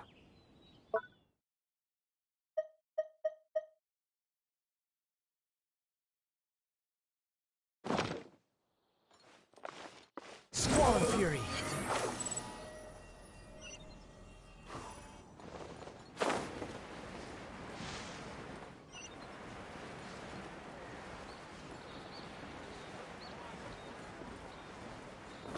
Wind rises. Ha, you two made it. And from the looks on your faces, you were successful. Whoa, there's so many people from the Academia here. Why would you pick this place as our meetup? Well, Wakela Funduk is under the Academia's control, so naturally the Academia has people working here. I came to Port Ormos under the pretense of You're a pretty daring... Relax. No one... Okay, we did what you asked. So, can you tell us about... Before that, I have to ask. Why are you two so intent on tracking it down? You don't have to answer, of course. Yeah, she just wants to meet the God of Wisdom and ask her about something important. We've been in Sumeru for a while now. When we heard that the Academia had lost something that might be related to the gods, we came... In that case, you're on the right track. A short while ago, the Academia lost a knowledge capsule in the desert. It's supposedly a divine knowledge capsule. Use it, and you'll gain the wisdom of the gods. Wow, there's really such a thing as that? Hey, if we find it, do you think we could learn how to meet the Dendro Archon? Ooh, or even how to find your brother? I highly doubt it has any mystical properties, but... So, where exactly? That's what we need to find out next.